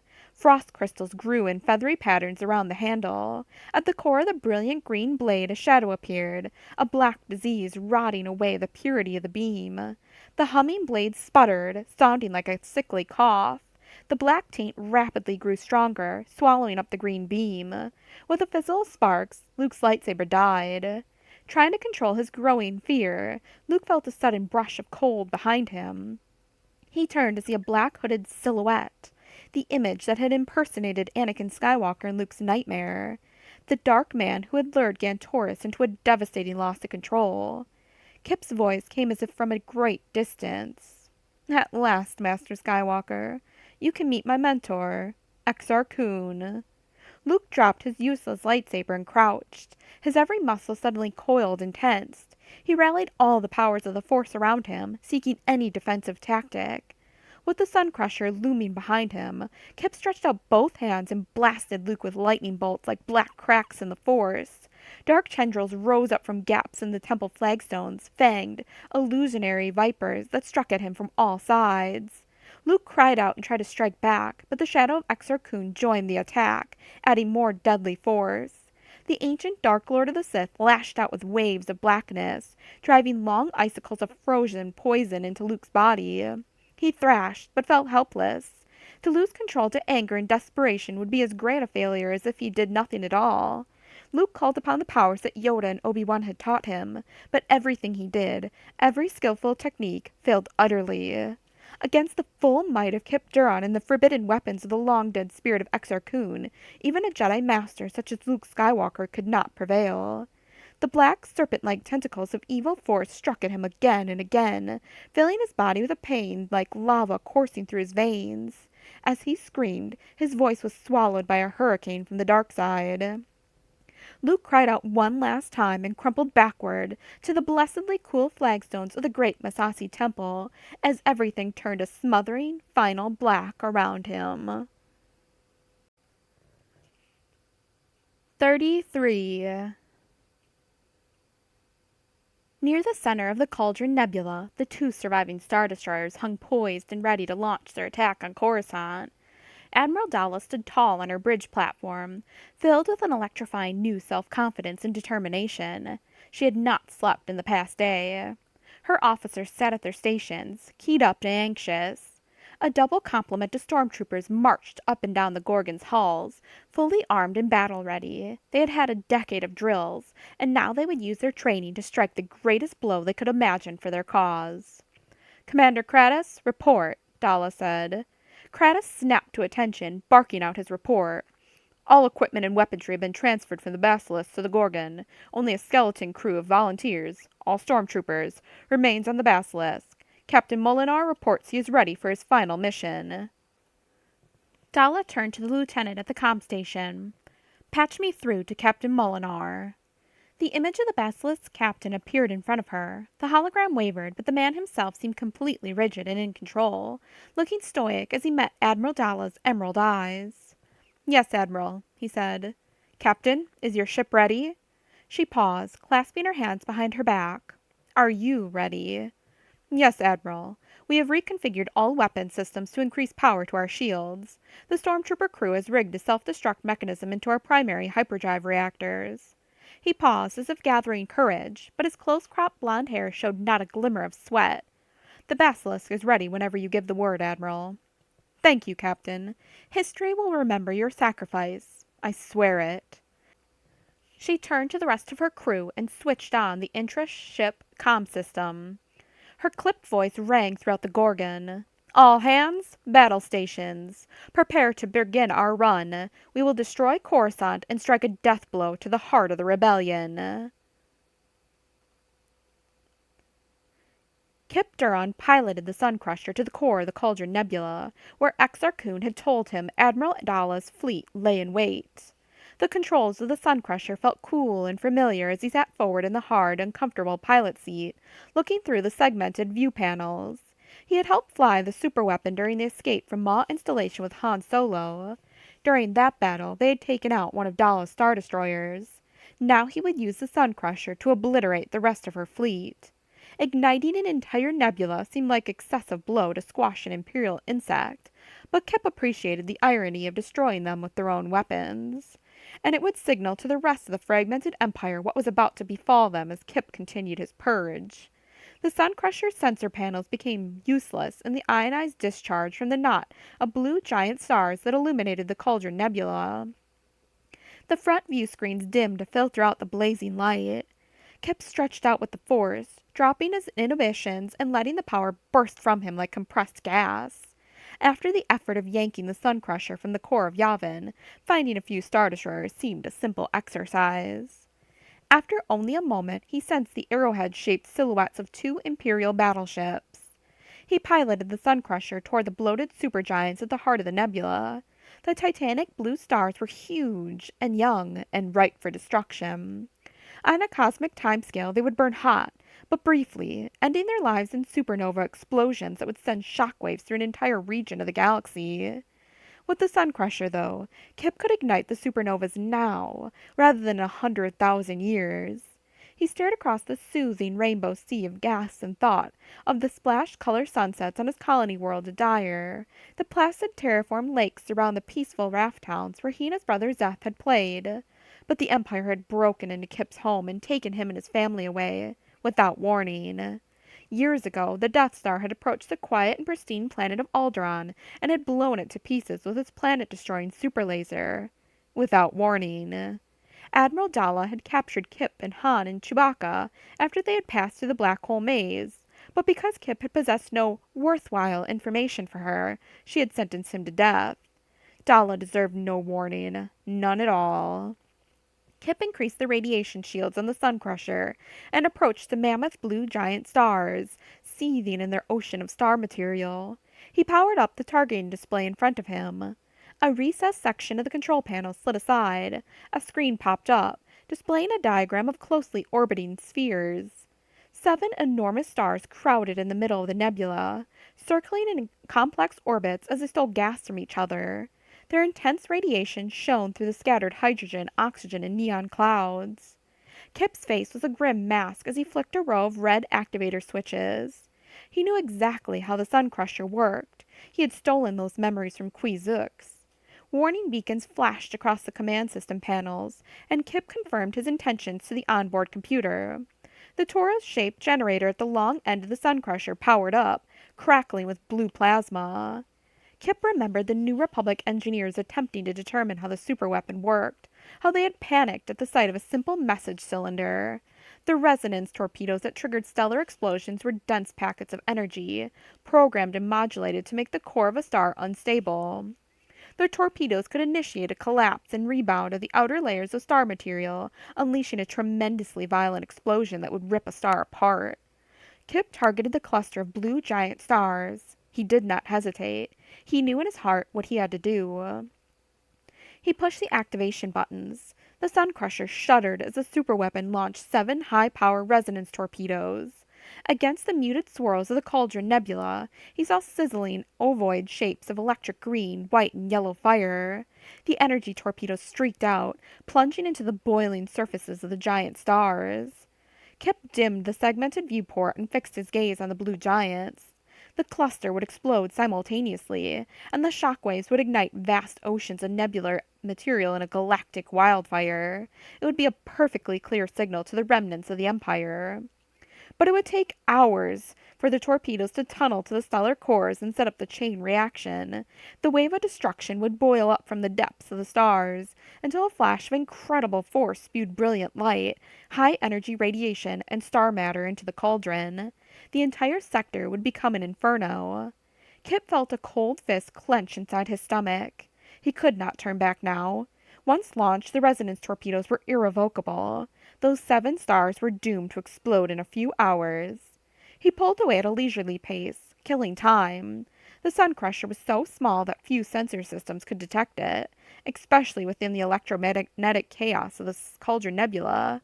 The weapon was designed to flit into a system, drop its torpedo into a star, and vanish without a battle, without loss of ordnance or personnel. A simple first and final strike. Admiral Dalla would never detect his presence. Kip's gaze wandered back to the chronometer, impatient to watch Dalla's ships being wiped out in the murderous waves rippling through the nebula. He had the most powerful weapon ever invented, and he had the powers of the Sith that Exar Kun had shown him. Where others had failed against the Empire, Kip Duran would succeed. Completely. As he drifted away from the blue giant cluster, he noted that only about an hour remained before the massive explosions would begin. The waiting seemed to go on forever. He sent out his thoughts again, wishing he could taunt Dalla. Then, unexpectedly, her star destroyers began to move. The Basilisk and the Gorgon powered up their sublight engines and started a slow drift, aligning themselves to a hyperspace path, as if they were ready to launch another attack. Kip felt a flame of anger sear through him. No! She can't leave now. He could not go back and stop the explosion of the core stars. Dalla had to stay where she would be trapped. Kip slapped at the Sun Crusher's weapon control systems, powering up the defensive laser cannons mounted at sharp angles on the weapon. Then he shot forward at full thrust.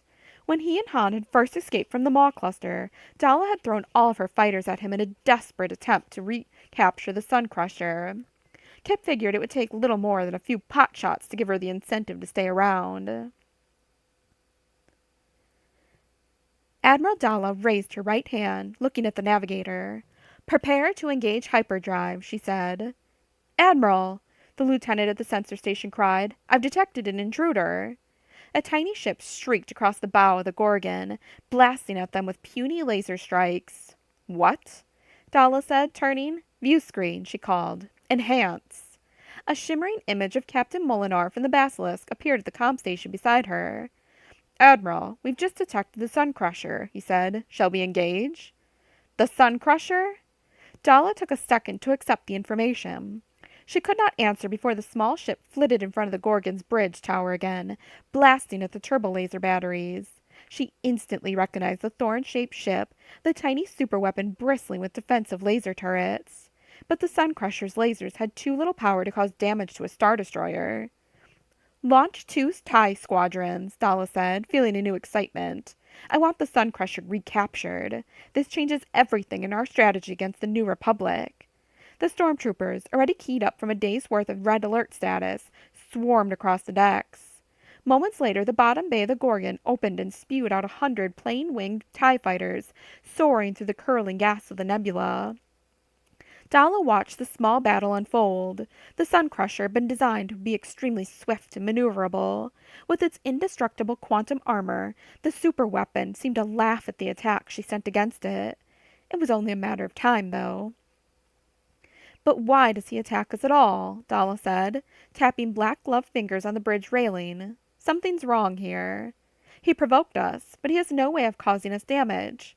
Why did he call attention to himself?" she mused. "And how did he find us here?" Commander Kratos answered her, though she had been muttering to herself. "I can't speculate on that, Admiral." "Bring the Star Destroyers about," she said. "Lock a tractor beam on the Sun Crusher next time it passes." "The Sun Crusher's pilot is maneuvering at speeds much too high for us to be certain of a firm lock," Kratos said. Dalla glared at him. "Does that mean you're unable to try?" "No, Admiral." Kratos turned and clapped his hands, directing the tactical officers on the bridge. "You heard the Admiral. Set to it immediately." "Admiral, the Sun Crusher is signaling us," the comm officer said. "Voice-only transmission." Dalla whirled. "Put the pilot on." With a crackle, the thin voice of a mere boy echoed through the Gorgon's command center. "Admiral Dalla, I'm Kip Duran. Remember me?" "I hope so.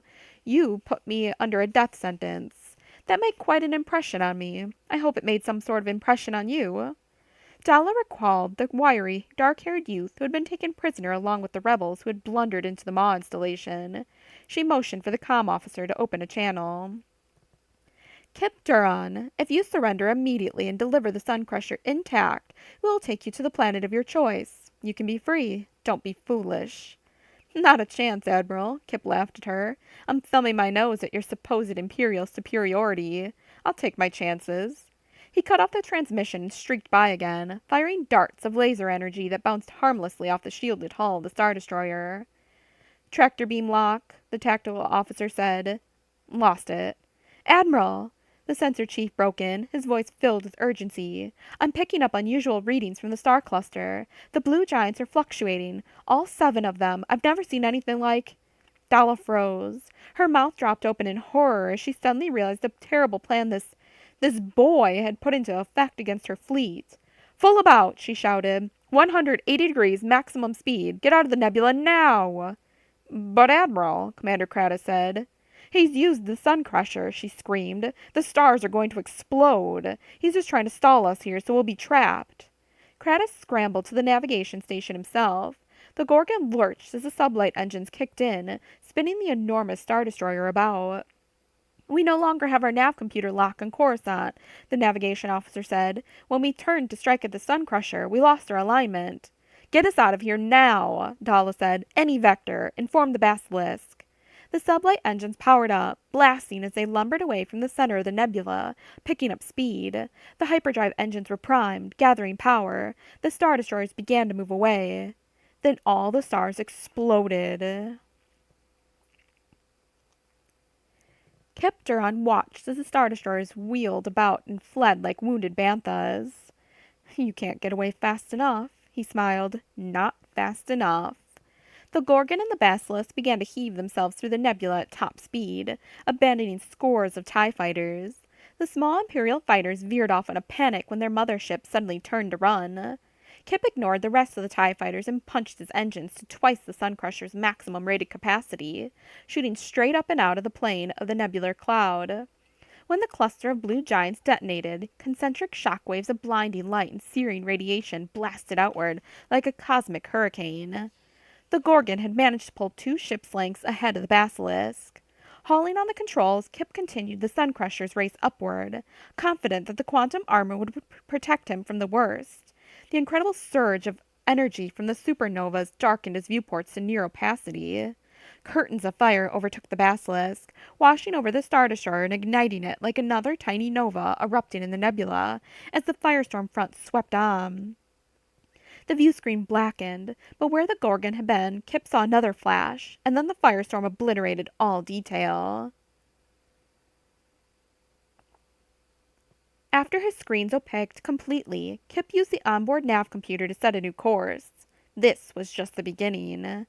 Leaving the galactic inferno behind him, and awed by the power of the Sun Crusher, Kip moved off to seek out those remaining worlds that still swore allegiance to the Empire.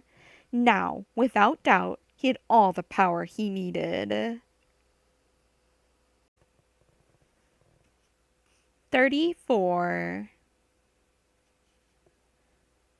With the morning coolness of Yavin 4, Ambassador Sigil rose in her austere quarters and basked in the shadowy dampness of the stone temple. She had been at the Jedi Praxium for only a few days, but already she felt as if the whole universe had opened for her. Master Skywalker's exercises in attuning her mind to the Force had shown her how to turn her gaze in a new direction, to see things in full view that she had previously only glimpsed out of the corners of her eyes. He had given her a nudge down a long, smooth slope of discovery. The more she learned, the easier it was to learn more. She splashed tepid water across her face, moistening her rubbery skin, scrubbing the delicate tendrils that hung beneath her slit of a mouth. Though the air of the jungle moon was thick with humidity, she still felt more comfortable when she could keep her exposed skin moist. Sigil left her quarters and moved to join the dozen other Jedi candidates in the dining hall, where each would consume a small breakfast of fruits or meats compatible with his or her biochemistry. Dorsk 81 sat at a table, contemplating colored rectangles of processed nutrients. Because he had lived for so long on a self-contained, environmentally controlled world, the clone Jedi trainee could not digest foods that had not been heavily processed. The gaunt, hardened Jedi Cam Solusar attempted to talk to a wild-haired Streen, who kept flicking his gaze from side to side as if distracted. The rest of the Jedi trainees sat by themselves or in small groups, talking uneasily. Sigil did not see Master Skywalker among them. He was usually the first to enter the dining hall, waiting for his students to join him. The other Jedi trainees seemed disconcerted by the change in routine. Sigil worked the food processing unit to prepare a breakfast of diced smoked fish and a pungent-tasting grain mash she enjoyed. Finally, she asked the students in general, "Where is Master Skywalker?" The trainees looked at each other as if they had been wanting to ask the same question. Streen stood up and looked around in alarm. "It's too quiet," he said. "Too quiet. I wanted it quiet, but this is too much. I can't hear Master Skywalker. I could always sense voices in my head. I hear all of yours. It's too quiet." He sat down again as if embarrassed. "Too quiet." Tion rushed into the dining hall, clutching her twin-boxed musical instrument. Her silvery hair streamed behind her in a wild mass, and her pearly eyes were wide and panic-stricken. "Come quickly! I've found Master Skywalker!" Without question, without confusion, all of the Jedi trainees rose in a coordinated flowing movement. They moved together and sprinted after Tion as she ran down the winding, moss-grown halls. Sigil attempted to keep up with the more athletic members, such as Kirana T and Tion. They ran through the echoing grand audience chamber where vines covered the walls and the long polished seats stood empty in shafts of sunlight. "This way," Tion said. "I don't know what's happened to him." They reached the back staircase of worn stone steps that led to the observation platform at the top of the ziggurat. Sigil drew up short as she noticed the robed figure sprawled on the flagstones under the sky. His hands were thrown back as if to defend against something. "Master Skywalker!" she called. The other trainees rushed forward. Sigil pushed through the gathered students and knelt beside the fallen man. Luke's face seemed curdled in an outcry of pain or fear. His eyes were squeezed shut. His lips were curled back in a grimace. On the stone floor beside him lay his lightsaber, as if it had proved useless against whatever enemy he had fought. Sigil propped Luke's head up, touching his pale brown hair. Rivulets of gold sweat glistened on his face, but she felt no warmth on his skin. She probed, using her newfound abilities in the Force, desperately searching. "What happened to him?" Dorsk 81 said in great alarm.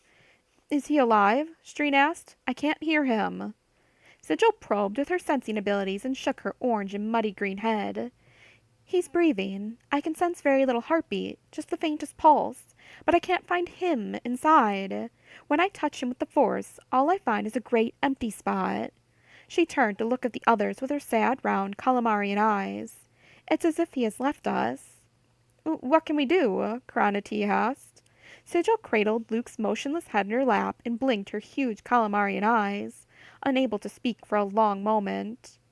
"We are all alone now," she finally said. About the author. For the past 10 years, Kevin J. Anderson has worked as a technical editor and writer at the large government weapons research lab, Lawrence Livermore National Laboratory, which he insists has nothing to do with the large Imperial Weapons Research Lab, Maw Installation, and Jedi Search. He is also the author of 18 science fiction or fantasy books, including 3 co-written with Doug Beeson for Bantam, Lifeline, The Trinity Paradox, and Assemblers of Infinity. His works have appeared on numerous Best of the Year lists, as well as preliminary or final ballots for the Nebula and Bram Stoker Awards. In addition to the 3 novels in the Jedi Academy trilogy, he is also at work on various other Star Wars projects, including the Illustrated Star Wars Universe, an art book featuring many new paintings by artist Ralph McQuarrie, showing daily life on the planets in the Star Wars universe. He is also editing 3 anthologies of short stories, the first of which, Tales from the Mos Eisley Cantina, tells the stories of all the bizarre characters from the famous Star Wars cantina scene.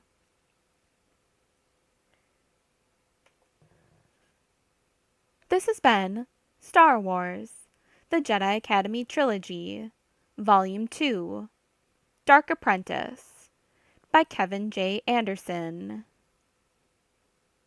Thank you for listening. If you enjoyed my reading of this audiobook and would like to contribute, you can head on over to www.patreon.com/theexpandeduniverse lives forever. The link is also in the video's description.